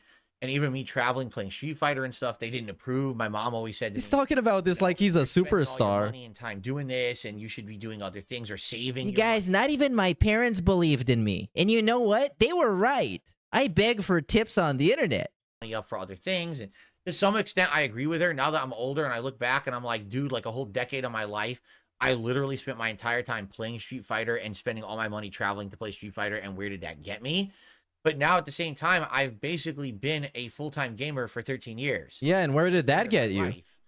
So obviously it led to something, right? So, you know, it's kind of like she was right, but maybe not. You know what I mean? I don't know. It's hard. It's really hard to say. In reality, it doesn't really matter. No, it doesn't matter. It's just we are where we are right now. And it's cool to go back and reminisce and say, what if? But it doesn't really matter because we are where we are right now. And you deal with the reality, not with the fantasy of alternate timeline nonsense, right? Oop, nice ear pick. Nice wipe. Right in the sweatpants. So the takeaway from this segment is it is what it is. So who cares? And also, of course, Kid Rock. Fuck all you right. hoes! And in an alternate Detroit timeline, till I if I die, become a musician motherfucker! like Kid Rock, or if I become the world's premier dental authority, or if I become the best cake maker, The CEO of dentistry. mailing all of you spoons. for extracurricular activities. You know what I'm saying? Whoa, you heard this? It's the meme, baby. It's the homegrown original meme. Right from the, from the source. All right, there you go. Makes sense. Epic. All right, anything else, guys? You want to tag me in the chat? Any other questions for today? No, are we gonna get to leave now? Says, I'm over 100 hours in a Final Fantasy VII Rebirth. It's all the same, but No, we don't get to leave yet. Areas with differences, I think he's saying. Because this is a pretty short podcast, Friday isn't Night it? Wars? Oh no, What is it's that? like an hour, Friday 15 Night- minutes. Friday Night Wars.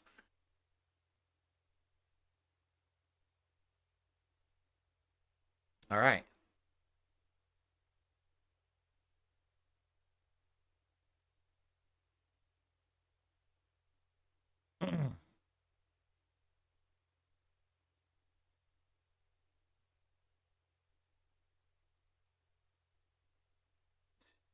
Hadley says, given your financial problems all the time, do you wish you could have done something different besides streaming?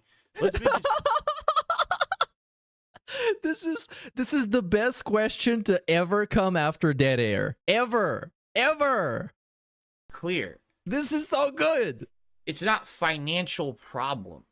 It's the fact that because I'm a full-time streamer, it's not consistent income. It could change in the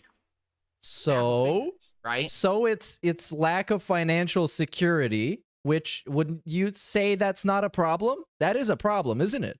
So it's kind of a financial problem. I mean, bro, you literally had a stream to save your house. How is that not a fucking recurring financial problem? I was doing last year was going really well, and then this whole But that's like you declare bankruptcy. Find a way to Not last year, but it still haunts him. gift memberships for a penny. Oh really yes. has hurt me this year. So a financial problem. Okay, that's not. Oh, you have financial problems. Yes, but yeah, you do. If that something like this happening to you is hurting your financial situation to an extent where it's concerning, that is a problem. It's nothing to do with me. It's just the situation of being a streamer. Yeah, but you're having the financial problem. Income can fluctuate because of shit like that. Okay. But here's the thing. You say, this is what people say all the time too. Oh, being a content creator on the internet or being a streamer, it doesn't make sense because it's just not safe. It's not consistent. It's not guaranteed. Wouldn't you rather have a salary job where you know exactly what you're going to make and how it's going to go? Well, yeah, except for the fact that, hilariously, that's not stable either. It's the illusion of stability just so people don't just freak out. It is way more stable than streaming in most cases. In reality, it's much like everything in life. It's an illusion of safety to make you not be nervous all the time. Phil, you got laid off because you were a bad worker, man. They didn't need you. That's kind of the reality. And Kat got laid off, most probably because she's also a bad worker and they could just pay somebody else.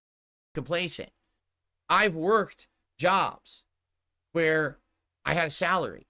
I worked at that helicopter company for 4.5 years. Yeah, we know how that ended. I was getting commendations at the job, awards for going above and beyond. I was being presented in the front of all the employees in the building. $5 from Logan Okay. _K. And then he factually said, I will never recover from fake memberships. It sounds like a financial problem to me. Yeah, it actually does. in a few months, they Among other things, this is just the latest thing that is a financial problem. This is just one thing. Last year, he got sick for 3 days, and he had to make an out of nowhere begging video. laid me off. It doesn't matter. There is Every absolutely year. no 100% safety or stability in life in anything. It is an illusion. Yeah, but there is also experience. Even if you get laid off from one company, you still have the experience that you've garnered somewhere else. What kind of experience does this guy have for 15 years? He doesn't make his own thumbnails. He only writes his fucking titles of his videos and adds them to a playlist. All right. Are I mean, there come some on. jobs where it could be considered more stable? Yes. But there is absolutely no guaranteed stability at all. There is nothing is guaranteed in life. Nothing. Tomorrow you can get hit on a crosswalk by a fucking truck. Nothing is guaranteed. Argue the only way that you can be stable. There's just degrees of something. There is more stability in a company like that than hoping that 1 Minute Man shows up today so we can pay the rent. in that regard is to end up becoming filthy rich. Because once you reach a certain level of wealth, it doesn't matter what you do for the rest of your life, you're set. And a lot of people, you know, look at people up in upper positions and see that that's what I want to be. But you have to understand that's you're never going to attain that by hard work. You're just not. That's not how life works, right? For all of us here in the middle or lower, we're at a level where this is where we're going to be for the rest of our lives. We just have to accept. Wait. Are you in the middle or lower level of like income? Accept it. Excuse me, Mr. Gated Community Guy? All right. And you just do the best with what you do, whether that is look at, oh my god. And I cannot even imagine how much more pissed off the Americans actually get, because they know what the situation over there is like for the middle or lower people. Is asked to build a building, whether it's a banker who sits there as a teller pumping out money and cash and checks, whether it's someone who does an internet-based programming job, whether it's a content creator like me pumping out videos, streams, and playing games, whatever it is. You know, it's that grind and it's that business and it's that work, but there's no stability in any of it. At any moment, you could lose your job and there's nothing you can do whatsoever. You know what I'm saying? If I had known that I was going to have financial instability in this job, would I have done another job? Probably not. Why? Because there's a difference between loving what you do and having instability versus literally doing a job just for a paycheck and still having the same instability. Do you see? When I worked at the helicopter company, oh my god, I liked what I did, and then they overworked me, underpaid me, and didn't appreciate me, and then laid me off. They gave you a chance to show some kind of skills and good performance, and you failed, and they stopped giving you a chance. So was it really worth the 4.5 years of stress? No, it wasn't. That was 4.5 wasted years of my life that they squandered. Bro, this dude worked for 4.5 years there. Holy shit. Because they misused me as an employee. Now that I get to operate my own business, this is much better. This is, like I said, why? This is absolutely the best job. The absolute best job that I've done in my... Bro, you can't even decide when you're playing a certain video game. How is this so much better? You know, in so long. So, what? No, I wouldn't change that. Even knowing the financial instabilities I've had, I still think this is the best job I've ever done. I mean, well, yeah, sure. You don't have to dress up for this one. You don't even have to, like, wash your fucking face or something. You can just sit on a chair and turn on a camera. Right. Of course it's the best. I would not say that. And then you get people throwing money at you. Of course, it's the greatest job ever. Yeah. At least it doesn't Until the moment it doesn't work out. And then we have to put the hands together and, you know, the prayer hands and everything. Everyone just do the job for a paycheck? No. $2 from Lord Kane 666. Cause he found regarded dudes he can manipulate. Yeah, I've been saying this, man. As long as you're super delusional on the internet, you're gonna find your niche. You're gonna find a community. You're gonna find some people that are stupid enough to actually believe in you as much as you believe in yourself. And then you turn into an Onision or a Dark Side Phil. Not everyone just does a job for a paycheck. Like, you can literally just be an insane person on the internet and just build a fan base. I do this job because I that believes your insanity. Games. I love social interaction. That's why I do it. He loves social interaction, by the way. Keep that in mind. He loves it. That's why he only talks to his wife and people in his stream chat and his Discord that doesn't exist. And then, if I can make money doing it, great. I did YouTube videos as a hobby for 2.5 years and never monetized a single one of them. Okay, well, that's it. It's a hobby. Sure, you don't have to monetize your hobbies. I just did it. Why am I supposed to, like, praise you for this? This is like a perfectly normal thing to do your hobby because you enjoy it and not because you're looking for profit. For the love of it.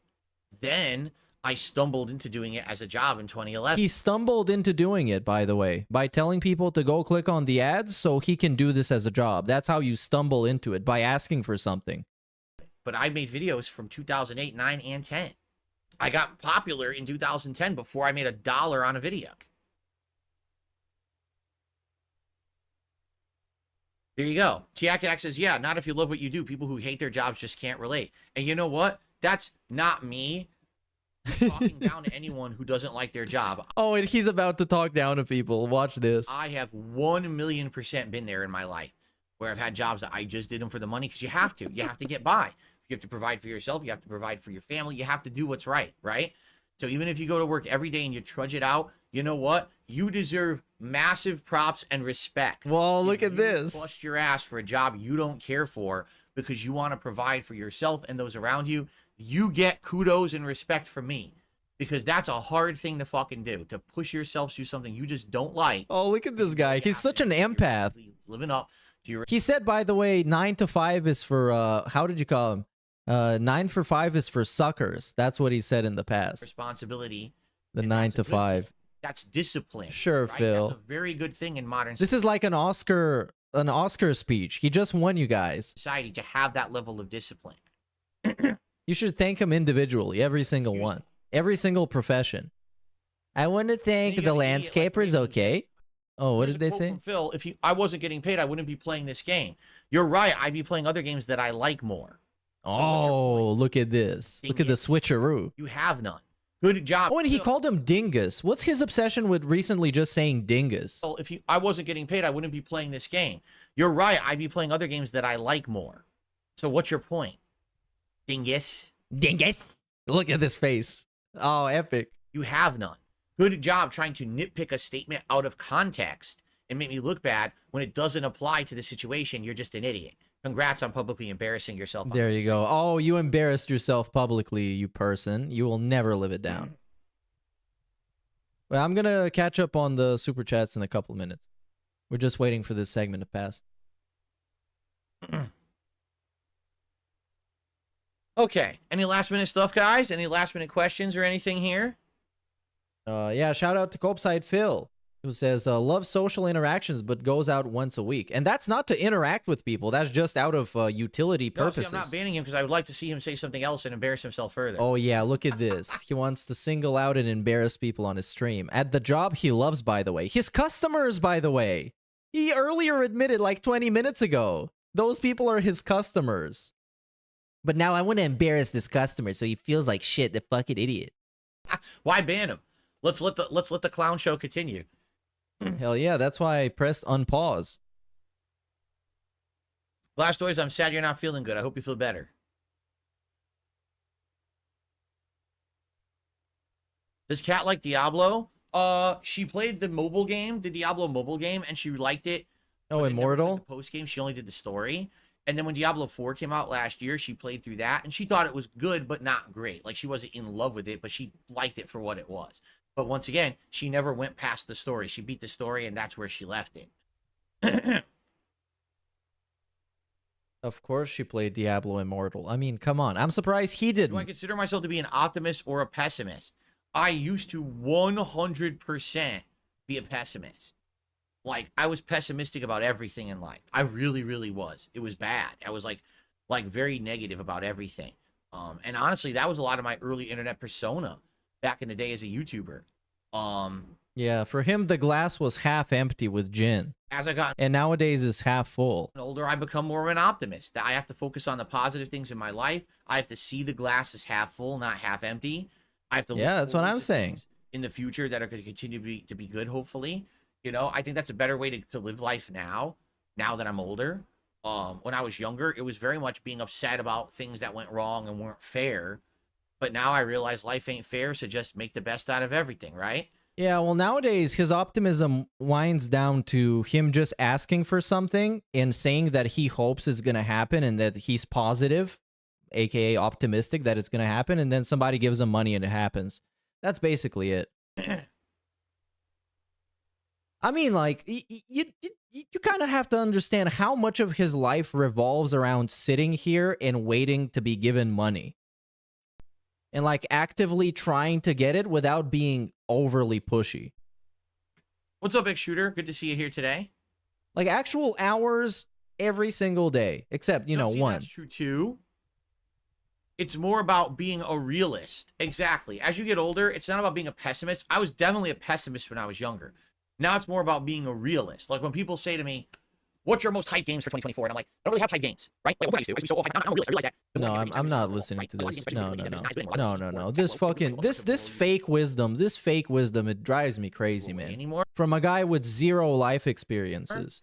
His experiences are putting food in his mouth and pressing buttons on a controller. Please miss me with this wisdom. You don't have it. Because of that, like, that's what I feel like, you know, why get so overly, you have to be more realistic in order to enjoy games today. You have to almost temper your expectations. Now, that's not being pessimistic, right? That's being realistic. Don't get overexcited and then be disappointed later, right? Now, the flip side of that is, if you temper your expectations and a game comes out and it's great, now they've exceeded your expectations and now you like it all the more, right? You're absolutely right. I said that my most hyped game for this year was Final Fantasy VII Rebirth. I still stick to that. Like, I feel like this game that I'm playing right now is really good compared to the original. I don't know how much it's going to hold up long term, but I'm liking it a lot, you know? But that was because I knew coming off a remake, this game was going to be better. And I think already it's better. Like, you got out of that whole intro segment in Midgar, you're able to have open world content with fun and exploration and stuff. And that's just better than being confined to this linear Midgar. So I think it is a better game already. Yeah, well, no, I don't. Eris at all. And we're back to potato mode. Yak has done a $10 super chat and says, a lot of things are out of your control, but you can choose how you react to those things, control what you can control. That is a pretty good philosophy. Yeah, it's called stoicism. I feel like more and more in life, that's what you have to do. Bro, you have mental breakdowns playing fighting games. Please don't pretend like you practice this. Because again, as you get older, you start to realize, and of course, listen, being angry all the time doesn't really help. When I was younger, I was always angry about something or other, right? Oh, this isn't fair. He was going through puberty until he was like 28 or maybe like 36. Oh, this isn't. And now he's going immediately into a midlife crisis. That's crazy. Fair. Someone's got screwed over here. He's speedrunning human development. You know, I got cheated here, and things should have been better. He's gonna be probably senile at like 48. The way this is going. Over here, it ends up becoming. He's gonna be on par with Joe Biden. Wrong, rather than looking around at you, all the things that are going right, and you tend to overlook them and take them for granted rather than appreciate. Now that I'm older, I definitely want to appreciate things more that I have, and it's about reacting, you know, to the things that don't go so well in a very tempered manner. You know, back in January when this whole debacle with the fake memberships happened, right? I could have sat here and completely freaked out and started screaming and doing ranting vlogs about it and going nuts about it. Well, wait. Yeah, you actually did, though. You did a special vlog on DSP Reacts where you bumped up the price of the membership and you released an emergency video. What was that going to do exactly, right? All it's going to do, it's going to give attention to those who wanted it. Right? Yeah, and you gave them. They're looking for exactly what they want. And it's just going to basically get me all worked up over something that I can't fix or control. I have no control over YouTube systems. I can't make YouTube fix their loophole where someone can pretend to be from another country and pay for something that's supposed to be $5 for less than a penny. I can't fix that, right? But what I can do is make everyone aware of what's going on. So at least there's some level of acknowledgement of while this is happening, and hopefully things will get better. You know, I think things will as the year progresses. As new games come out, people want to see me play. They'll bring people back to this channel. Right now, I'm in a slump. I really am. Like these last 2 months. Wait. I'm in a slump. He's in a slump? Hold on. Oh, yeah, this is going to get a pretty pathetic segment, but hold on. We just had Final Fantasy come out like a week and a half ago or something, like a week ago. Recent, very hype game. He's played all of these games. People love him playing those games. And now it's a slump. Infinite Wealth. That was a pretty big release. Even I was kind of excited for it because I started playing the first one. That was a big flop. Then he played Baldur's Gate, literally game of the year for last year. And he's still pushing through it just because some people show up and give him money for it. News-wise and income-wise, mostly the income. Like, we got hype games. Is because of the memberships. Like, literally, that's the big reason. Yeah, there's been a little bit of other decline because of viewership being down and super chats are down a little bit too. But the membership thing is the huge difference, right? Would you call that a financial problem? But I'm not going to sit here and bitch and scream and go crazy. It's just, you know what? It happened. Okay, here it is. Present it and move on with your day and just, you know, do your best with what you can do. What's in your control? What's in my control? putting out good content, having chill streams, having great social Yeah, that's what I thought so too, Cobeside Phil, who says, I thought Final Fantasy VII was supposed to do exactly that, as in, you know, get people rallying back to the channel. And it didn't work. It didn't even work day one. Did you guys want to come back and enjoy? You know what I'm It saying? was miserable. So It still is. there you go. Okay. I received a $5 tip from Ugly Tuna Roll. When I got my job here in Japan, I absolutely hated it. They treated me Oh so my poorly God, and no, expected we're me to not quit doing on my own this. terms, but I stuck around and went through the motions and gained their trust. Now I love working here. However, it's probably the worst stressful moments of my life. Corporate Japan is just no joke. Wow. Well, I certainly don't know, you know, what it's like over there. It's the more I hear about Japan, I just hear about these crazy cultural differences. You know, the whole mentality of work-life balance, like, doesn't even exist over there, right? It's just, oh no, your job, your whole life is work. That's supposed to be like your number one priority in life is work, work, work, and commitment to your job and your employment and your career or whatever, right? Which is pretty crazy, right? Yeah, it is. Pretty crazy. Next question. If Philip's dad dies, do you think Phil will step up to the plate and marry Mama Burnell? I think he would like to, but he's already married, stupid. He would need to divorce his wife. He doesn't have money for that. Took me $5. It's anonymous. What are you? You're not a logical being. I can't believe you're dropping Tekken 8 after Not a one really logical bad style night. human. I've been really enjoying those streams. For those of us who liked it, you're dropping it instead of trying to either improve or play it more casually and try out different fighters. It would be great. It really sucks you're dropping it. And there we Listen, go. I hear ya. People will always I told you complain. I like Tekken, right? Like I really like the game. I think it's super good. I love everything about it. Its design, its wide character variety, the music, the flashiness, everything about it is great. The problem is I've reached the point in the game, I'm just not going to get any better unless I change the amount that I play it, and I can't change the amount that I play it. In fact, it's the opposite. I don't have time to play it anymore. There's new games coming out that people want. You know, we got Battlefront. Phil We is a got master Rise of of the Ronin. hypocritical knowledge.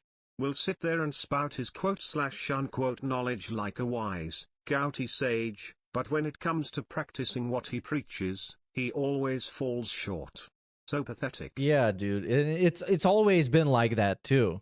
It's always. More than that too. They're yelling at me. Why are you skipping Dragon's Dogma? Are you going to play Alone in the Dark? And then in Big April, we ups got Gengar Green for the 3, dude. I have to play new games. And no, I'm not talking about this anymore. Come on, this is getting skipped. Of assholes in the chat saying, ha ha ha, he sucks at Tekken, ha ha ha. That's the limit of what I want to do with the game. I don't want, you know what I'm saying? Like, I feel like with Tekken, I've gone as far as I can, reasonable level, and I'm not going to get any better at it unless I change my amount of time I play, which I can't, okay? And even if I go back and I start casually playing with other characters, it's not going to bring in more viewers nor make anyone entertained. You've basically seen the limit of what that game's going to do on my channel. So it's a choice of, do I want I think I've seen the limit of what that game can do to his mental state, and it was very entertaining. I would like to go past the limit. more time in it and actually get better, or do I want to move on? And the answer is I'm ready to move on. When it's causing me that much stress, as I play it, Hey, big ups everybody showing up from King Jad's stream. Welcome everybody. reality, This is too, not gonna last long. We got another like 10 minutes. games are going to take over for it, like Battlefront. If Battlefront's good, which I hope it is, Actually, if we keep it up with the schedule, it's gonna take another 60 seconds. Purpose of the Like a Dragon playthrough. That's really where it's going. It's, you know, it's different for variety, and it definitely serves a purpose. Tekken is just stressing me the fuck out, and I'm not getting any enjoyment. You stressed the fuck out. So why continue? From And Tekken. again, I need time for other games, right? I just need the time. And it shocks me that it stressed him out so bad that he had to go and apologize to his wife for how angry he got playing this video game. For other games.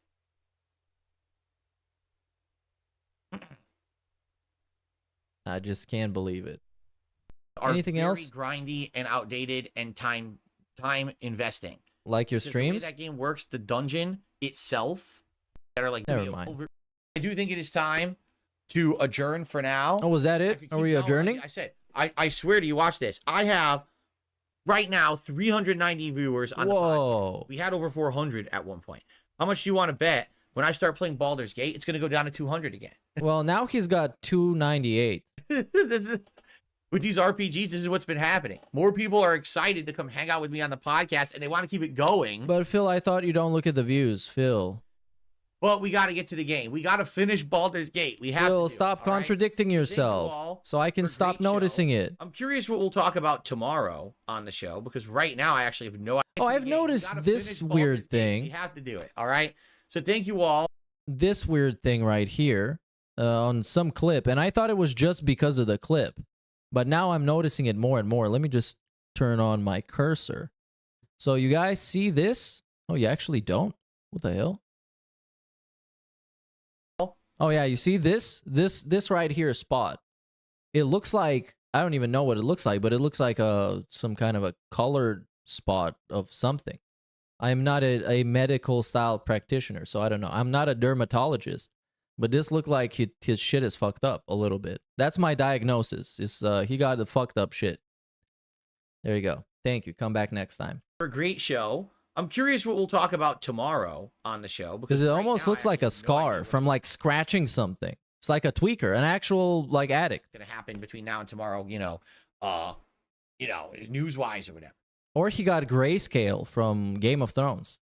So I guess this is it. Is he gonna? I think he's begging here because he's looking right at the camera. It's actually been over 3 months. I've been playing this game now. We started playing it in early December. Oh no, he's not. And we're still playing it. Oh, by the way, I have to up the game volume. Yes, I do. Thanks, and see you in a bit. Oh yeah, he legitimately just left. Wow. And he's still gone. And he got like 300 people watching this. Wow, he might actually be an amazing streamer, dude.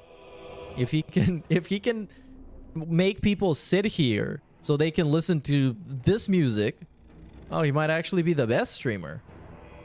At least when XQC goes to the bathroom for like 3 hours, he turns on a video so people have something to watch while they're, sitting there. Anyways, this is it. This is over. Today we learned so much that I'm going to go and decompress and let all that knowledge just get infused right into my brain.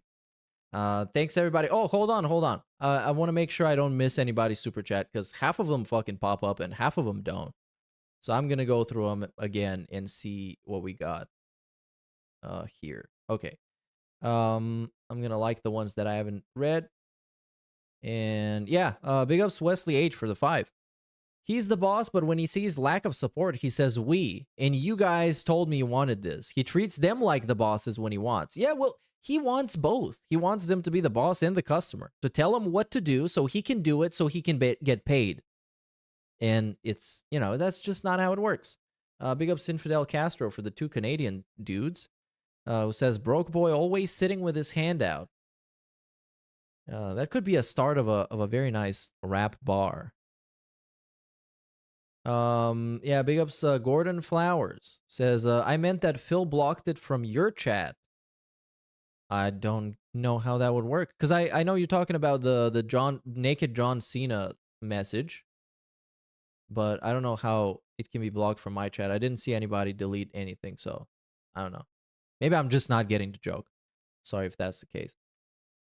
Then we got Yona Hual, big ups. Says, some people might like it, some people might not.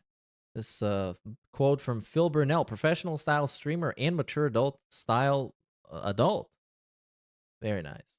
And then I think the last one here is, yes, big ups to Daztech. He says, he's the definition of a basic styled opinion. And you kind of have to expect more from somebody like this. Somebody who's been around for so long to the point where you have opinions of some stuff based on your observations. You don't need to read what everybody's saying on Twitter. Just have an opinion. And big ups Rollback Snort Code, who says he tried to play rope and had bugged knot mechanics. He did nothing wrong. Well, then you can say the rope did not work. Fuck all you hoes! Detroit till I die, motherfucker! Yong out.